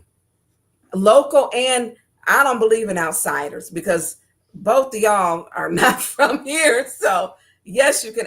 Well, hell, the email MIAG Michigan Igloo Apple God at Michigan.gov. Yeah, lead up. Go ahead, Producer Jay. So looking ahead, are we and I hate to put you on the spot, but I love putting you on the spot. Are we looking at an investigative hearing on the Flint Police Department? There has to be. There has to be. I mean, we got too many incidents happening. I mean, it doesn't mean that they go get proper training. I don't know what the recourse, but there has to be. He's not pairing the right officers with the right areas of the police department. And they don't want to be there. They've said, we don't want to be here. We want to be in the street. We want to catch bad guys. The ones who are hurting our community. Not the ones in council who's signing up to public speak. They're signing up to public speak and getting their ass whooped. Well, I heard one say, now this is just me. Now, you don't have to comment on this, but I personally heard one say a few weeks ago in Chambers that he was on the undercover unit. Yeah. And because of what has transpired, all of his cases now are in jeopardy because he's in council chambers, on video, in videos, on video, and all of these videos are circulating, and he's an undercover officer. Yeah, he shouldn't even have them there. You got what they did to Beverly Biggs' husband, Mrs. and also Mrs. Walford. He had all the police. They were the ones impeding traffic. I mean, they were. Everybody else was literally over to that little in between those white lines. You were there. Where were the cars at, Producer Jay? Oh yeah, they were next to the sidewalk in the white lines. If you give me a minute, I'll sure find it. Yeah, well, let's see. I know Sheena getting tired. Sheena, we're gonna let you off. Okay. Hold on. Listen, I'm hungry. We're about to get off too, Burns. See, you living up to them 5 hours. I know they're gonna be mad tomorrow. Oh look, that's what you're gonna say. Roast you tomorrow. As soon as you say you're not voting on this tonight, she gonna hit you. But you know what? They better have their shit in order because I got mine. I didn't get that packet. We showed it. We got it at 7:09. Got it 7:09.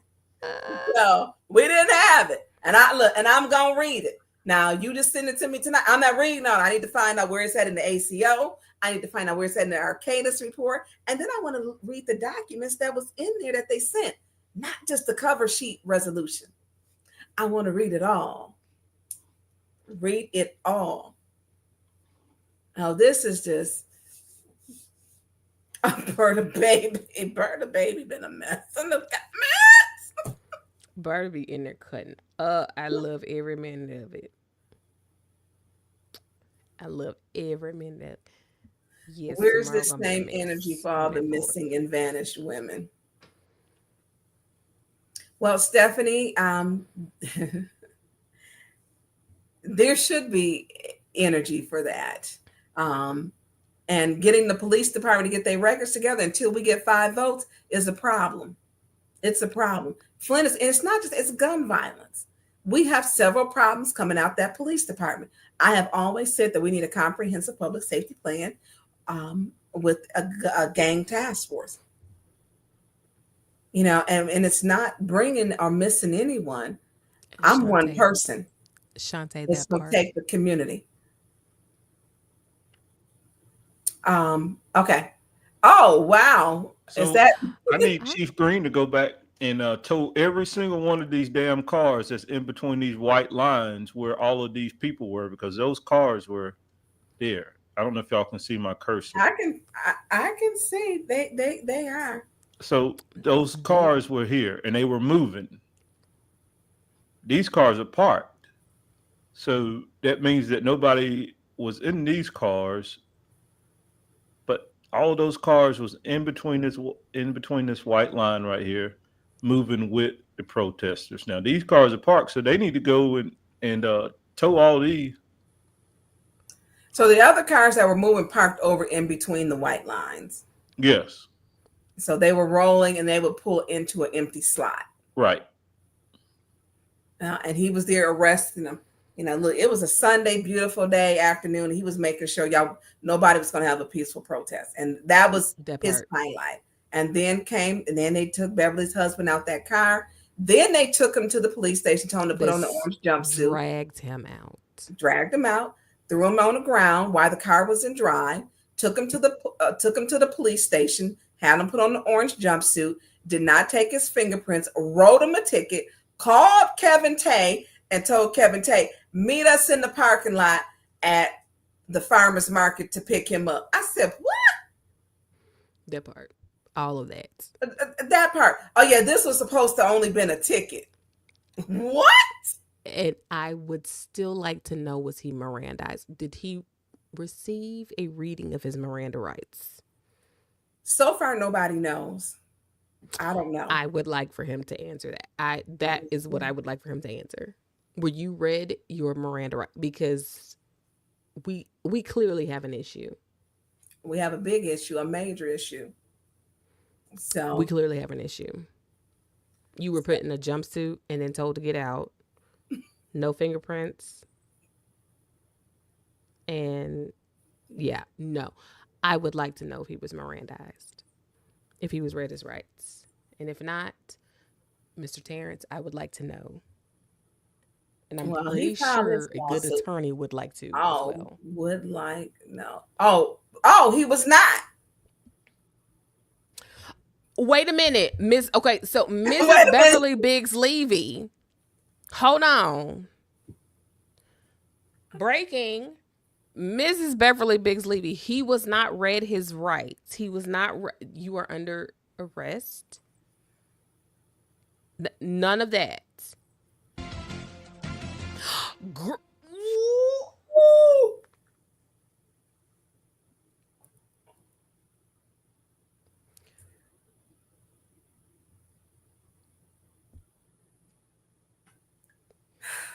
What I tell you? Listen here. Go for the jugular, Miss Beverly Biggs Levy. Go for the legal jugular. Are you serious? And this is why he was written tickets and released. And to a parking lot. See, they said driver's license. This is why I asked that. Oh, so they only said no. They said driver's license and registration, and we are towing his vehicle. Okay. I mean, come on, that's your basic police academy. I hate to bring this up. But when he was taken out of the vehicle, before he was placed in the paddy wagon, no one read him any rights. I'm not a lawyer for any.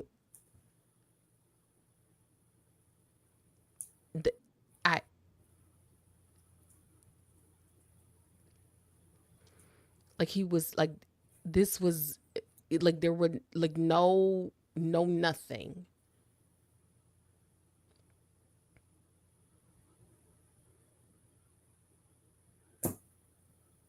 So we need to cover and listen. Miranda rights. Where is Nancy Grace at this point?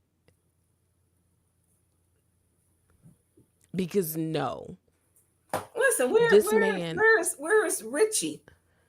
The young Dr. Rashad Richie.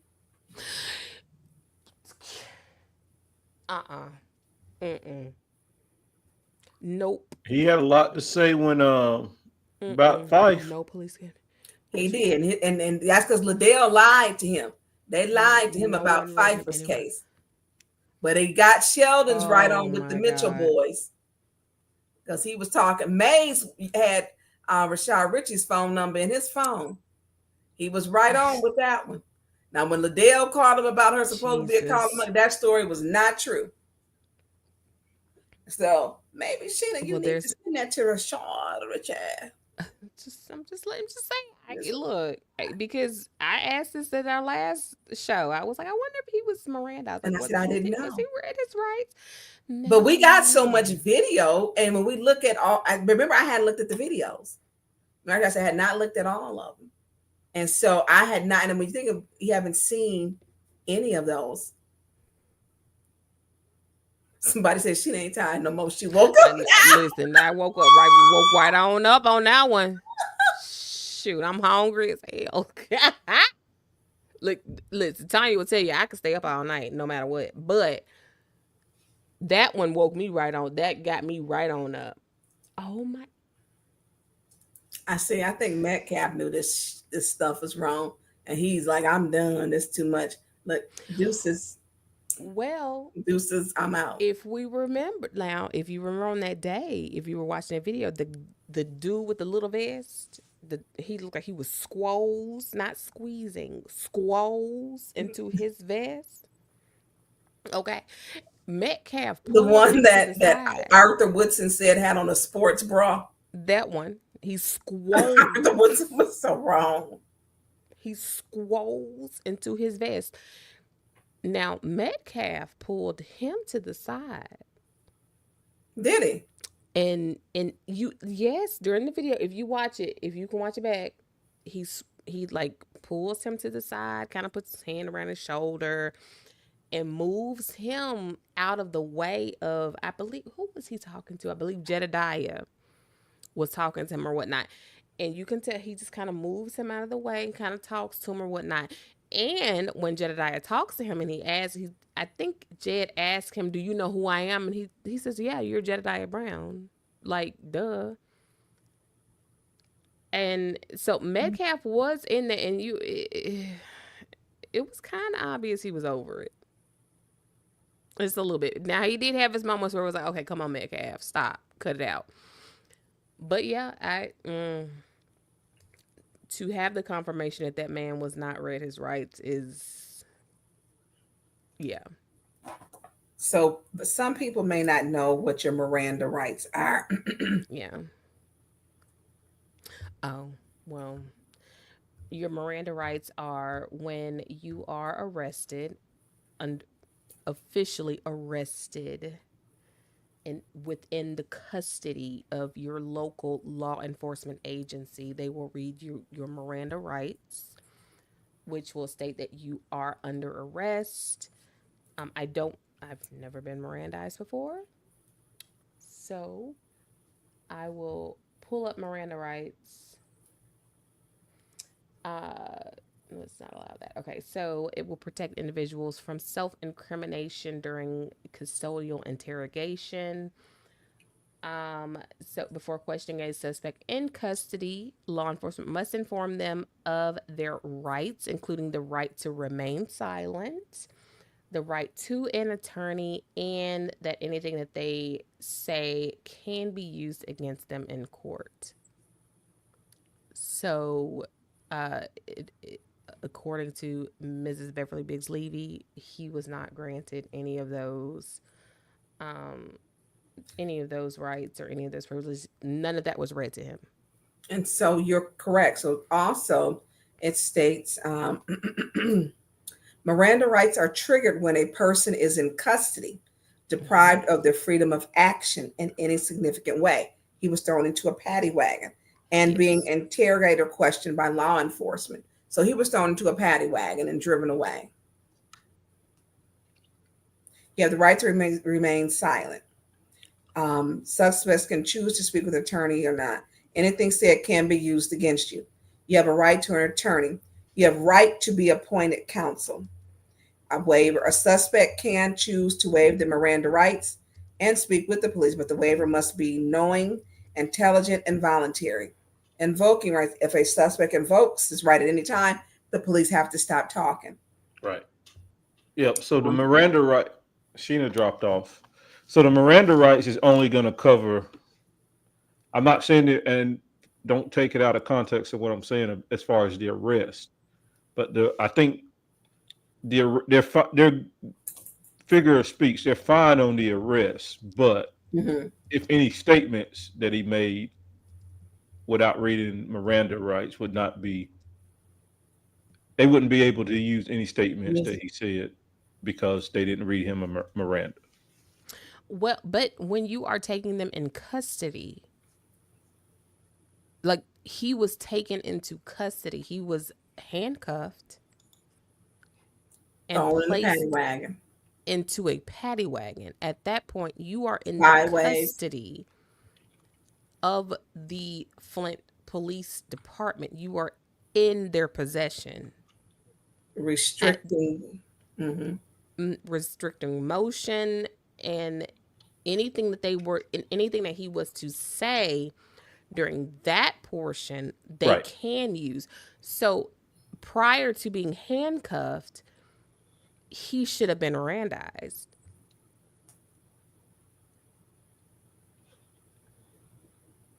You see what I'm saying? I'm not arguing against. Oh yeah. We're pretty much saying the same thing. I guess all I was saying, and I'm not a lawyer either but I think I have to ask my husband. The arrest, maybe they can get by with the arrest, but it's going to be the statements. If he made any statements before or after, then I don't think is any good because he wasn't Mirandized. Okay. And then they pick him up in the parking lot. Put on the orange jumpsuit, take it back off. He was in it 5 minutes or less, he said. And this is what he told me. He said, I went in there, but it was less than 5 minutes. But the trauma. And then if he's saying it's 5 minutes. Yeah. I mean, he said he put it on. As soon as he put it on, they told him to take it back off. And I think it was to teach him a lesson. See, they're into teaching lessons. And this is just that's not a teachable moment. It's going to be a monetary teachable moment for the police department. Oh, yeah. As it should be when you're running. And Chief Green, where the video at? I sent you that one. He was out there. And I didn't even know it until you showed it. Chief Green, and I don't blame Metcalf. And he says these were better days. When they out here just willy-nilly, damn your rights, damn anything what the law is supposed to, because the law has protection also. When they making it up as they go, they using the jail as a political jail. They sick them over at the county of arresting people, bringing them over there for BS reasons. They sick of them. Look at him. He strapped that kickstand on and showed up on the side. Look at that. That's ridiculous. Sheena. Chief Green was out there. He was out there with the officers, instructing. And so this is Black TMZ, which is Jon Snow got 19 million names that he used. He do. Look, I don't even block him because you know why? He got too many. You don't know who they are. I done got mad at him. I'm like, I ain't blocking them for what? He got 19 million names and pages. I'm just gonna have to argue them down. Jessica. but this is one of his. And so he was out there with his officers telling them, pull people over. Chief Green was telling you to come here. Beverly said he was telling her to come here. Now what is Beverly gonna say to him after they done wrecked her rental car? She had a bullet shot in her car. Go find the damn person that shot the bullet. They were telling you to come here. Slashed her tires. What? Tell me. So what was he gonna say? Telling you to come here for what? What was he? Right? What was he gonna? I mean, you just threw her husband down. Beverly out there chasing the car because it's in drive, hitting other cars. It'll pop. It's in drive. It's hitting other cars, and he's out there. The chief of police was out there on a Sunday for a peaceful protest. That's as you should. All protests have not had a permit because they didn't have a permit. Sir, how much is a permit? $60. No permit for no doggone for walking down the sidewalk. Right. I told him to go fuck yourself, as you should. I'm like, this is just crazy. As you Beverly, should. you told him. As you should. Beverly. Because who you talking to? What you mean, come here? Yeah. You know what? Bev, I would have told him that too because I want to know who the spotter was. I would have because they knew who her car was. Now, mind you all, did you all see that red car in the beginning, and then Gwen Walford was driving the red car? And Beverly used to have that color car. She used to have like a red car. They thought that was her car. How do you know that the Flint police is so untrained? And how do you pull a man out of his car? And then when you pull him out of the car, forget that the car is in drive. That part, because normally they will tell you to put your car in park, make sure that the car in the vehicle is secure. You forgot that quick that man car was in drive.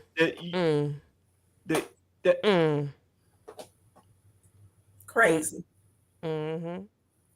Bev said they thought the red car was mine. Yeah, she had a new car. And they didn't know. Exactly. So clearly someone gave him intel that she had a burgundy or red color, cranberry color vehicle. And they thought Ms. Wolford's car was Beverly was in the car. So clearly they radio on ahead. oh, get the car, da da da. We want, that's who we, trying to get her. Putting down. I mean, they some dirty ass people. They thought that was her. That's just dirty. And that's just dirty. There was a spotter or somebody said nope. Well, we know that the city of Flint is losing cases by the MLive article. We know that we have a police brutality problem. Lydia said, I think it was, well, she sure had 5 flat tires, and then somebody had slashed the tire of a rental car, and they had showed her. So she got somebody, Chief Green, go find the person who Beverly had 5 flats. It was like a couple months' time, and who shot the bullet. So I solved them 150 unsolved homicides. I mean, you got other stuff to do. That are older than me. Right. Homicides that are older than me. Yeah. So anyway, listen, Denise should be getting up in morning. So I want we got to get off the number because Berta baby gonna be in trouble. Berta she be over talking. I'm trying to be serious, and I read her comments, and it's all over. So listen, we still have 170 people. How many people on Producer Jay? 180. Oh, listen. Y'all need to go to bed. It's time to go to bed. Y'all need to go to bed. Y'all gotta go to work in the morning. Why y'all look this late? Listen, I want to wish everybody Let's do something real quick. If you want her to stay on for another hour, put a 1 in the chat. Don't do that. Oh, Lord Jesus, she gonna be by herself. So the bullet in the hole in her car cost $3,659 to repair the bullet of the car, and they direct for that and put in a drive. That cost the car $7,000. Corey. Oh, Beverly, they trying to wear you down. We going to bed, y'all. I got court in the morning. I got court tomorrow. Give me something to eat. Merc, don't do it. Merc, stop playing. Mr. LC, nope. Stop playing. Nope. So listen. Sandra, nope. Put in the chat. Berta. Third ward. Put in the chat who y'all put in the chat who you want for third ward. Beverly, you about got your car shot up, and you didn't been robbed the first time. Mrs. Biggs leaving, go to bed. Right. $1,600 out of my pocket. Oh, baby. Oh my gosh, Miss Biggs leaving. I'm so sorry. Wait a minute. Beverly and she has to go to court they didn't put you through it. Doug Matthews. They didn't put you through it. Look, they got it. Oh, look, JP6, Beverly Biggs, Merc 76. Y'all better cut it out. Queen Honey, Brown, no, Beverly Biggs, Julian. No, we know you, Mrs. Biggs. Where's Mark Hutchinson? Because we don't. Mark sleep. Want the bus driver. I'm gonna bank with the bus seat booty. He know he gone to sleep. Patrick been listen, that bad is 2 sheets to the wind. Oh, Tasha Lee and Miss Bam. Oh, Queen, we are not staying up. We going to bed. Go to bed. Hey, Bishop T. I gotta find me something to eat and go to bed. He talking about some, yes, it's past this plan. Look, it's past mine too. We've been on here. Lord, y'all know how long y'all been on here? In less than a month and a half, I've had 5 flat tires. We heard.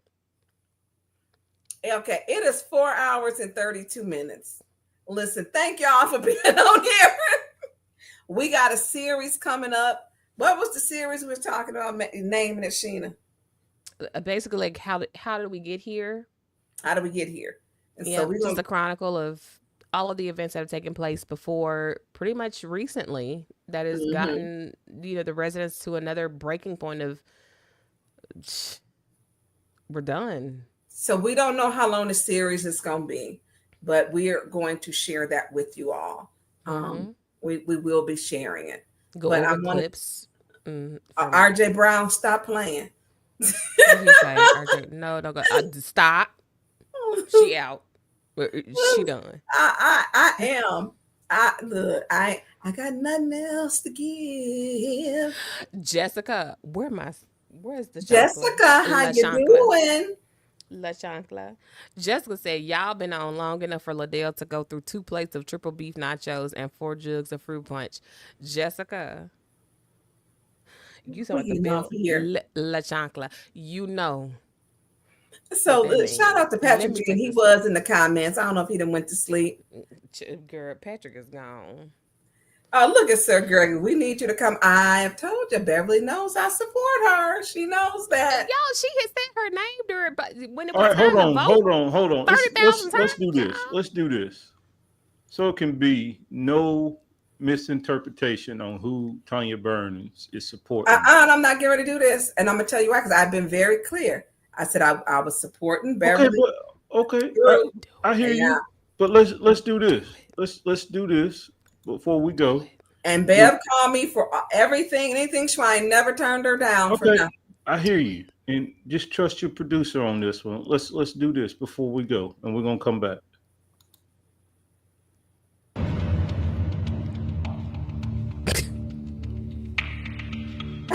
Flint is being strangled by corruption. Mayor Sheldon Neely and his puppets have turned City Hall into a playground for backdoor deals, political favors, and power grabs, while our people suffer.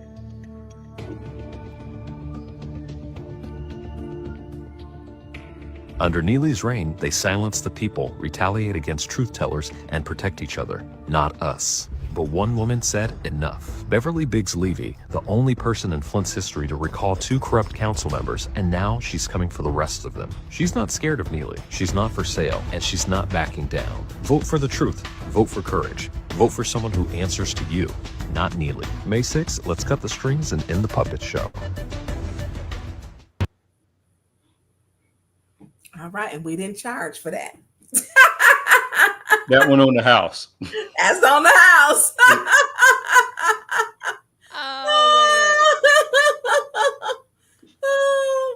So listen to each and every one of you. Listen, and listen, we will be coming up with we gonna work on that. That's right, them Johnsons. All right, Amber Dawn. I'm sorry. Go ahead. So listen, I appreciate each and every one of y'all. That one was on the house, Beverly Biggs Levy. Sheena and producer Jay. Oh, y'all tipped the DJ, producer Jay. Somebody called him Dr. Producer Jay. That was in the comments. Oh, I did that. Oh, you did that? You done gave yourself. Well, hell, Liddell gave her damn self doctor. I can give myself doctor. Oh, Lord. Oh, y'all got to get you and Sheena off here because y'all cutting up. It's too late in the wee hours of the day. Listen. I appreciate you, producer Jay. Look, Thank y'all. You, Miss Biggs Levy. She had another one though. She had a recent one. Yeah, she's had a couple of. Yeah, where's her recent one at? Did you have that one? Oh no, but we're gonna have to work on production on that because it got 2 dates in it. The end part said May 5th, and then it sure did. And then the end part said August. So. Somebody did some cutting and slicing and put the wrong part in there. She got one that in there, and I know the one of them she got because I'm in it with her. Oh, well, we'll find that one. Well, Dr. Shantae Murchison, we got you. All right, listen. Bus driver LaShawn. Okay, you getting off of here because we can't control. I know, but see, I'm so used to being in the comments on your show, so it's funny to me to be like both. Like I'm on screen, and I'm like being messy. I'm sorry. Listen, donate to Cash App $producer J 1987. I could not do this show without him. Showing that, according to some of them folks, I cannot have free time. I guess I'm supposed to spend my time doing what Liddell and Candace want me to do. So listen, donate. Producer J, Cash App, $producer J 1987. Please kindly donate. I cannot do these shows without Producer J. Y'all, he was pulling up stuff. I was still looking at it. Stuff that I had not and did not even know. He has been Johnny on the spot. Johnny on the spot. Wait a minute. I'm in Fairburn. Wait a minute. Did somebody say it was taking everybody for drinks? I'm in Fairborn. We'll take you out for drinks. Glad it wasn't just one drink, Sir Gregory. So listen, wherever you are at, we want to say thank you for joining us from our heart to your heart. And Sheena, you did a fabulous job. I appreciate the work that you put in, how knowledgeable you are, because I watched that one show. You would have known he was from here. I'm like, but they don't call me. You don't call us. You know, sometimes you got to willfully want to not know. You know, that is true. You got to willfully not know. Dr. Berta, we appreciate you. Dr. Stewart, Dr. Jessica Stewart, Dr. Julia M724, Dr. Birdie, Dr. Amber Dawn, Dr. 580 Mafia Records, Dr. Shantae. We appreciate you for joining us this evening. So wait a minute. All right. Dr. JP6, Dr. Beverly Biggs Levy. We appreciate you this evening. Dr. Queen Hanifa Ayatunde. We appreciate you for joining us this evening. I do want to put this out too. Beverly Biggs was threatened. Someone told her that if she takes her seat, there's harm going to come to her family. Huh? Yeah. If she wins the election. Yes, she was. Yes, she was. She was. She was threatened. Jesus. So keep her in your prayer. Please keep her family and keep her through this election in your prayers. And we'll have to find that other one. Y'all didn't we did the one. We got to find the other one. So, anyways, we out of here. I done got the hiccups. Lord, it's time to go. All right, listen, Producer Jay, thank you, Producer Jay, for doing your thing. And thank you, Sheena, for co-hosting with me. Thank you for having me. No, thank you, because there was a lot of stuff to cover, and we talk enough that you know what's going on, and what's going on. Well, you know, 4 hours and 40 minutes is fitting when you haven't done a show in 5 years. Oh my God! You've been busy though. Oh, you've been busy. Oh, it has been 4 hours. Yeah, that's why you're hungry. I'm starving. Your husband probably mad. Green man, he's somewhere snoring and sliding. He all right. Again, 15 years married, 20 years together. That man ain't worried about me. Thank you, Dr. Shantae. Thank you, Dr. Foxy Roxy. Thank you, Dr. Tasha Lynn. I appreciate you. So you doing the thing? Everybody gonna be doctor from here on out. Oh, they absolutely will be. Dr. Julian. Absolutely. Dr. Julian, thank you. Dr. Tasha, we appreciate you. Listen, we out of here. This is too long. Thank y'all. Sending love from my heart. Look, we'll be back on. I don't know if the show is the show. Lord have mercy. If City Council isn't long, we'll do a late night chit chat just to catch up. So it all depends on how long the chit chat goes. Dr. Brenda, Dr. Gutta Black, Dr. Aluna, we appreciate you. Thank you. Have a great night. Dr. Brenda Black. Wait, Amber Dawn, PhD. Sandra K. Brown, PhD. We appreciate you. Well, I appreciate each and every one of you. So listen, we may do a late night chit chat. Look for that Producer Jay will you be streaming live, Producer Jay? I am never in the comments they accuse me of, and I'm getting money. Ain't took a dime. Had to pay the producer, but never. Yeah, never.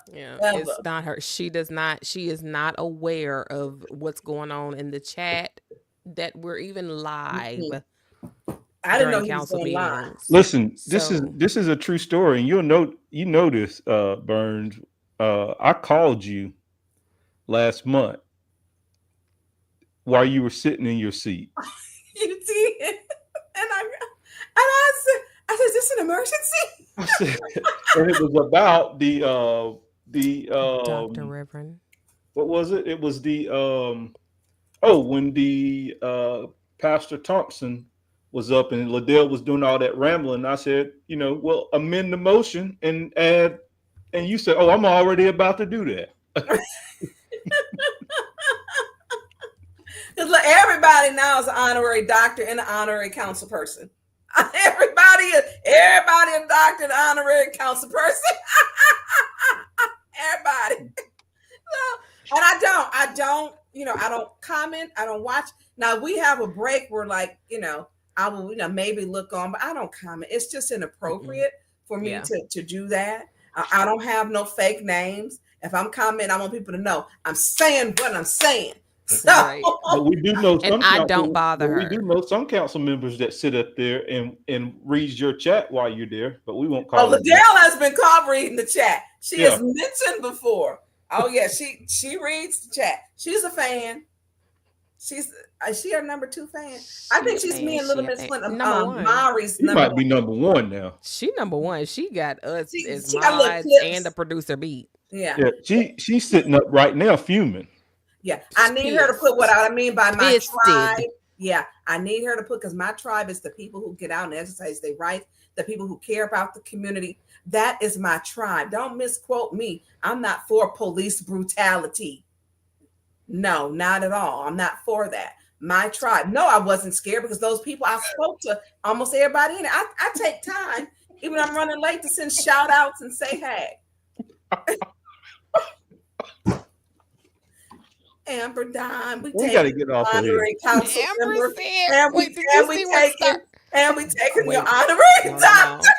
No, wait a minute now, because let me tell you something. Amber Dime cutting up. Amber said, y'all know Uncle Liddell probably in bed on her CPAP machine.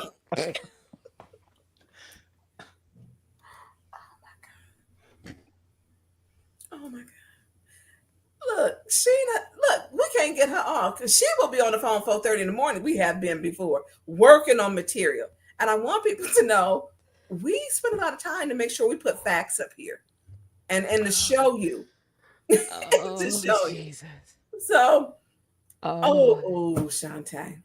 Shantae, put a 1. Are you bringing the kids tomorrow? Because I promised them kids some snacks. Please leave my niece and nephew at home. Leave the babies at home, please.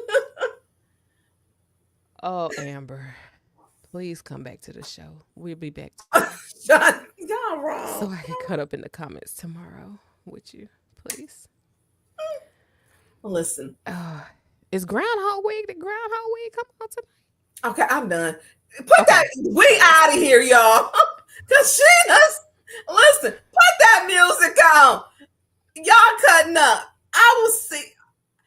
Shantae, you didn't. Okay, she put her to the kids. Okay, look, we done too. Amber Jones, we got to take your honorary back. She probably jiggle her, change her pockets in her phone. Thank you, Amber.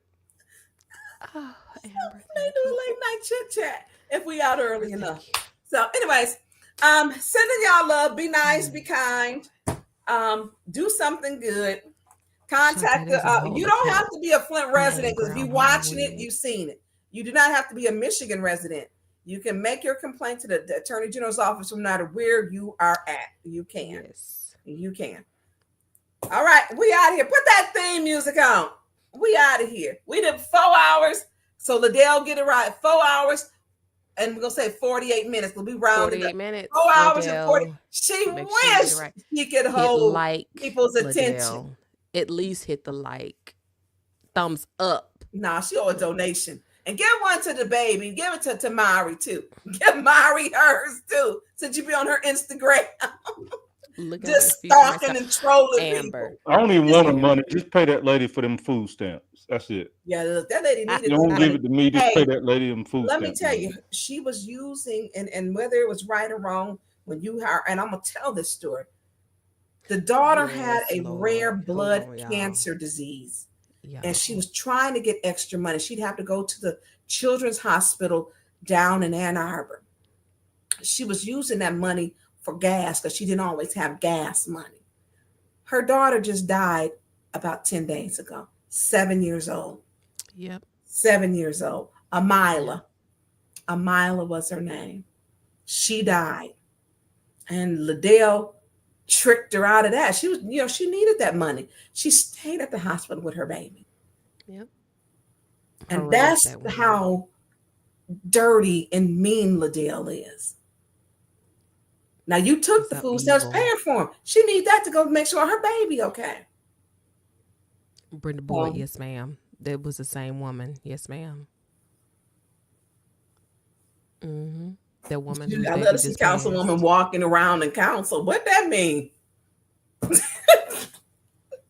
I do like talking to people though. It's funny because we hear you, but we don't see you sometimes. Am I that loud when I be talking? Huh? I don't know. Yeah. But listen, come August after that, we're going to get them big donuts and everybody welcome. Yes. Come on in. Come on in. It's going to be peace again. Amber, come on Amber in. Come on in. Amber, it is terrible. Yes, murder. Yes. Yeah, she did the 50-for-100 Amber Dawn. And the lady was used, she needed it for little gas money and stuff. Her child had been sick with a blood disease, a rare blood cancer. Mm-hmm. And Liddell refused to give her the money. Told her, them food stamps, that ain't real money. Girl, you knew you were getting the 50-for-100 what you was doing. You knew what you were doing. You knew your agreement. And didn't care. Didn't care. And the little girl died, Amila. Her mom posted she had taken her last breath. May she rest in heaven, the little angel. Yeah. Yeah. Okay. All right. We out of here. We gotta go. Deuces for real. Y'all be good. We'll see y'all tomorrow. Council meeting. What time? Oh, yeah, y'all will. I'll be in it. What time is the meeting? What time is the meeting? 4:30. Special We'll affairs. Special affairs and council. We'll see y'all at 4:40. Yeah. So okay. No, they hit that gavel right on time. They have been on time lately. Don't nobody be in there. Look, I got court tomorrow. I got appointments. Look, I'm gonna get there when I get there. So, anyways, everybody have a good night. And thank you again, Sheena Becton. And thank you, Producer Jay. And to each and every one of y'all, I appreciate you. Do something good for your community. And look, click like, share, subscribe, and hit that notification bell. We out of here. Deuces. It's the Tonya Burns Show. Tune in right now. Like and share. Our city needs that vow. Flint City News got truth to share. When we fight the darkness, we repair. Won't give up, we're standing tall and proud. Voices rising strong, no longer shrouded. Residents deserve what's right and fair.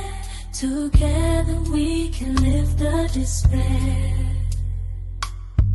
We fight, we win, we break the chains. Tonya Burns won't stand out in the rain. Our city dreams will make them true. With every step it all renews.